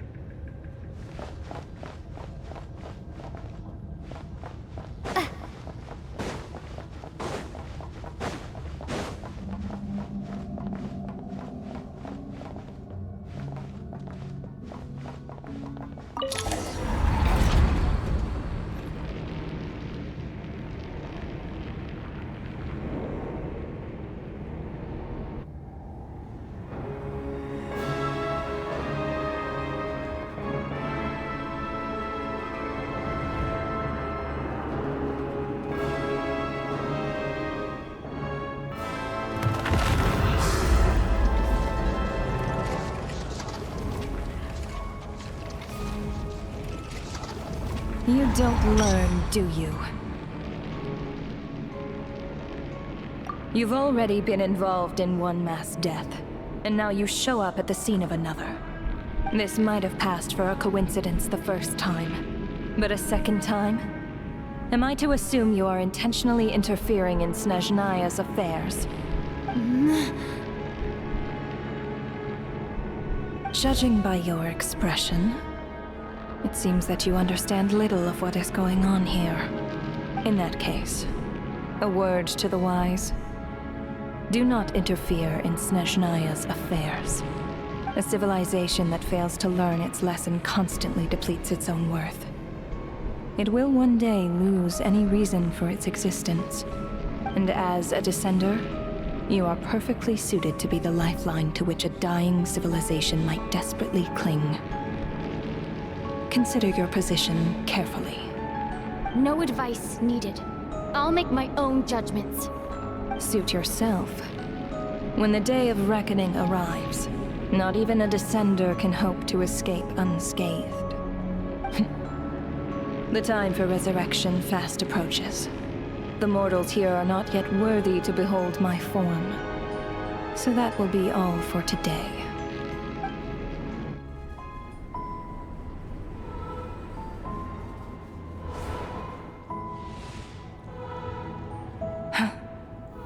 That thing is coming with me.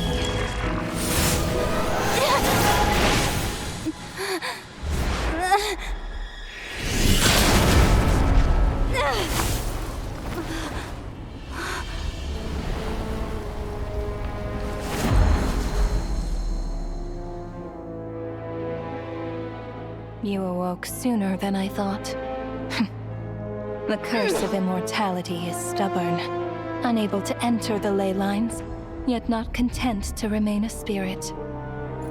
Ruler of death, what do you want? You perplex me. Both you and you. That thing may be a creation of Celestia, but it possesses none of Celestia's power, let alone authority. Your obsession with it baffles me. No matter, the resurrection will soon begin. It's worthless anyway. I'll reclaim it next time.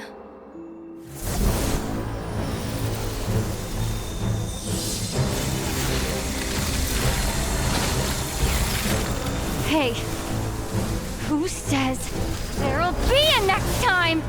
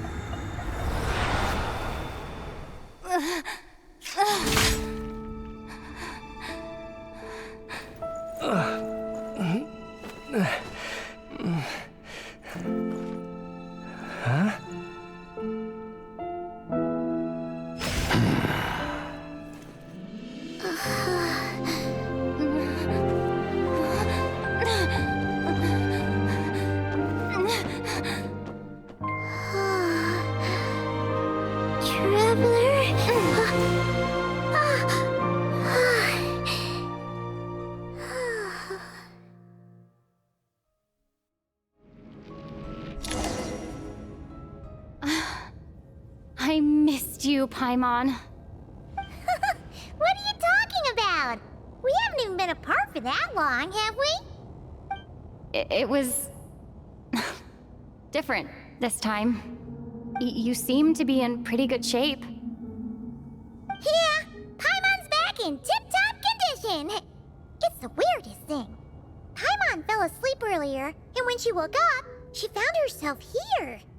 The Jester and that guy talking to him used some kind of energy on Paimon, and she could kind of feel it canceling out that other thing that was making her feel unwell. So, MITYA helped too?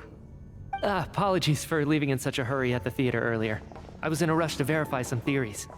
Rest assured that your companion is perfectly safe. We reversed the effects that the experimental energy had on her. The Jester specifically instructed me to do so. I suppose this is our first official meeting, Traveler. I could not let Paimon suffer in her condition for a moment longer, and so I simply took her without explanation. I hope you do not mind. But why would a big shot like you care about what happens to Paimon? As I said when you first arrived in Snezhnaya, we once spent some time together. In the distant past. Oh yeah! You did mention that! And Paimon did think you seemed strangely familiar the first time we met. I'm afraid the reminiscing will have to wait. MITYA, let us continue with the report. What conclusions, if any, did you reach from conducting the final experiment of our energy research, ahead of schedule? The good news is, my hypothesis regarding the Ruler of Death has been verified. As for the bad news, I recommend we suspend the experiments and Project Mistleton until further notice. Currently, we have no means with which to make a breakthrough. I say this purely as a scientist, guided by reason alone. I will trust your judgment. We shall put the project on hold until the Ruler of Death has been eliminated. Wait, what are you guys talking about? You want to get rid of Renova? Like, how? By killing her? By whatever means necessary, so long as it removes the threat she poses to us. Until then, everything we do will be in vain. After what just happened, I've ascertained Renova's goal. Or rather, the trigger condition for the Curse of Death. Okay, let's hear it. What she's doing is blocking Snezhnaya's technological progress, preventing us from possessing any means with which to threaten the heavenly principles. Just like the little lapdog she is. So, any ideas, research, or experiments that lead to technological progress can trigger the curse. Just now, for instance, I was set to launch a final phase energy experiment ahead of schedule. If the experiment was successful, we could have achieved a crucial breakthrough. As expected, though, the moment the experiment began, all the researchers, technicians, and witnesses died from the curse. All that effort, not to mention the energy and materials we relied on Project Stuja to gather for us, went to waste. In the end, nothing was gained. Does that mean something similar happened when we were at the theater? That's right. During the performance, I thought of an important breakthrough regarding the experiment, and wound up dragging everyone into this. So the nature of the curse seems to be something like, when moments of technological progress occur, all life in the vicinity is taken away. What a violent method! Of course, that meant the curse was normally limited to the Armory Palace. Since outsiders are forbidden from entering, this mass death phenomenon went unnoticed, until Odette came along. I believe she was the first witness. The Curse of Death was triggered just before she infiltrated the Armory Palace that day. But you mentioned something about a final stage experiment. Doesn't that mean you've actually made some progress? That's right.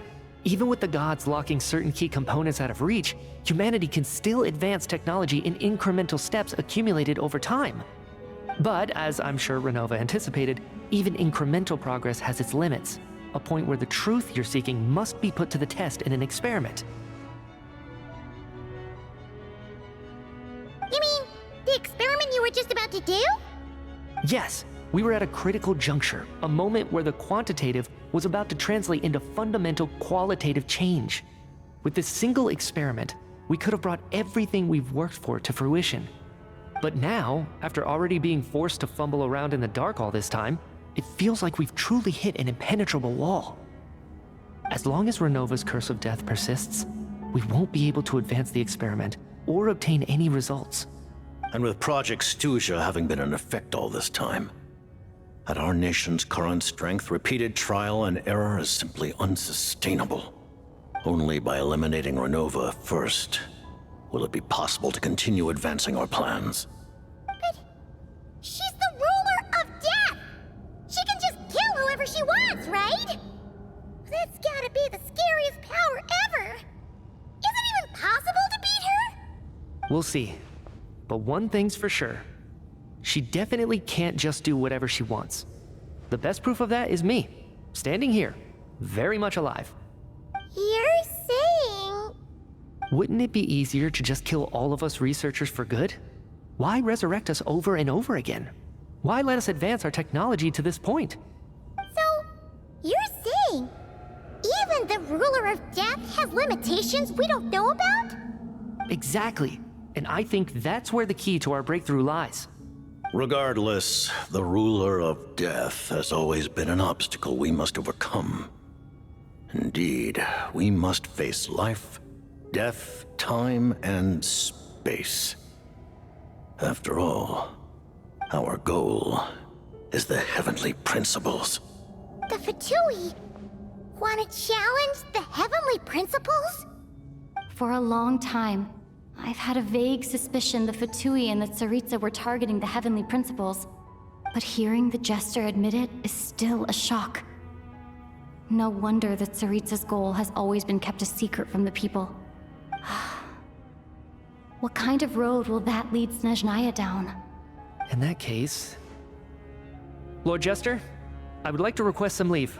I'd like some time to organize my thoughts and go over the data. Granted. Get some rest, put the experiment out of your mind, and take care that the curse of death doesn't affect any civilians.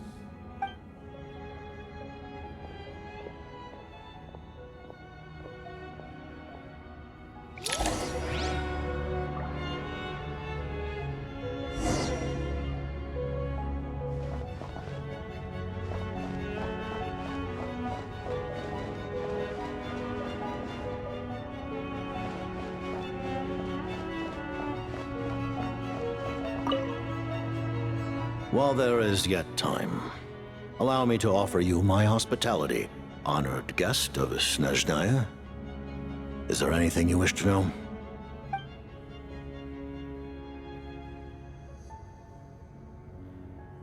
I remember hearing the term Mistleton from Columbina. Yeah! Paimon wanted to ask about that when the name came up just now. What is it? Paimon's heard of Project Stuja, but not this one.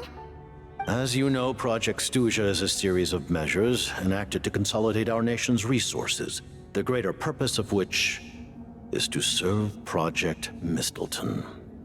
Many of the things you have encountered thus far are essentially for the advancement of that project.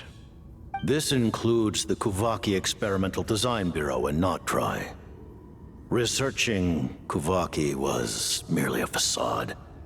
Its core objective was to use local resources and research findings to build Mistleton itself. And that's a weapon built for the final battle against the Heavenly Principles, isn't it? Huh? How did you know that?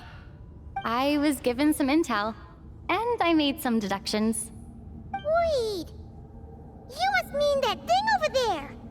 Oh, Paimon's gotta take a closer look at this thing. Especially after you guys sent so many people to Notdry to work on it.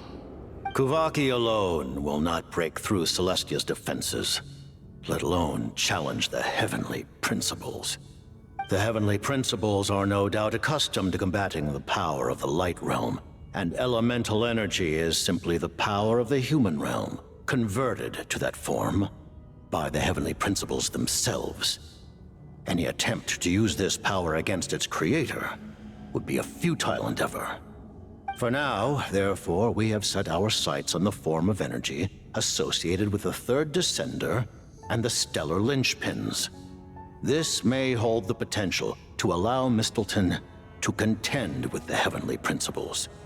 You could say that by reverse engineering the Stellar Linchpins to extract the energy within, we have obtained a source of anti-Celestia energy.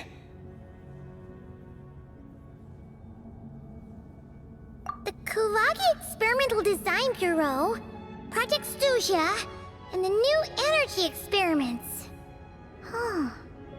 So, Project Mistleton is what ties it all together.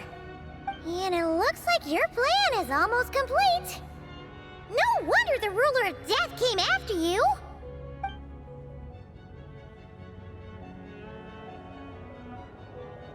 Her Majesty the Tsaritsa has embarked upon an expedition to vanquish a monster. Were it not for this, I imagine she would have been delighted to grant you an audience. Seems like the powers that be in Snezhnaya don't intend to hold my past conflicts with the Fatui against me. The Harbingers have been granted significant autonomy in retrieving the Gnosis. But by the same token, they do not completely represent Snezhnaya's official stance. You read my mind. Speaking of the Gnosis, Paimon's been dying to ask this question since forever. Why exactly does the Tsaritsa want to collect them? Is it something to do with the fight against the Heavenly Principles?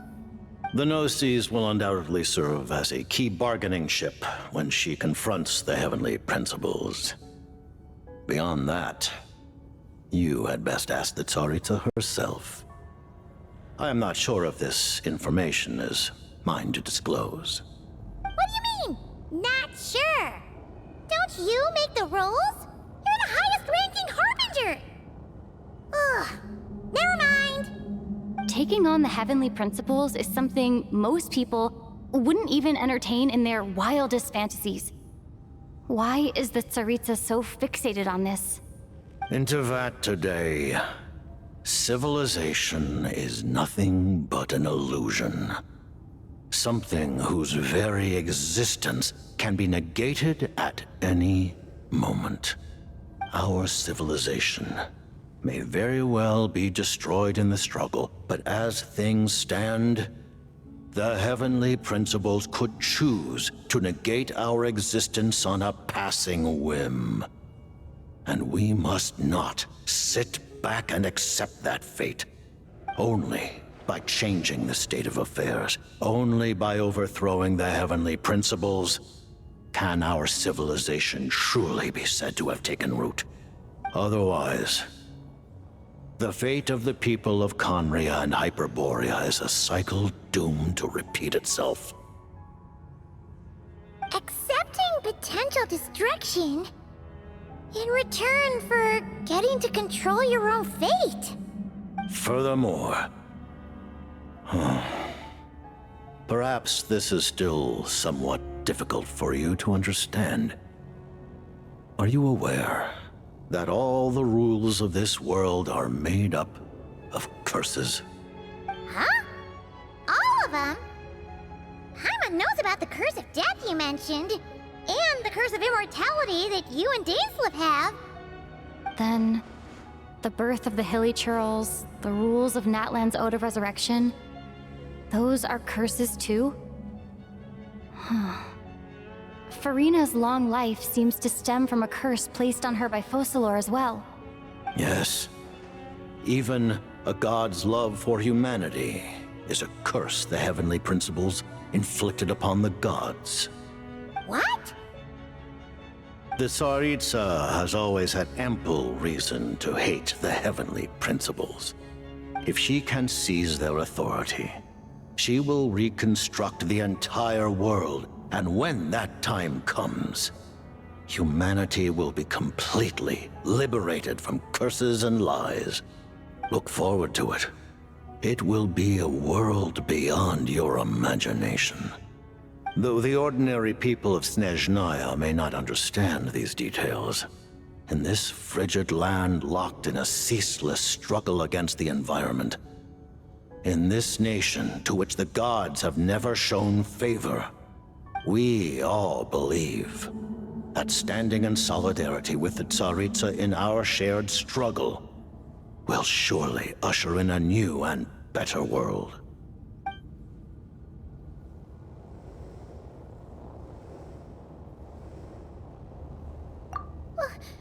Paimon really doesn't remember. He's basically a stranger. You've got to believe Paimon. Allow me to explain. The reason Paimon reacted to the anti-Celestia energy developed by the Armory Palace is because she comes from Celestia herself. More specifically, she is one of its creations. Paimon? A creation of Celestia? Oh, right. I was blinded by anger earlier, but thinking back on it, Renova also said that Paimon is a creation of Celestia, but she lacks Celestia's power or authority. As you know, the lunar fragments in Nodcry were pulled down from the sky using Fatui technology.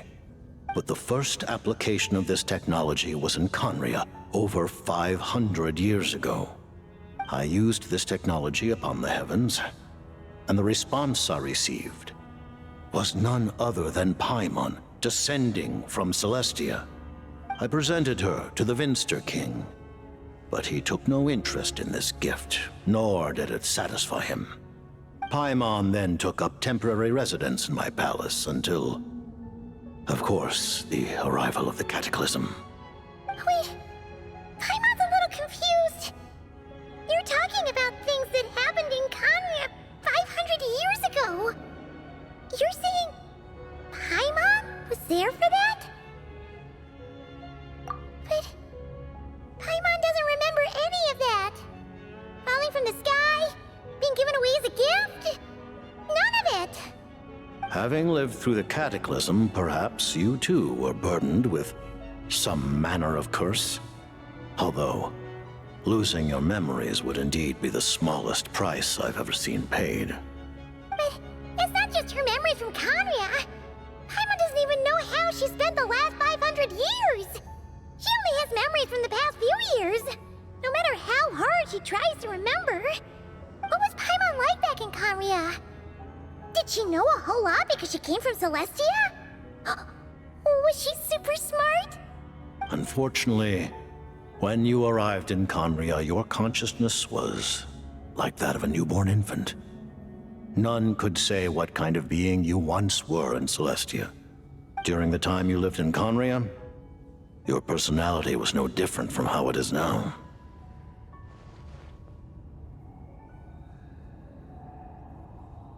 Aw, man! Paimon's plan to get her memories back and become super smart is ruined before it could even start. You know, even though Paimon lost her memories, she still feels weirdly close to you for some reason. That must mean you took pretty good care of Paimon back then, huh? On the contrary, I completely ignored your existence. I was entirely focused on my struggle against Troptatir the Wise. But now, as I see it, it is as if you are the only sane thing that survived that era of insanity. And thus, are worthy of protection. Noted. Man, Paimon's gotta stop projecting friendship on everyone she meets. But, Traveler? Even though you know Paimon's some creation of Celestia now, you still want her, right? You're not going to abandon her? Oh, phew! That's a relief. Paimon's just learning about this too. She's barely even processed it.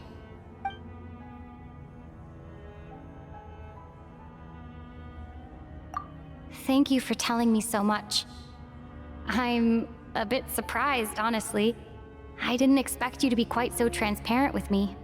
Given the circumstances, the Fatui need not hide anything from our allies. Allies? To advance Project Mistleton, we must first resolve our issue with the Ruler of Death. And if I presume correctly, you have no intention of letting her actions go unpunished either, do you? That's right.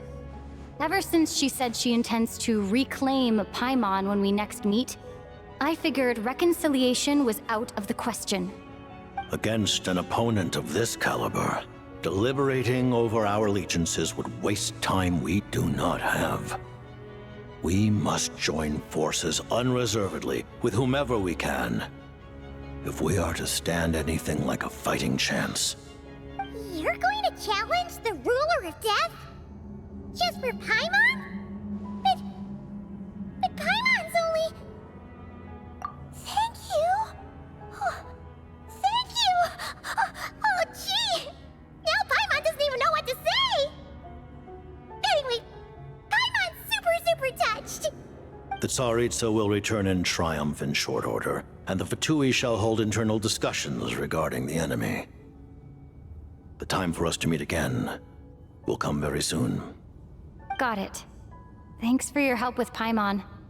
I'll be sure to look after her for you. There was just one other thing. Well, just a request, really. Paimon really wants to see what this Mistleton thingy you're gonna use against the Heavenly Principles looks like. Of course, Paimon knows it's top secret and stuff, but she just had to ask. It's okay if the answer's no. Certainly you may. Whoa! For real? Actually, maybe it's best not to. What if Renova suddenly pops up again? She might take this chance to... While While the technology is not yet fully developed, it has nevertheless reached the stage where Celestia's creations are unable to damage it. In that regard, you may rest assured. Oh. Wow. No wonder Paimon felt so out of sorts recently, even though I was super far away. Alright then! Paimon's ready to take a sneaky peek at this top secret super weapon!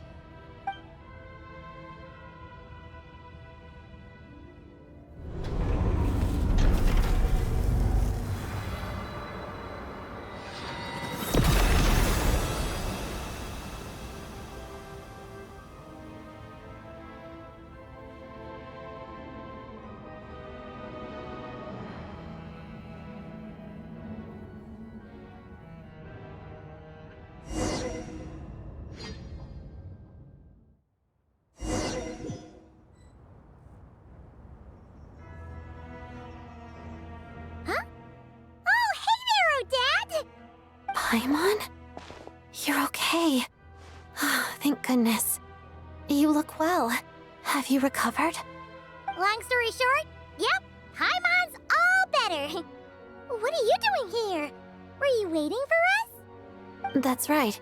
When I woke up, I wanted to go in after you, but the guards had woken up as well.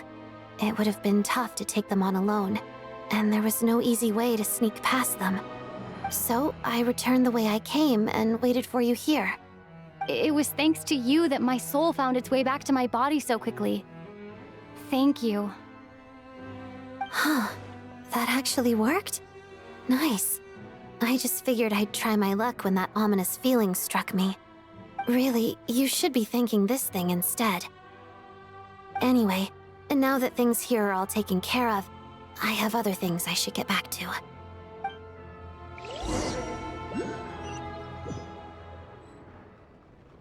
Ah, Director Chuganov, you're back.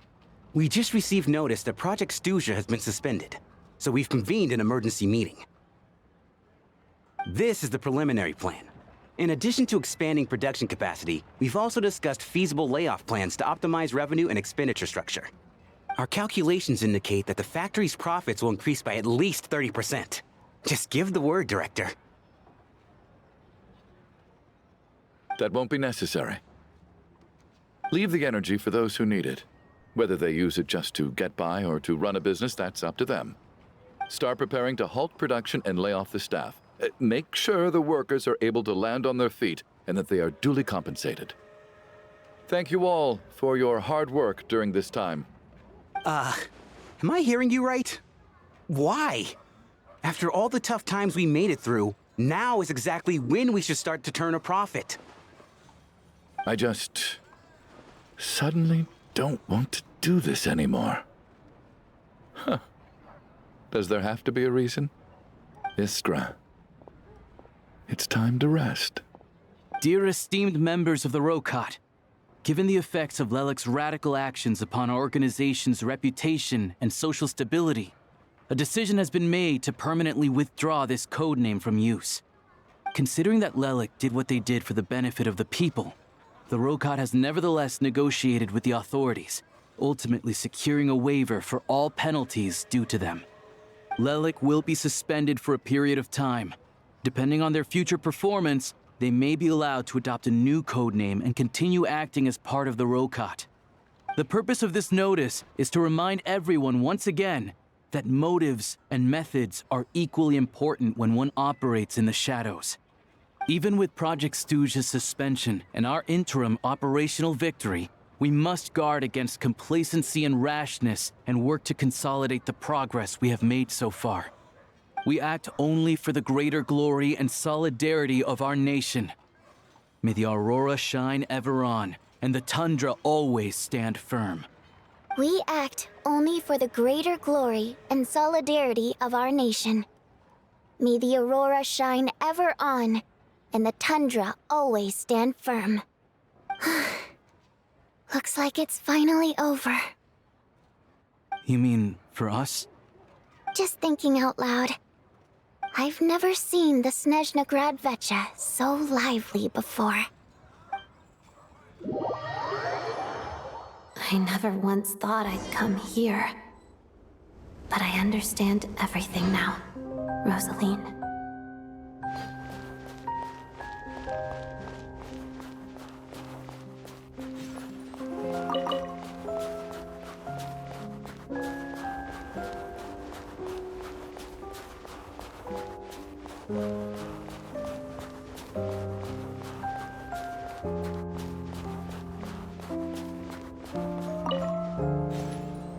I've seen Spirit Seeker performed many times, including by your mother. Why do you bring that up all of a sudden? Even though the choreography is always identical, every dancer finds a way to make it her own.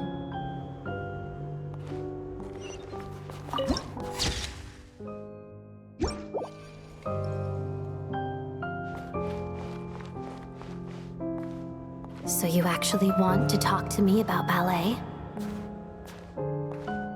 I just think it would be a pity if the dance was lost to history. She didn't teach it to you, did she? That was an unusually subtle taunt for you.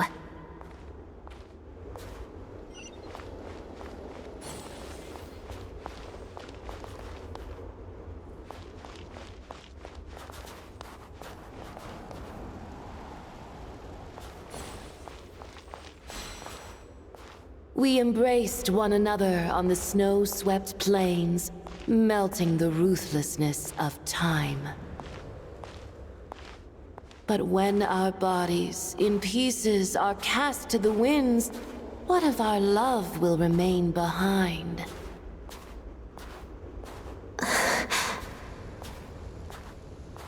Don't tell me you can't sing.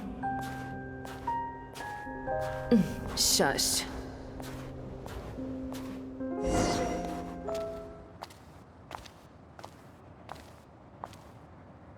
I understand her hatred. The Fatui robbed her of the life she should have had. I never opposed her dancing. Yet still I became an enemy of her ballet. I'll just keep my distance. Many despise me. I'm used to it. You're certainly not one to shy away from confrontation. But children, they need a different approach. I'm hardly the most maternal figure. Yet, she is a child. In my experience, while a father commands authority, he must still yield to love. You should tell her what you think about her dancing.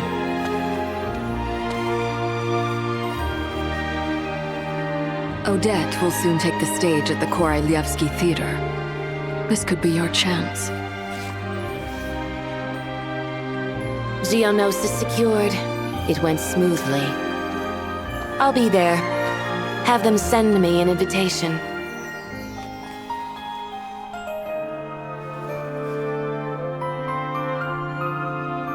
Sadly, things didn't work out. Her final words are inside that block of ice. This? Aren't these for monitoring her subordinates? Not yours. This one isn't her witch's flame, but my two worlds' flames. The two worlds' flames can burn away memories. It was my parting gift to Rosaline.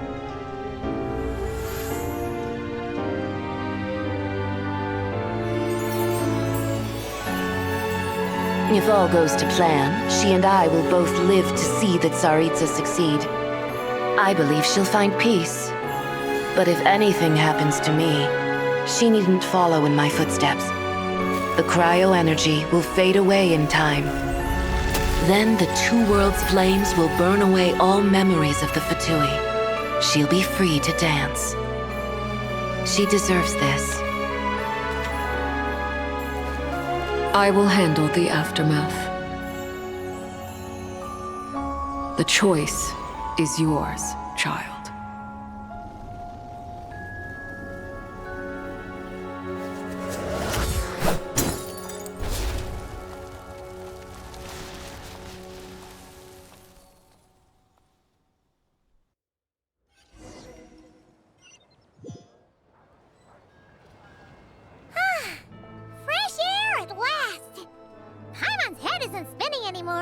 and the fever's all gone. Paimon's finally free to fly again.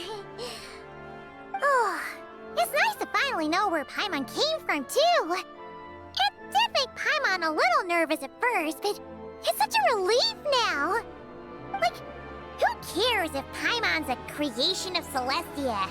She's probably not anyone that important. Probably just the fairy of food and fun or something. And like you said, this doesn't have to change anything between us. You're not gonna just... Hey! Hurry up! Why are you walking so slowly? You've spent the last few days lying in bed and stuffing your face. I didn't think you'd be able to fly this fast. Says who? Paimon's as agile as ever. They don't call her White Floaty for nothing. Paimon originally wanted to check out the bookstores in Snezhnograd, but she's more in the mood for flying around right now, so let's save that for later. Wait, they've got light novels from Yai Publishing House here too. Huh? And this is Paimon's favorite mystery story from Fontaine! Wow! They got a sequel! The local Snezhnaya books look pretty interesting too, but also kinda heavy. Not the easiest things to look around. I thought you were in the mood for flying around. Paimon can read while she flies. Hey! Look at these two dolls! Which do you like better?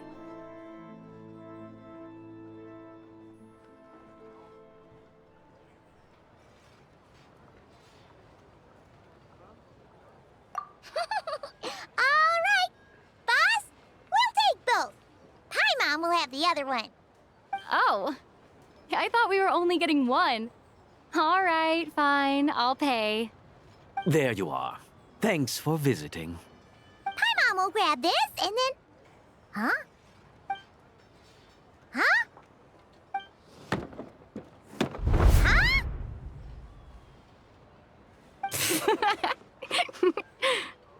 How many layers does this thing have? And what are you laughing at? Huh. You knew all along, didn't you? A whole bunch of people are gathered over by the plaza. Hey, look! That looks like Tartaglia! Hey, Tartaglia! I know that voice. Of course. If it isn't Paimon and my old comrade. You're looking well, Paimon. All better? Yeah! The jester knew what was wrong and fixed Paimon right up! Thanks for sending someone to keep Paimon safe, too. Oh, yeah. About that. That was kind of embarrassing. Who could have known that our director would go looking for you in person? So sorry for the misunderstanding. Oh, right. Let me introduce you. This is my little sister, Tonya. Hello, Tonya! Hello, hello! Firstly, I'm really sorry about my brother. Sounds like he's caused you no end of trouble. Hey now, why'd you have to start with that? Not that it isn't true, of course. So she's the real Tonya. She said you two didn't manage to meet up at the theater. She waited ages for me, and when I didn't show, she got a little worried and went outside. I know, right? He didn't bother to say a word to me. I searched up and down the city for him, and he only told me about it when I finally caught him at the gates of Glupov. I've been rushed off my feet lately, so I didn't get the chance to go home. I just figured the Traveler would fill you in when she got there. Well, the snow was bad, and you're never late. So I was really worried about you. How was I supposed to know that you'd stood me up? I'm sorry, Tonya. I really am. I'll make it up to you somehow. Just... please don't tell Mom and Dad. Although the mix-up led to a series of misunderstandings, it's probably for the best that the real Tonya didn't get caught up in that mess. Besides, it's obvious that Tartaglia isn't usually one to break a promise. He only gave his ticket to me because he had to look into Lelek. No, it's fine. It just meant I didn't get to see the show in the end. By the way, what did you think? You were one of the first people to see it, you know? I would say... the best is yet to come. Huh? What kind of review is that? Hey, look!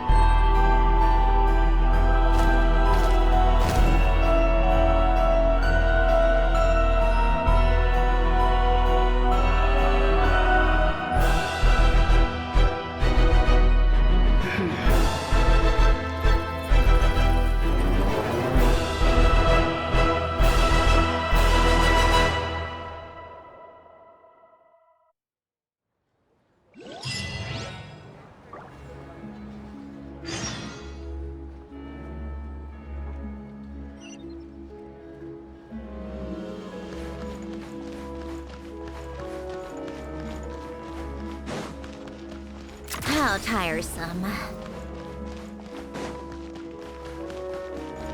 Come on, keep up. Pick up the pace.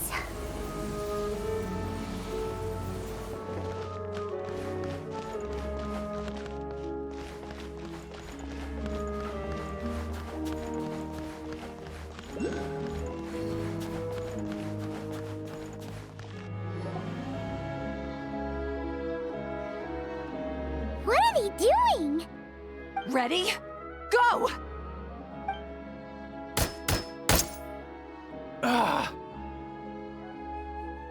Not good enough. There's no way you can complete the mission if your skills aren't up to par. For real? Come on! I really need this opportunity! I'm sorry, but this is a matter of life and death. We cannot entrust such a dangerous mission to unqualified personnel. Next! Looks like they're recruiting some crack shots. Yeah, from what I've heard, it's not a routine one. The standards this time are much stricter. If this was how they ran every call-up, the Druzhna would have disbanded long ago due to a lack of recruits. Then why are so many people still showing up? Because the pay's good, man. I heard that if you make it through, you even get some chronic crystal, or whatever it's called. Next! I'm up. Coming! Crystal, huh? That stuff's in high demand. Are they really just dishing it out to new recruits? Paimon's with you. You're a shoo-in with your shooting skills. You're gonna win some Crystal and share it out among the villagers, right? This is definitely a job for the Rokat. Let's do it! Next! Ah! It's our turn!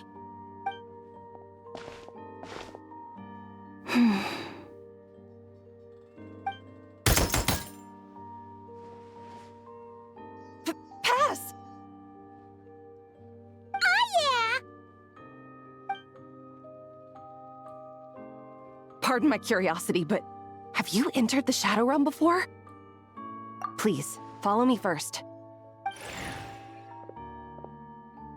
Judging by the look of your firearms, you must be familiar with the Shadow Realm and well aware of the dangers within. My superiors would like me to send some personnel into the Shadow Realm to eliminate the danger and prevent it from affecting the outside world. With this device, we can transport you right into the target zone. After that, all you'll have to rely on are the abilities you just demonstrated. So, that's what this mission is! Yeah! Is there any Crystal to be had?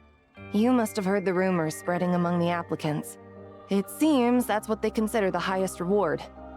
In fact, the terms I am authorized to offer state that, in addition to the highest level stipend, you may requisition a batch of supplies needed to complete your mission. As long as it's within the Druzhna's power, we will prioritize procuring it for you. In that case, we're gonna want some Crystal! That can be arranged. But could you tell me exactly what you need it for? Traveler? I see. Well, if it's a deal breaker, then I can accept your terms. Ma'am, I am here to report that we found a suitable candidate. It shames me to say that the Druzhna have grown severely short-handed of late. Ordinarily, we should be the ones to complete a mission like this. No, don't blame yourself. Her Majesty arranged the special recruitment project precisely to deal with situations of this kind. Snezhnaya is a great nation, and Her Majesty is confident that there is great talent hidden among the populace. Our task is to find it. Yes, ma'am. Furthermore, do not forget that we have other things in mind for these new recruits beyond simply pitching in where the official forces aren't able to. Do you think any of the candidates selected in this round show sufficient potential to take on the Tsaritsa's edict? Funny you should mention that. I think you might want to read this candidate's registration profile. She might just be the person we need. Her? Huh. Isn't that interesting?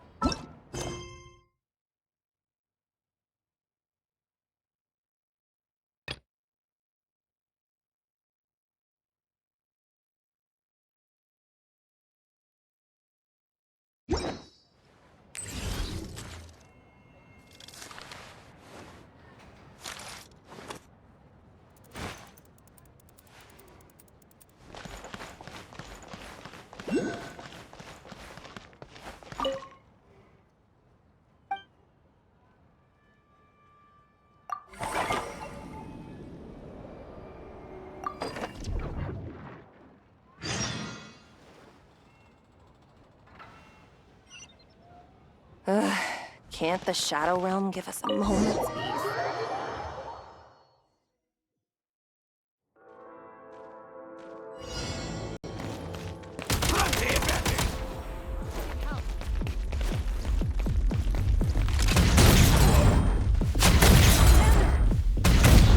Taking cover. You thought I was the advantage is ours.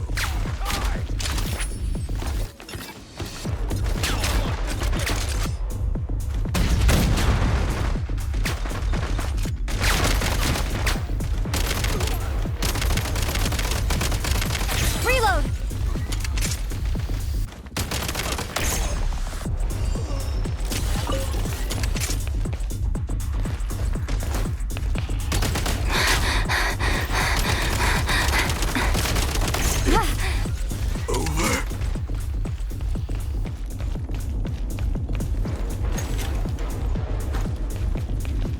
Demolition time! Requesting backup. Where's the defenses?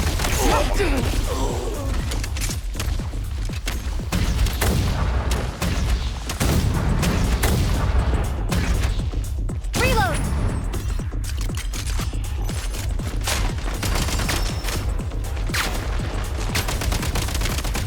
Need a refill. State number 2.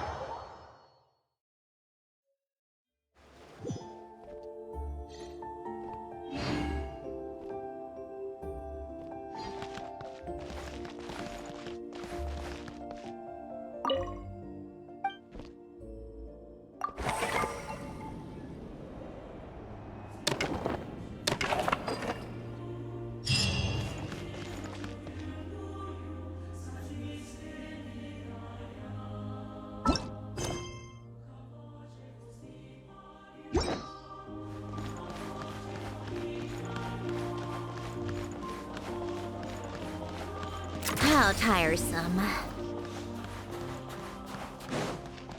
Take a break.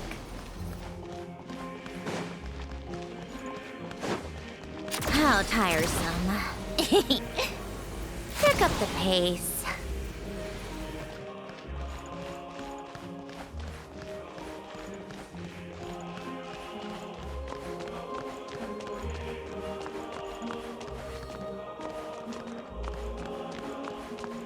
Come on, keep up.